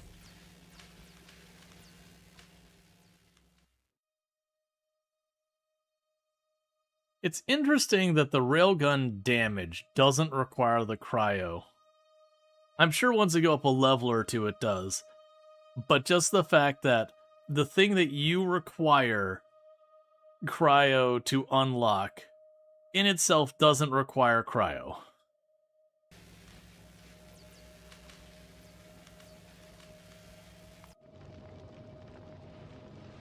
Alright, so we got our bar here.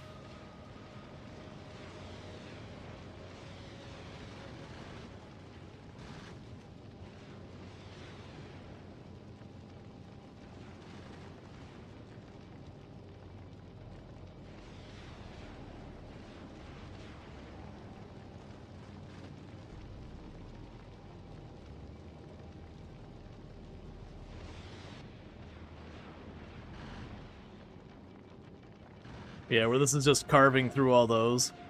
When we go for the solar system edge, there's like a whole tier higher of asteroids. So it gets to be just like a solid field of debris in front of you. They just have it all like the little pieces just smacking into you like you see here. Those, the tiny pieces don't damage you. But, we are just going to see so much of that.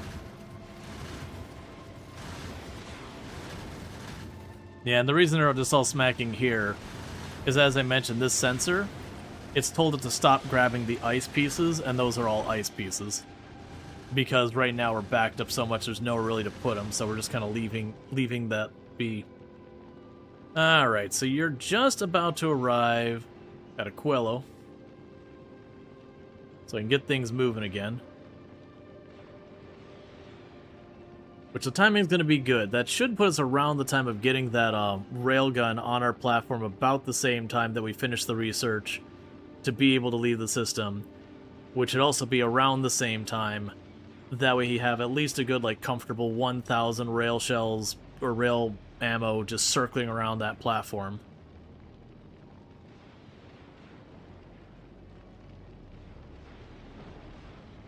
Alright. There goes all the supplies we needed.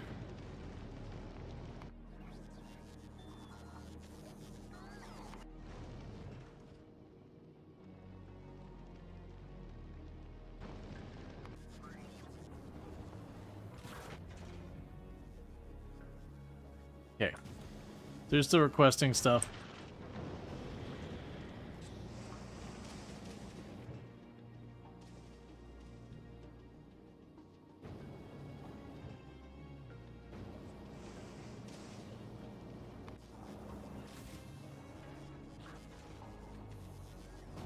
Okay, there's the circuit boards.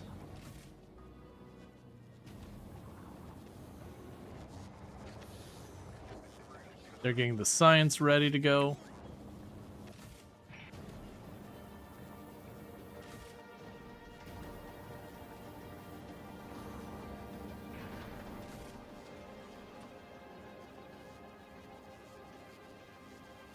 Let's make sure it drops more circuit boards.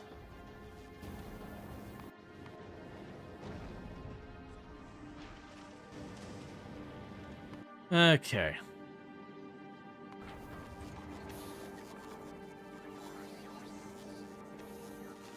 Yep, so as soon as we get those circuit boards down here, we'll be good.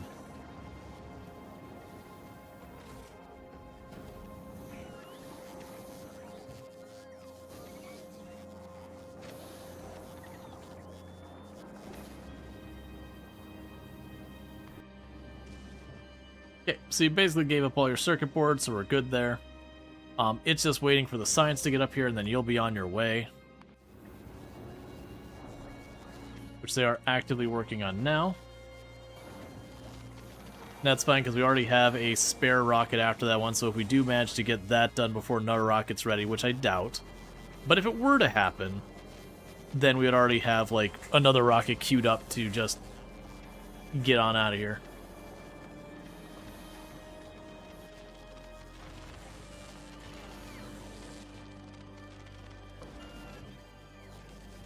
Alright.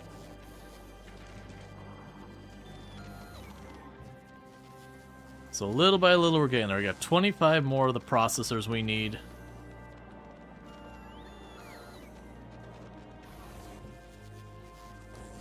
And that gives us our one railgun.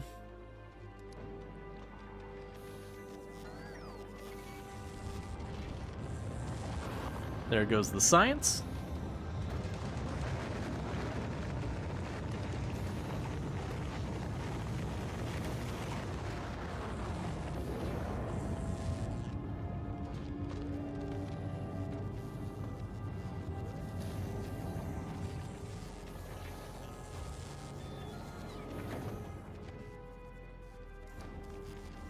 Okay. And there's going to be Promethean Science finishing any second now. You heard your rocket going off, I was very confused. Oh, like you were playing, you're like, why do I have a rocket leaving? The classic when you're playing a game and just not expecting it and just things kick off.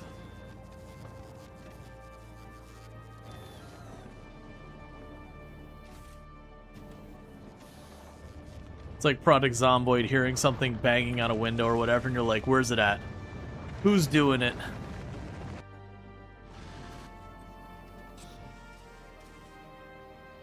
Okay, and that'll be all of the fuel cells I need for right now. There is the science. We have gotten the science we need to be able to leave system.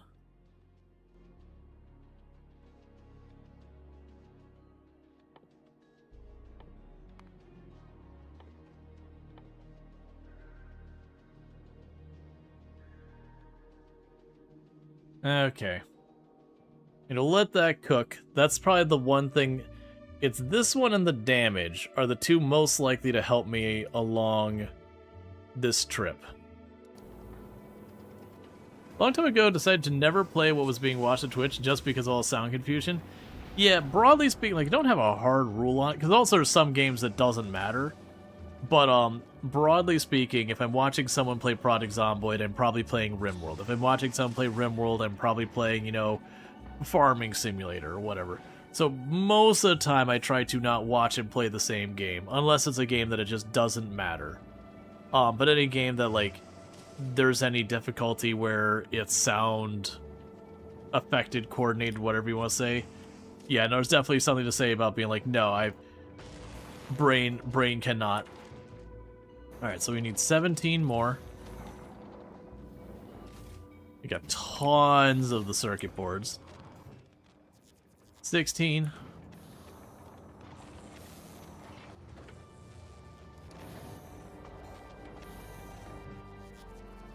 $15. Alright. It's getting real close to go time. Because now, if we want to look, we did unlock the solar system edge. So if you watch here, with the solar system edge, it'll continue to increase for the big oxide asteroids, and that'll gradually drop off. But if we look at here, we got the huge ones. So the huge one here, if we're looking at this, gradually what will happen is all these big asteroids and regular size asteroids will slowly work their way down, while the huge variants will slowly work their way up. And as that happens, I am going to need to have the railguns doing the work. But yeah, so as we get towards the edge, the solar power in space at the solar system edge is 1%. So right now where we're at, I'm getting 60% solar efficiency. So if we look at the Normandy, I do have all those solar panels. If we check on our power, we're already leaning pretty heavily onto the fusion side. This is going to go down to the point where it's going to basically bottom out, and the fusion's going to carry everything. The good news is that fusion can get us like 50-something megawatts or whatever. And with all that power, we can run everything on here pretty comfortably.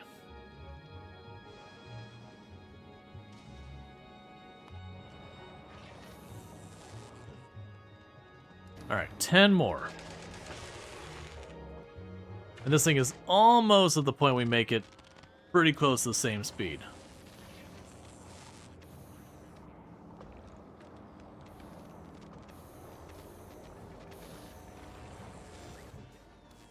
Nine, 8.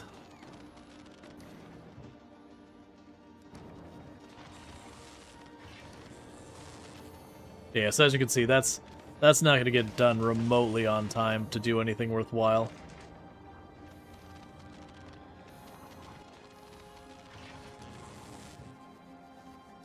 That's okay. And you just keep doing your laps. That's all good. I'll tell you to drop back down to just 500. To avoid overwhelming the inventory too much. 6.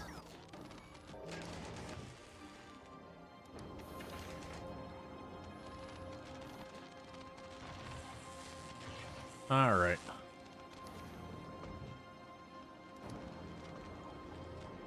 Just what we gotta do. We just gotta wait for that one. The rocket's ready. So as fast as it gets those last 5 quantum processor in there, it can craft it, load it up. I will shut down the rail thing here. That'll give us our platform. And meanwhile, how's your rail situation or railgun situation look? Yeah, so we're at over 1,000 railgun shells. They're pretty well spaced out. I'm pretty comfortable that we can just head out the moment we got our last railgun. 1,000 shells should be plenty more than enough. Because like I said, the last time I did this, I was honestly mostly outrunning the railgun production the whole time. It was explosive just the rockets in general, not explosive rockets. Just the rockets in general was a really hard thing to keep in supply. Because everything I hit with the railgun broke up into like 4 things to the rockets, so it was a very, very target-rich environment, if you will. Okay, just one more.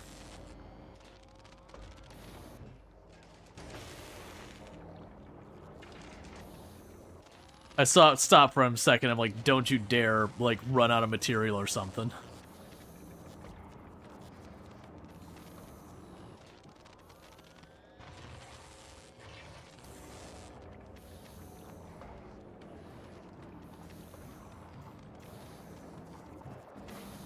Okay, and there's your railgun.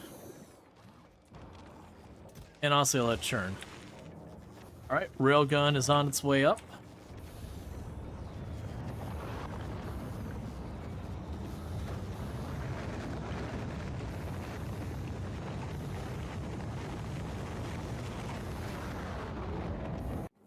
So now I check up here.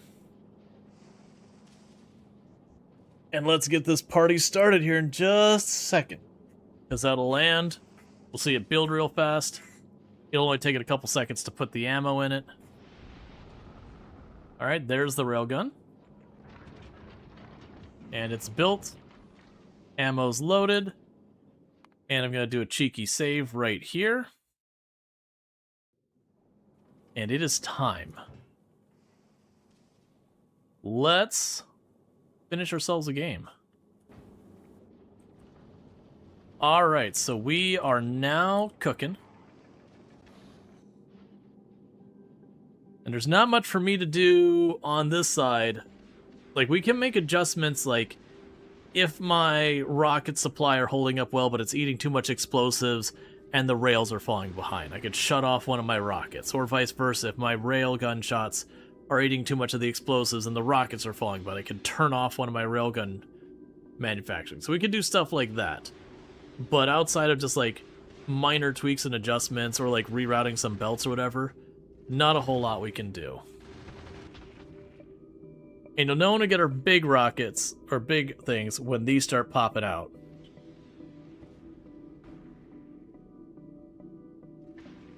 Been playing for a long time, but can't understand wiring. So mostly when it comes to the red and green wires, you run it between things you care about, and you can just daisy chain them to send a signal. But ultimately with all of them, they'll have signals. So if I mount, that's actually a terrible idea for that one. So if I mouse over this spot where it says connected, it'll show me everything that's got a signal here. So you see there's a whole bunch of junk there. So because I've got this, the junk you're seeing here, that's all the junk inside this building, because it says read contents. It's also junk you're seeing on my belts because I'm telling it to check my belts and all that. But ultimately, all it boils down to is you go to a thing and say, hey, you got all these signals that are saying all these things? Alright, you can set it there.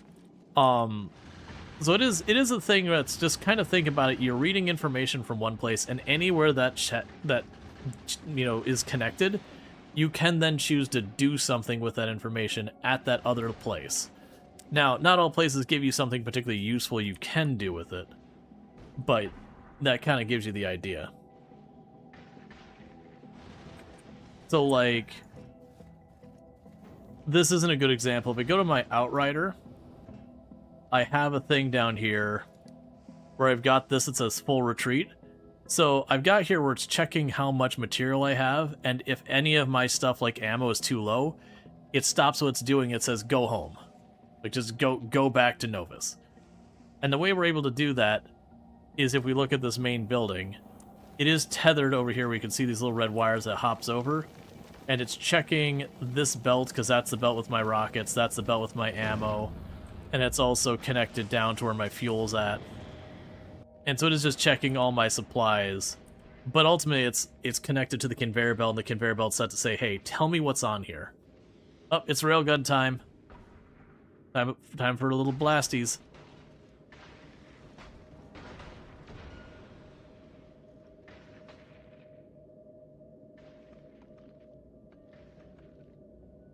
All right, so we got 100,000 kilometers we have to travel, and we're about to hit 10,000 kilometers. So we're about to hit 10% of the way. Let's see. Connect lamp, put color signal on the wire, have lamp turn on in that color. Most useful thing positive. Joking, of course. I once had a mall set up. It's not even the one I used in the long run. I did have a mall where I had a bunch of lights all along one side, and that those were like wired up to the different like chest and assembly buildings and all that. And all it was basically an inventory that, like, if something was low, the little light would come on. It wasn't, the reason I didn't keep it, it was very hard to tell what was what.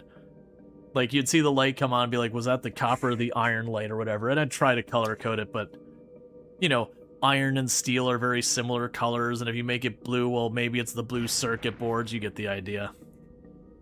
So as well as things, it was a cool idea on paper, but not super useful for me in practice.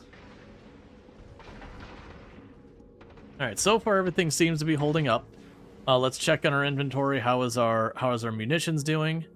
Railgun rounds seems to still be going up. Rockets are still maxed out, and bullets are still maxed out. I do anticipate eventually we'll start reaching like a net negative in rockets as we start getting more and more of the huge asteroids. But so far everything's good. And how goes your stuff? So you are slowly eating these fusion cells. So as we check our power, honestly, we're still, yeah, the solar power's dropped off to almost nothing. The solar's only making 1.3 megawatts, and right now our fusion is making about 6.8, and that's just because it's all I need. And it can make up to, I think, like 25 or so, which is more than I need to run the whole platform.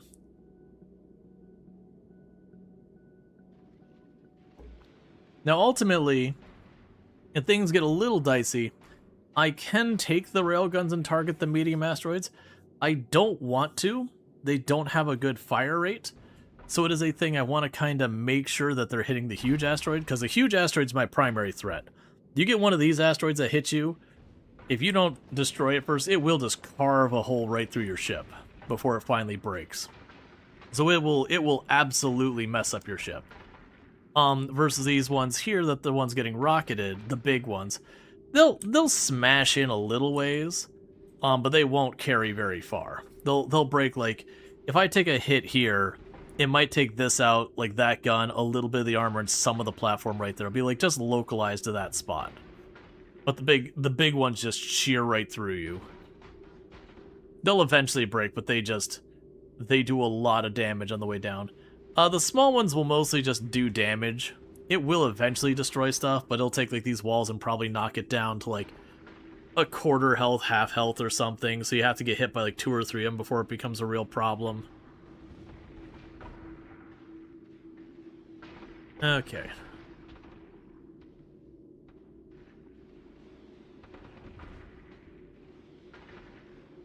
Alright, and we're fast approaching 20,000 kilometers, which is the 20% mark. And this does get worse and worse as you go along your way. And if everything is running smoothly, I'll do another save, and we'll see how far we can push towards the Shattered Planet. I'm under no illusion that we reach the Shattered Planet with this. There's a lot of stuff that probably needs to be upscaled for this to hold up for a push to the Shattered Planet.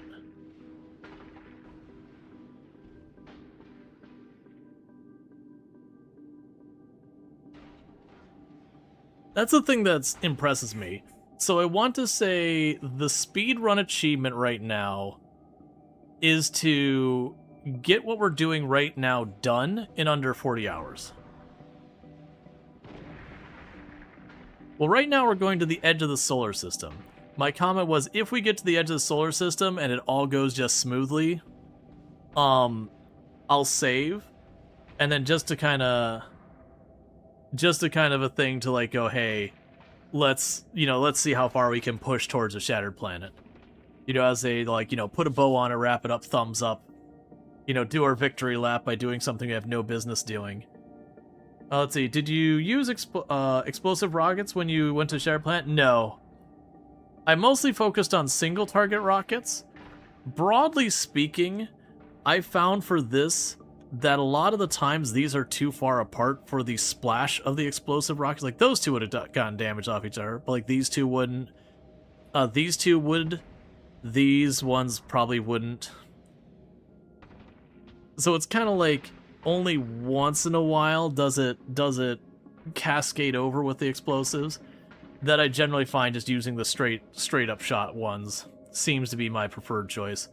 Now granted, with how dense it gets, maybe it's more worth it, but you'd have to burn a lot more rockets getting there because you'd be doing less damage on the earlier rockets.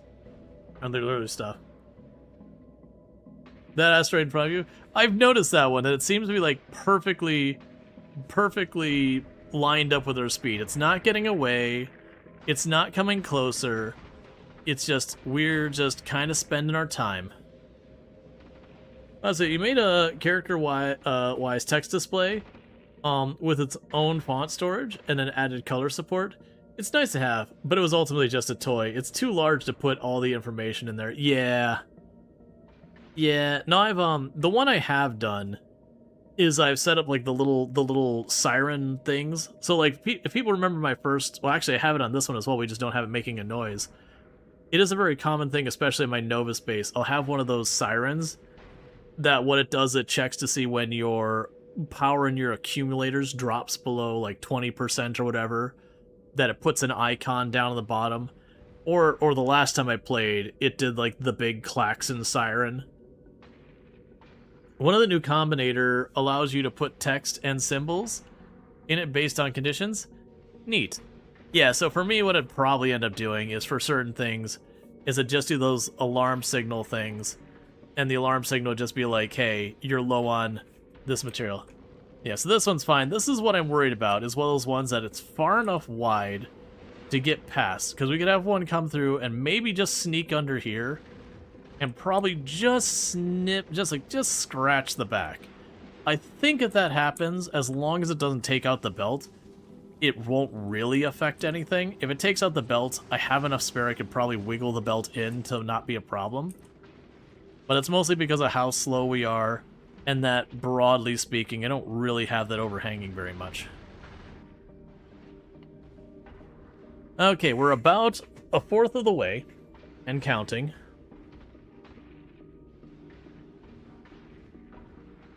Because this is a little bit of an endurance thing. Let's check on our status. So we are continuing to gain railgun shots. We're at 1.2 thousand. We were at 1.1 the last we checked. And then both our rockets and our armor-piercing rounds are maxed out. So thus far, our production is exceeding our use in all areas.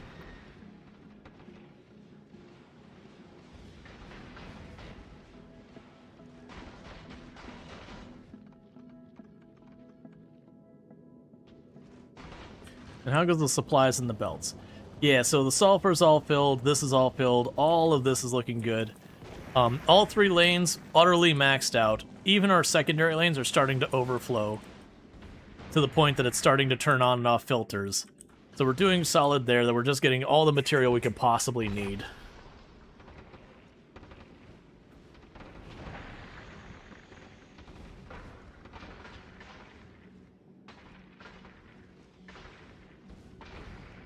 Just the sheer number of the grab hands just in front trying desperately to grab all the materials that are just flooding into it. I do wish you could zoom out the ship a little farther. Like, cause out here, I don't see a reason to do that. Like, go to the other view.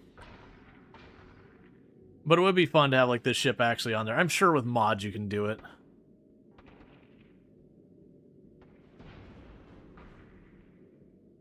Okay, we are officially over 1/3 of the way there.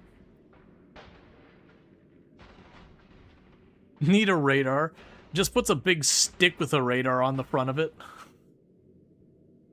Oh no, you're saying where you zoom out and it still shows that.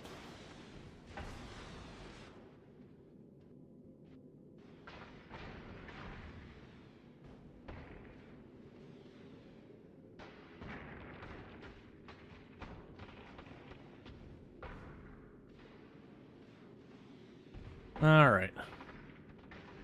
So we're definitely breaking up a lot more asteroids now. We are certainly increasing the amount of expenditure of ammo. So far, everything's maxed out except the railgun ammo, which is still climbing, just not maxed out. Because we didn't wait for it to max out before we left. Because you probably noticed with our configuration with the railguns, they're only firing once, like, every 30 seconds to a minute or so. On the average. They just gotta sit there doing nothing for a while. And then 1, 2 down.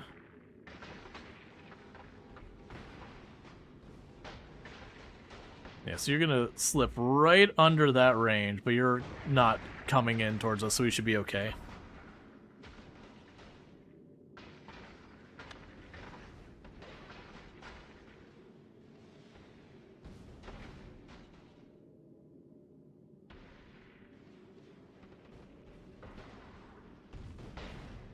Okay.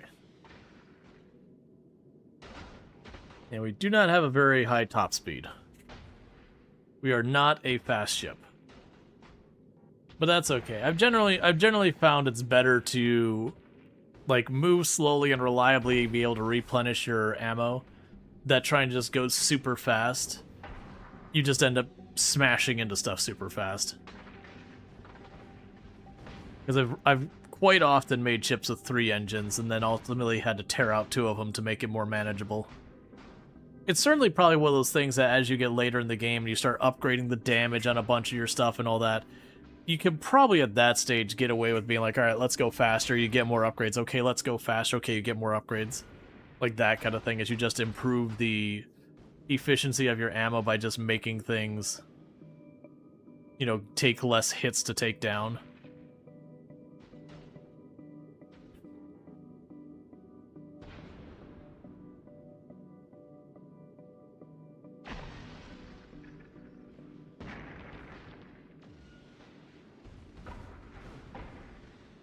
Okay.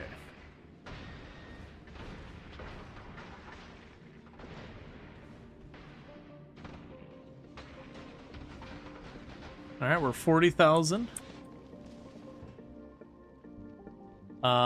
We have gone down, we've officially hit the point where we are using more rockets than we're producing. Just a smidge. We're at 2.3 thousand out of 2.4 that I could carry at max. Which is what I kind of figured was going to happen. But still, considering we're fast approaching halfway and we've only gone down 100 rockets out of our buffer, should be relatively well. We still will be accelerating the amount we're using them on that way, but I don't think it'll be that significant.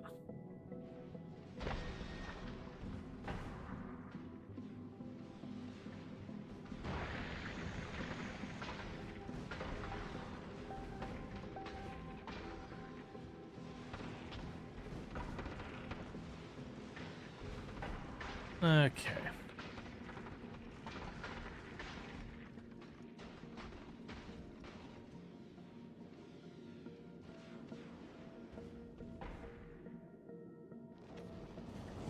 Yeah, so honestly, oh, actually, oh, interesting. The iron is the one that's actually getting low. The good news is we still have the molten iron maxed out here, but the iron on this belt is getting consumed fast enough that, it is outpacing the rate we're making the iron ore.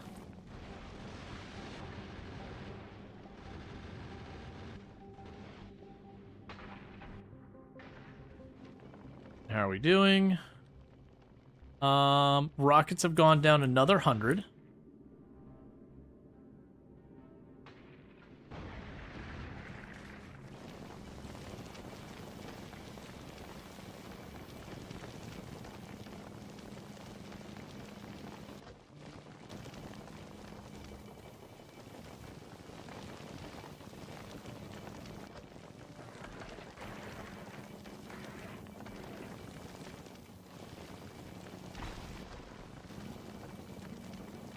Yeah, I think it's a combination of they have both the stack and the regular ones. It just takes a little while for it to get that sorted.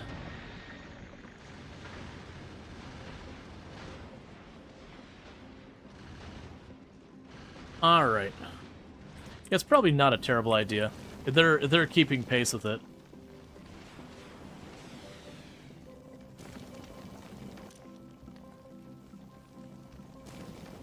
There, that should help. Okay, we are officially... Wait for it. Halfway. Alright, and again, checking out our supplies. So railgun rounds are going up. We've actually started to go down a little bit on our armor-piercing rounds.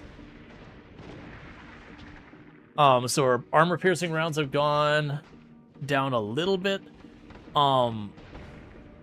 And then our rockets, they're still 200 down from their max. So we are slowly running out of ammo and all that. But a big part of that is we would need to improve our throughput in manufacturing. We could do that by getting better modules, because we're only using the tier 2 for most of our stuff. If we got the tier 3, that would definitely increase the productivity of our modules a lot.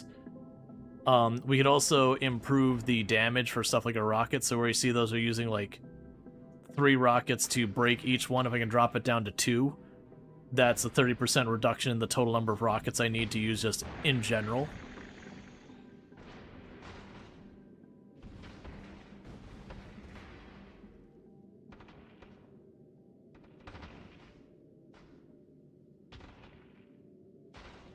Okay.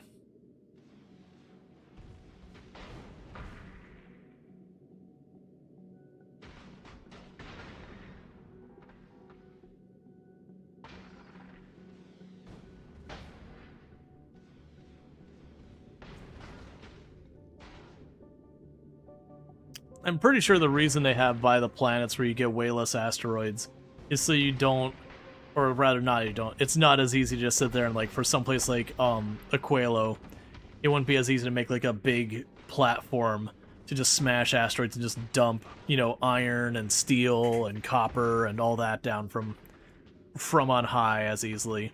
Like, you'd obviously still import it, but just having a platform there, sure, it could do it, but you'd be getting all that ice and then converting it into metallic to then convert it into the other stuff, that it would probably just be worth it more to just send a ship back and forth to go grab some and bring it back. Alright, bear with me. We're about to hit an ad break, so I'm going to quickly use the restroom and I'll be right back, and then we'll continue going. We're doing pretty good. We're right about to hit 60,000 kilometers out of 100. At which point, then we roll credits effectively. So I'll be back in just a minute. Thank you again for tuning in.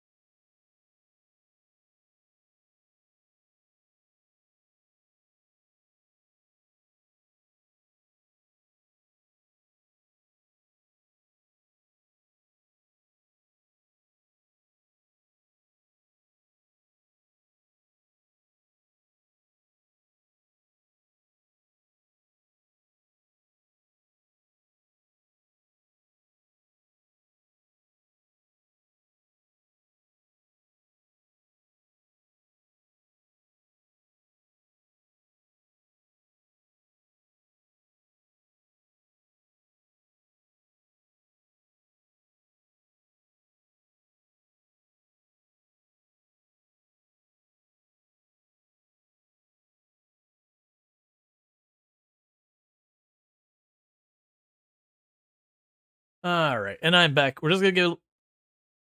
Okay, we're just gonna give it like one more minute here. That way, people, like wanting to see the finale and all that, they don't miss out.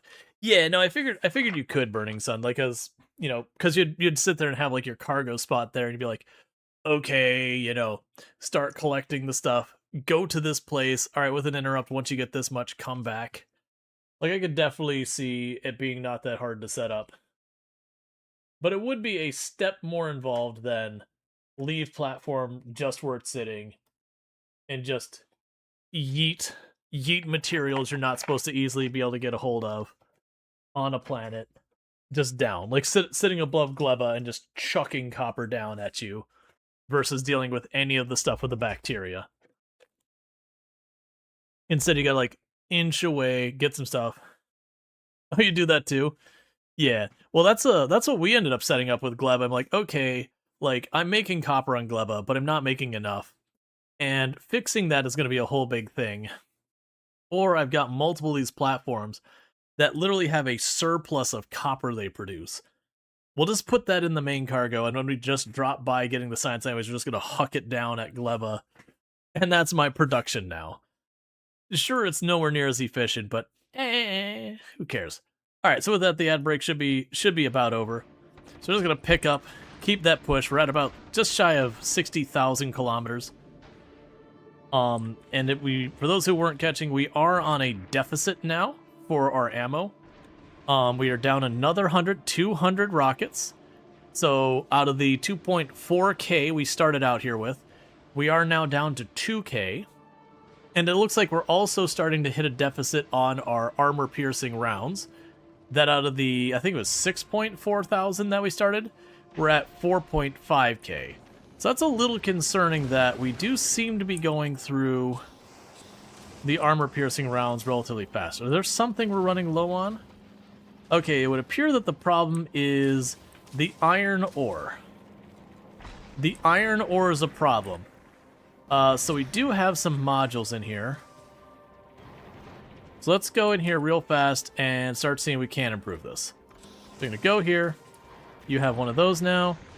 You have one of those now. All the other materials are fine. Grab you. Make faster.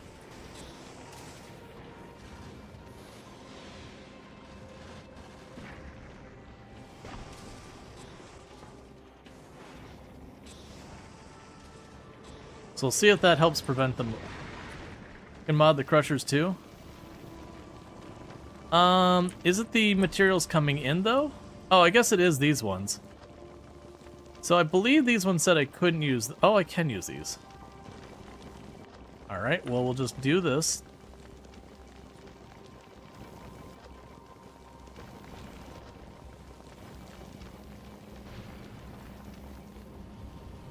And the other stuff is doing fine. So we'll see if that helps things out here. Meanwhile, for you... Yeah, for you, it's the explosives that are the bottleneck, not the other stuff. So, there's not a whole lot I can do about this. Yeah, because you're getting your coal. You're getting all your materials. Now I got you modded. So that is just what it is. We going kind of danger close. That should miss us, though.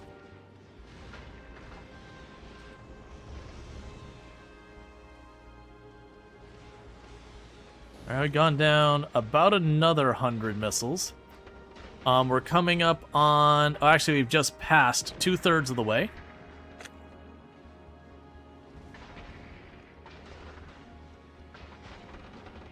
I'm wrong. We're just about to be 2/3 away. I thought it was 68,000, and we're at 63,000.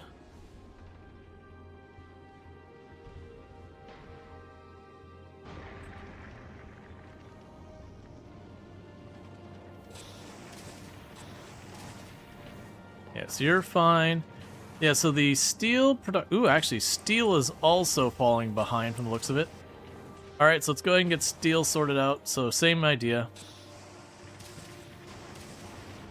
And how goes our power grid with all this? Ooh. Alright, we're still okay. The power grid is still fine. We are definitely pushing our limits on it, though. I can't go much more expensive on the power before things start to come apart.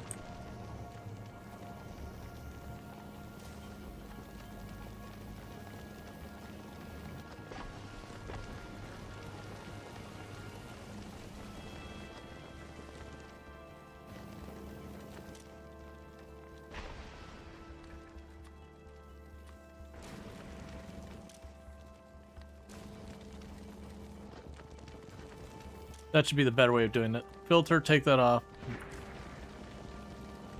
Yeah, because you get more of the iron than anything else. So it should help with that.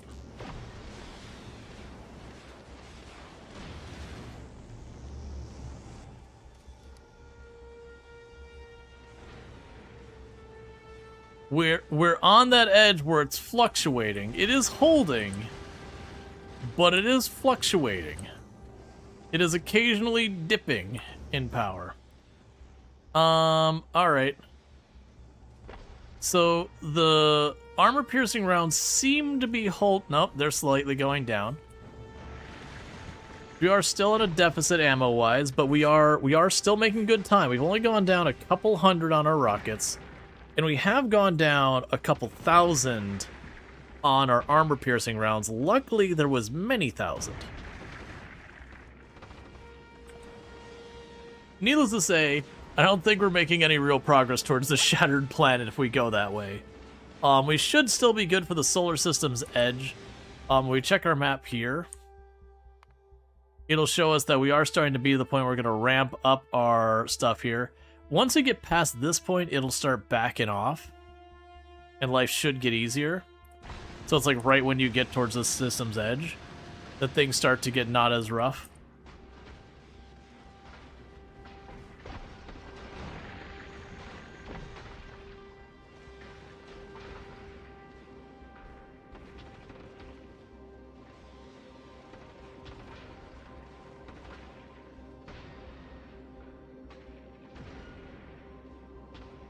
Okay.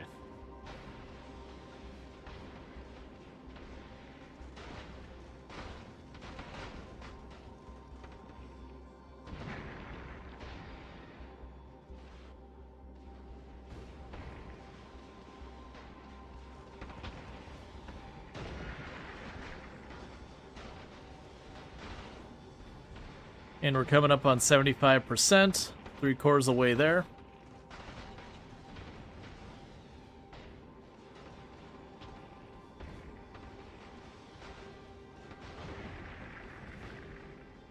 It's a little bit of a spicy flight. So if we were trying to improve this, the things I'd probably do to make this better. The asteroid productivity would help a little bit. I actually don't think that'd be the big one. Getting another level in the explosive damage would certainly help. Getting some more modules on our industry side here would help. Getting damage for our machine guns would help. The railguns are fine. The railguns are just doing their job just fine.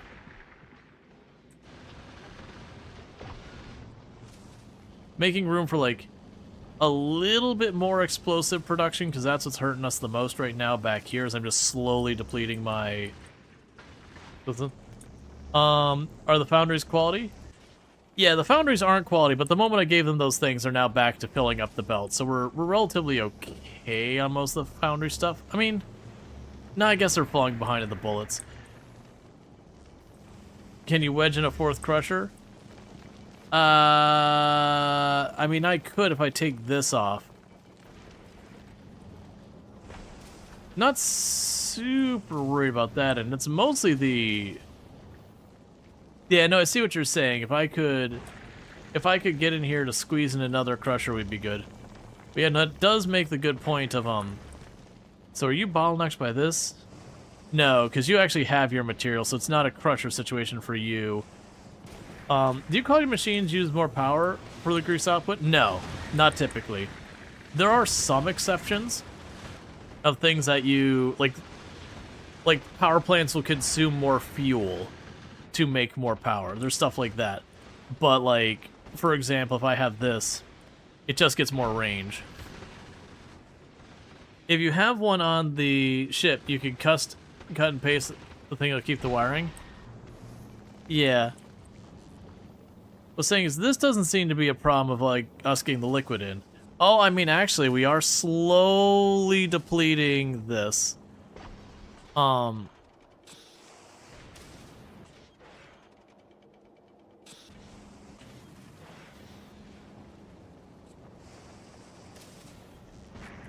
it's some productivity and to get a little extra out of the ore there.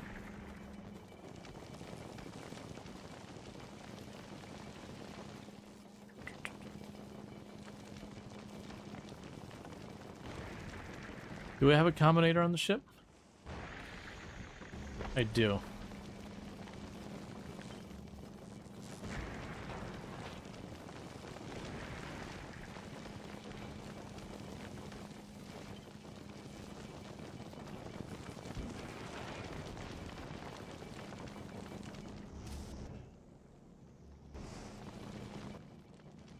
Okay.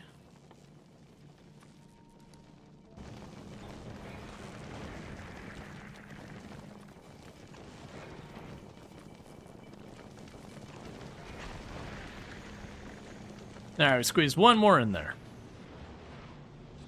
Ooh. We'll be okay on this one, but this is the exact kind of situation I'm worried about, where it gets just under that railgun. Like, this one will be a little bit wide, but yeah, you can imagine that's one block gap there, roughly. Maybe two. Oh no! That's less than... Okay. Alright. That's fine. Don't worry about it. It's okay. It's fine.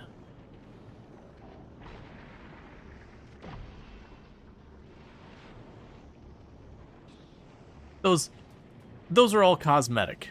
Don't worry about it. The good news is it didn't hit the belt. If it hits the belts, things are... we have a bigger problem. We need to fix that right now.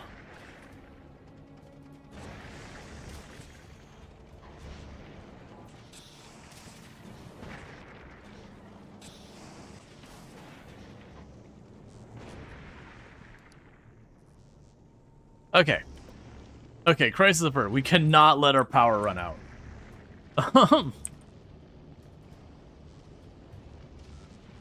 Let's just put this with the rest of the fire.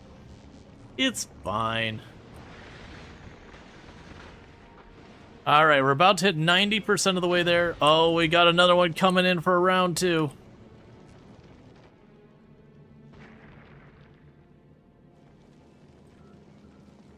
Okay, I think we're fine on that one. But yeah, like I said, that's the one issue, is I have these railguns a little bit farther in than I probably should. I probably should have these like right over here. They overlap the outside just a bit more. I didn't do that, and that was precisely why that happened. So it came at just the right angle that snuck right past it, and then just clobber. Yeah, it should probably be okay.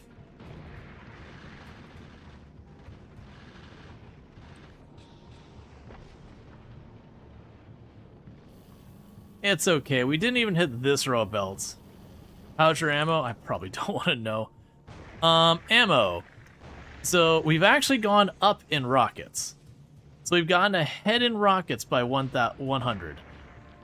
We are down quite a bit more on the armor piercing, but we're still at about 75% of what we started.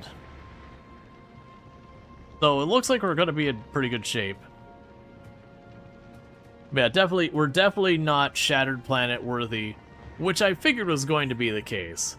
But I think we're in the situation where we're not even going to be able to make the push to even check it. Like, very genuinely might have to get to the edge and immediately turn back, because the moment we have any of these coming at an angle at all, it's just going to rip into the side of the ship, and that'll be the end of it. Could we shoot the big asteroids off the side manually, as in ourselves, or is there a reason now the player can't do that? Oh, you can't get out and run around. I'm inside the cockpit, whatever it is. So I can't like hop out and run over here and do something and then run back. Now I could potentially put like a railgun pointing off the side or pointing at an angle. I didn't leave myself enough space for it to have to wire the whole thing in, nor did I give myself any spare railguns. So we should be at the point where we're watching this, that if we look at this, it is on the ramp down, so this should actually be past the worst part of it.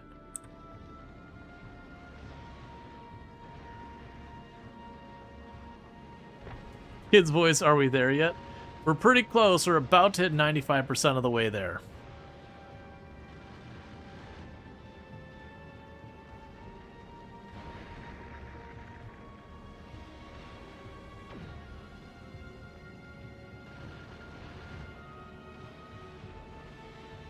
Railgun's friendly fire. Don't put one facing forward on the side. Ask me how I know. Yeah, no, I went to build one back here and I put this big red cone over like, everything. It's like, maybe I don't do that. Because I didn't remember having my railguns this far forward. I must have. But I don't remember them being that far forward on my last attempt. It could be that they were farther back, but I kept it clear in front of it or something. I don't know, I'd have to look at my other ship. But, regardless, you know, it's a whole thing.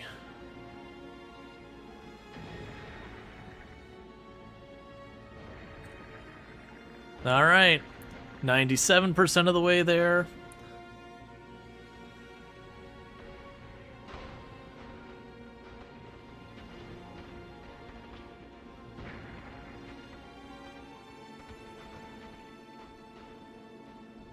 And 98% of the way there.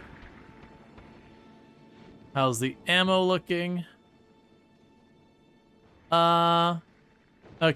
So it looks like we're juggling on the rockets where I'm kind of popping up and down between 1.2k. That might actually happen, that we stabilize their abouts. The armor piercing is going down. 99% of the way there. Oh, please hit that before it goes by. Thank you. That one was on a very dangerous angle otherwise.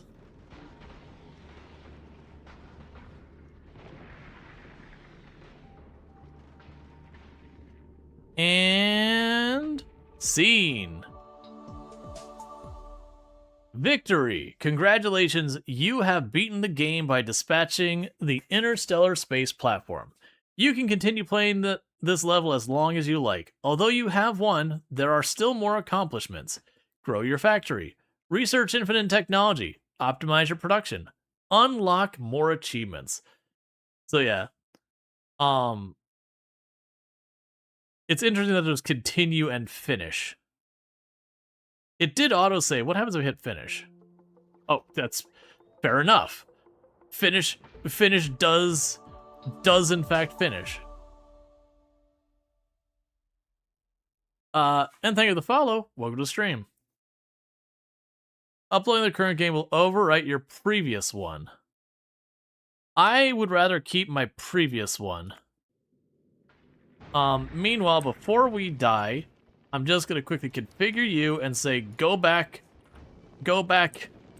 retreat. We do not have the means to push farther. We're at actually about half our ammo so far as our armor piercing. We're up about 300 railgun rounds, and we're about a little over halfway through our rockets. Can we get a moment now? Oh, never mind. Rest in peace moments. But yeah, so that was that's been Factorio Space Age. This is the second time we've done a playthrough of this.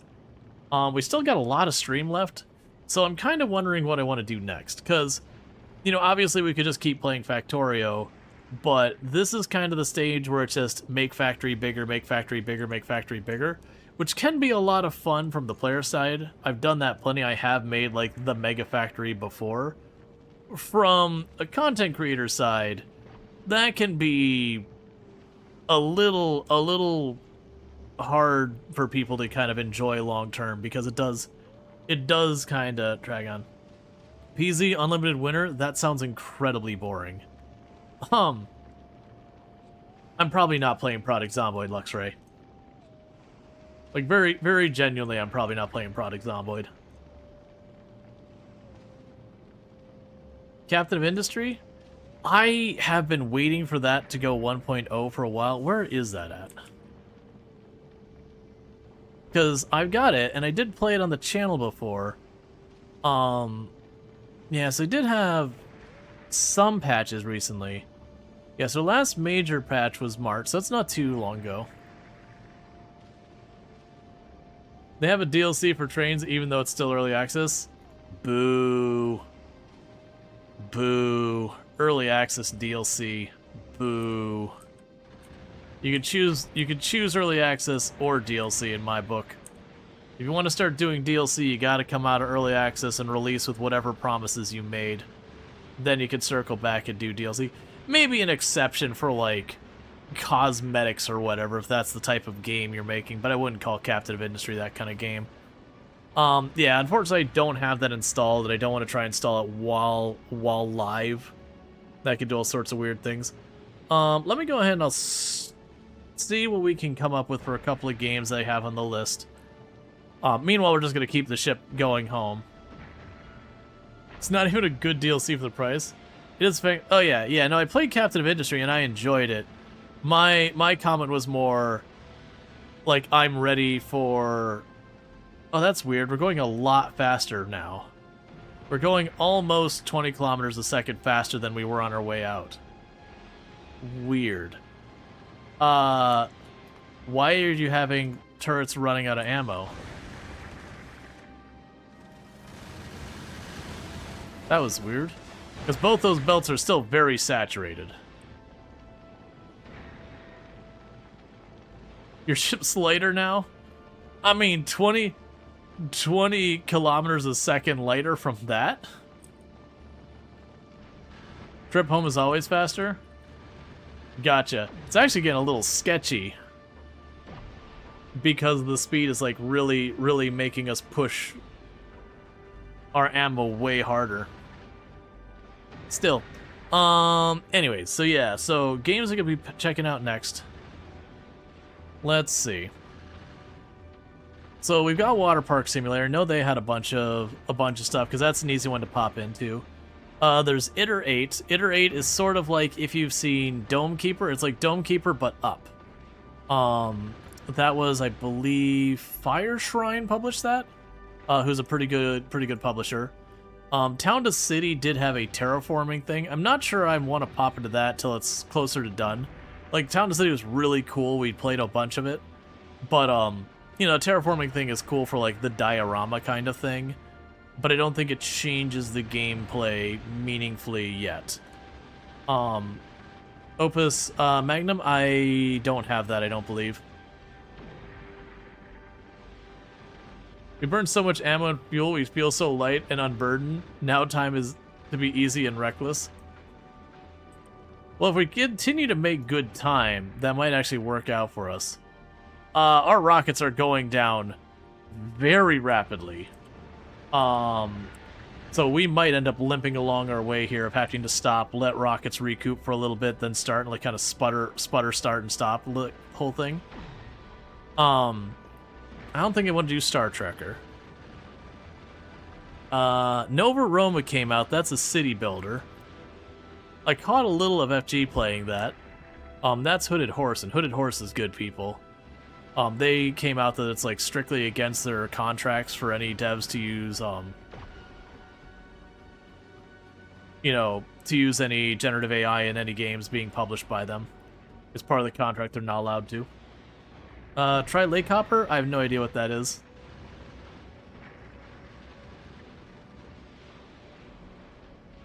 I Am Future is good. But we've already done that, like practically 100% it. We also did all the Hotel Architect stuff already. That was a lot of fun. That one guy did mention Ixion. Yeah, I don't have Ixion installed. New factory starting on Ice Planet.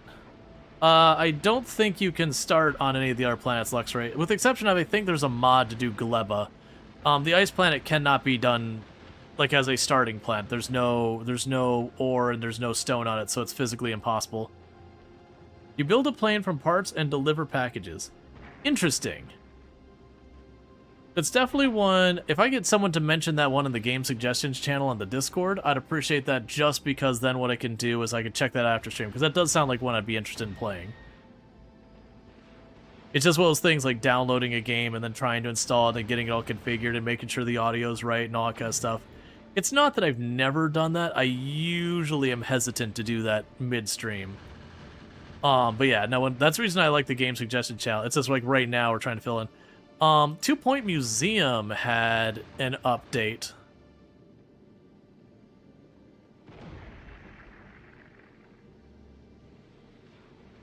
New factory equivalent is hours of staring at the snow falling. Yeah, nothing else, because you can't continue the game.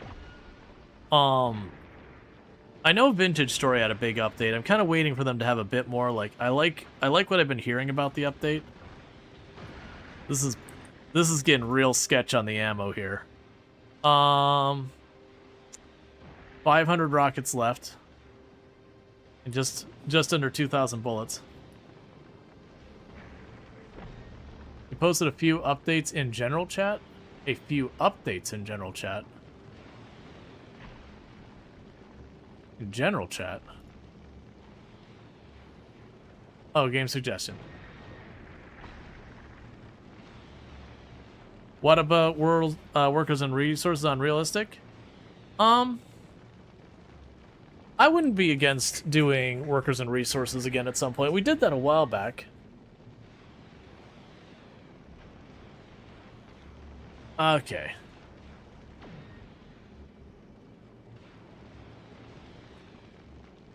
Yeah, right now I'm probably going to look for a game we can hop into very easily. Let me go and get a poll up here, and we'll get some games on the list. Because while I appreciate like they just broad like what about this, if I don't have it where I can very easily boot it up, it's just kind of one of those things. Yeah, no, it's all good. Let's see, what are we doing now? So we can put Roadcraft, because we were doing that new DLC the other day. What else do we want to put on here? We can put 2 Point Museum. They had a big update.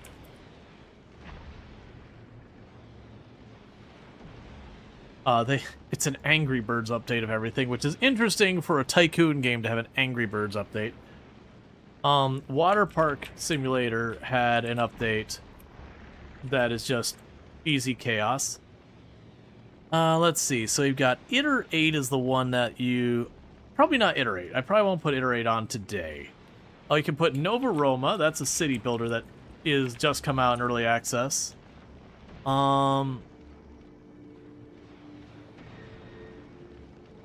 Okay. What else do I want to toss in there? Software Inc. is good. I want to wait till that's more done. You pinged you on Discord to the update you mentioned. Oh, yeah. No, I responded the last time. Oh, today it got a new update. Last Starship.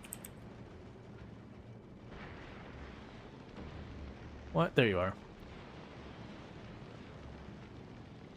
It's not listing an update for today. They had a roadmap got announced today.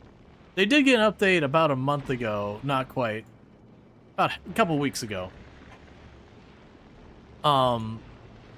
It didn't, like, it was, they added the drone stuff and all that. But, no, that's gonna probably take a chunk. No, it might be okay. How's the ammo going? Because I'm seeing more and more of the guns telling it it's offline. Okay, so we cannot keep this sustained. So what I'm going to have to do is I'm going to have to pause the thrust, which is going to get real sketch. Just give it a moment for our missiles to recover a little bit. Because we're getting more and more of our rockets are running out.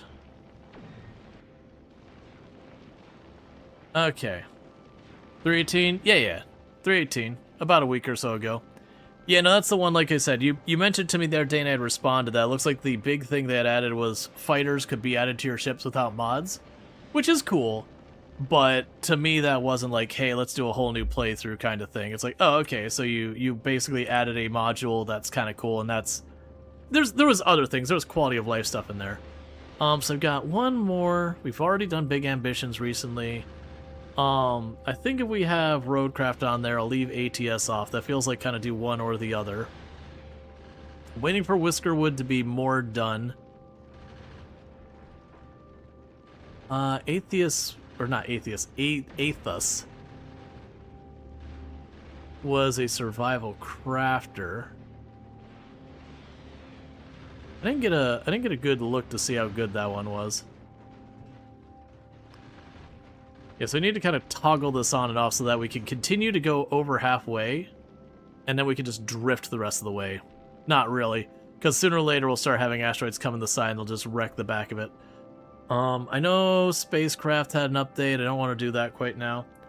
Main sequence? Space Factor Space? I'm not aware of main sequence. I haven't played that one yet. That'd be another one that, if we can get that in the game suggestions channel after stream, I can check that out, and that maybe happens in the future. Because that's the thing. A lot of those games, if I don't have it handy, I gotta check it out. And I understand you all don't know what I've got on my hard drive and all that kind of stuff. 70 rockets left. I don't think this platform's making it home.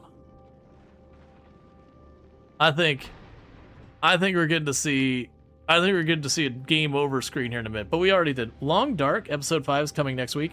Right, then I would wait next week to do the Long Dark. That is one on the list to potentially do. Granted, I am pretty bitter about how long episode 5 came, especially where I thought like it had been over a year since I had last played, and I was like, okay, it's been over a year. Clearly they have to have gotten that last episode done.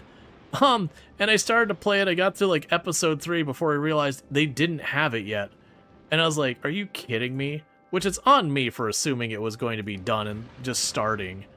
But I was pretty miffed about that. Okay, you did get the shot.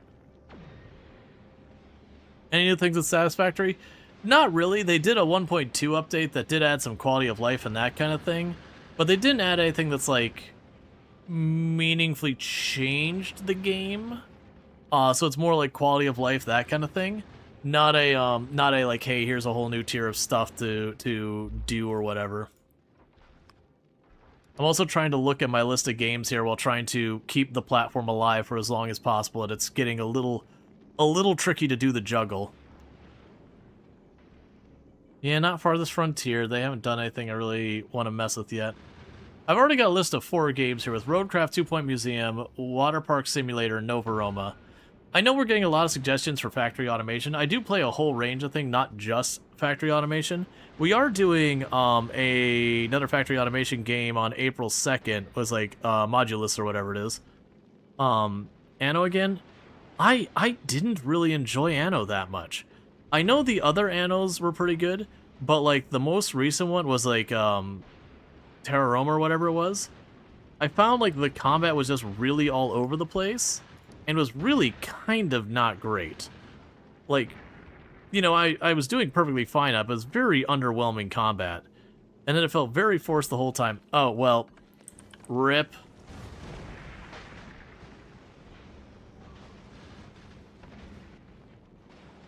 Yep, that's all she wrote with a big gap in my railgun. That's gonna be... So we already got our quick save and all that. Let's watch it burn. Because we already got our save and everything at that point. It's fine. You like Lasara more than Anno? No combat. Yeah, no, like a bunch of the other Annos don't have combat and all that. But that was the thing is like... And I even got from a bunch of Anno fans that they felt like the new Roma one... Like the forced combat. Here we go. Because I wanted to show... Like these things are doing damage. But this is what happens when one of these suckers hits you. I do not have Dyson Sphere installed. Dyson Sphere was also the ones that, again, it had a lot of forced combat, and I did find Dyson Sphere combat to also be very unsatisfying. Yeah, so you get the idea. It'll just cut through your whole ship like it's butter. Just straight up, right on through, the whole way down. It will eventually break if I'm not mistaken, but yeah. You can switch off combat? Yeah, but then it feels like there's so much missing. Alright, here we go. Okay. Love Anna, but just ignore the combat part. Yeah. Yep, that's a heck of a lawnmower. Oh yeah, another thing goes. But yeah, regardless of, you know, there's all that. But yeah, I know we're getting lots of game suggestions, but like, it's just the thing, if I don't have it handy. So there's the playroom, or movie rooms playtest. That is a movie tycoon. I want to check what that is off stream though, because that's probably one of those ones that might be good. Don't want asteroids on my lawn. Yeah, either way, we finished Factorio. I'm just trying to figure out what we got going next. We've already done No Man's Sky plenty recently. There hasn't been a new thing since the last time we done it. We did TCG recently. I don't see a reason to go back to that right now. SnowRunner people tend to bounce off. I keep wanting to do another playthrough of Roots of Pacha after all this time. That's another game that would take a while. And I worry with that one that like I'll do a stream or two and people will bounce on that one. It's a Stardew Valley-esque game. It's a really, really good one, but it kind of lost relevance very quickly because it got into a feud with its publisher and got delisted for a while and then got relisted. Let's see, not Planet Coaster. I've also debated putting City Skylines on here again, because it's been a long time and I used to play that every once in a while on the stream. I know they've had some updates. I think they also had DLC. Not Noita. I know I'm waffling on the last one. This happens a lot. I usually will get 4 items on there, and then like the last one I always waffle on. Beastopia was a lot of fun. I don't think I want to do another stream of that. That was definitely one people started to bounce off pretty hard. I keep wanting to go back to Star Trucker at some point. And I've been tempted to. I still have it installed. Ever since it came out, I played through, I got almost all the achievements, and I keep planning on going back and not actually doing it. News Tower, I've debated going back to. That one I'm not ready to jump into, because that's the thing. Vintage Story is one I keep thinking about, because I have played it relatively recently, which is one of the things. I do really like Vintage Story. They did make some rework and adding to it, but I feel like I'd kind of repeat what I've already done. So I think I want to let it cook a little bit longer before I do another playthrough, but I did do that fairly recently. It's only been a couple of months since the last time I did a full proper playthrough of Vintage Story where we got all the way to making steel armor and everything. So like that's the only reason I'm like, it's because like we did do that fairly recently. If it had been like 6 months or so, I'd be like, yeah, let's do it. Not Planet Coaster. Not Big Ambitions. I know I am waffling hard. I do apologize. Not Power Wash.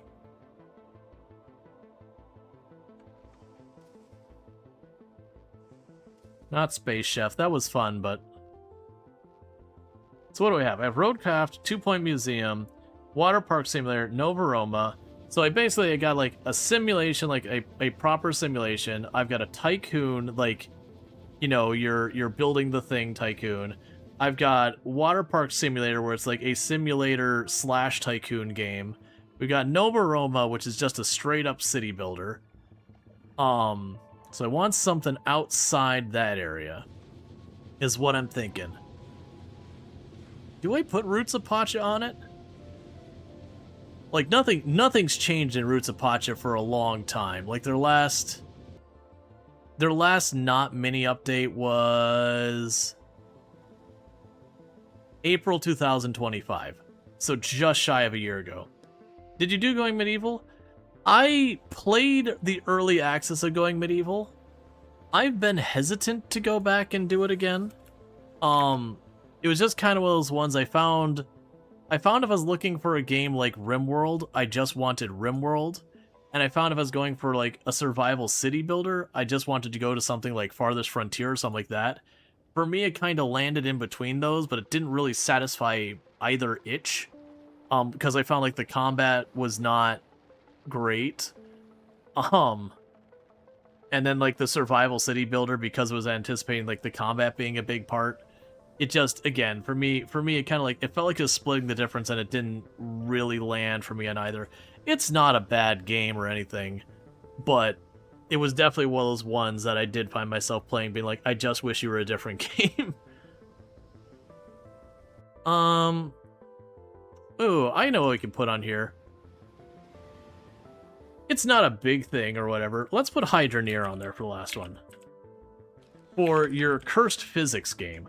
And this time I'm going to remember to change my duration, because it set the pull back to when we were doing that one Twitch integration where it set the duration for the pull to 1 minute, which was like, vote now. Alright, so we got ourselves a poll going for what we're going to be playing next. We've got Roadcraft, which will be the new DLC. We'll continue on with that. That's the, Autumn Collapse map. We've got 2 Point Museum. We'll continue the museums we've got, but they do have a new update that added a whole new set of like things to go find. I believe it's Angry Birds themed, which the fact that it's Angry Birds themed is a weird thing itself. We got Water Park Sim. Water Park Simulator is always ones where you run around and you ticket to let people in and all that. But it's a simulation game. We got Nova Roma, which is a city builder that has just come out in early access, I think today or yesterday. And then we've got Hydroneer. Hydroneer is what happens when you're doing a simulation game and you have physics and bad things happen. Hydroneer is an interesting game, but yeah, the physics break hard. Alright, so while that vote's going on, let me go ahead, and for those who are watching over on the YouTube side, the YouTube stream is going to drop because we're switching categories, and I can't really do that on the YouTube side. If I switch the categories, it changes the whole stream, so it's got to come down and go back up. Twitch, nothing will change. But see you in a couple minutes over there on the YouTube side. And for those who don't know, I do stream to both YouTube and Twitch. Twitch is my main platform. I basically mostly have the YouTube side just so the VOD is saved, so when it's like,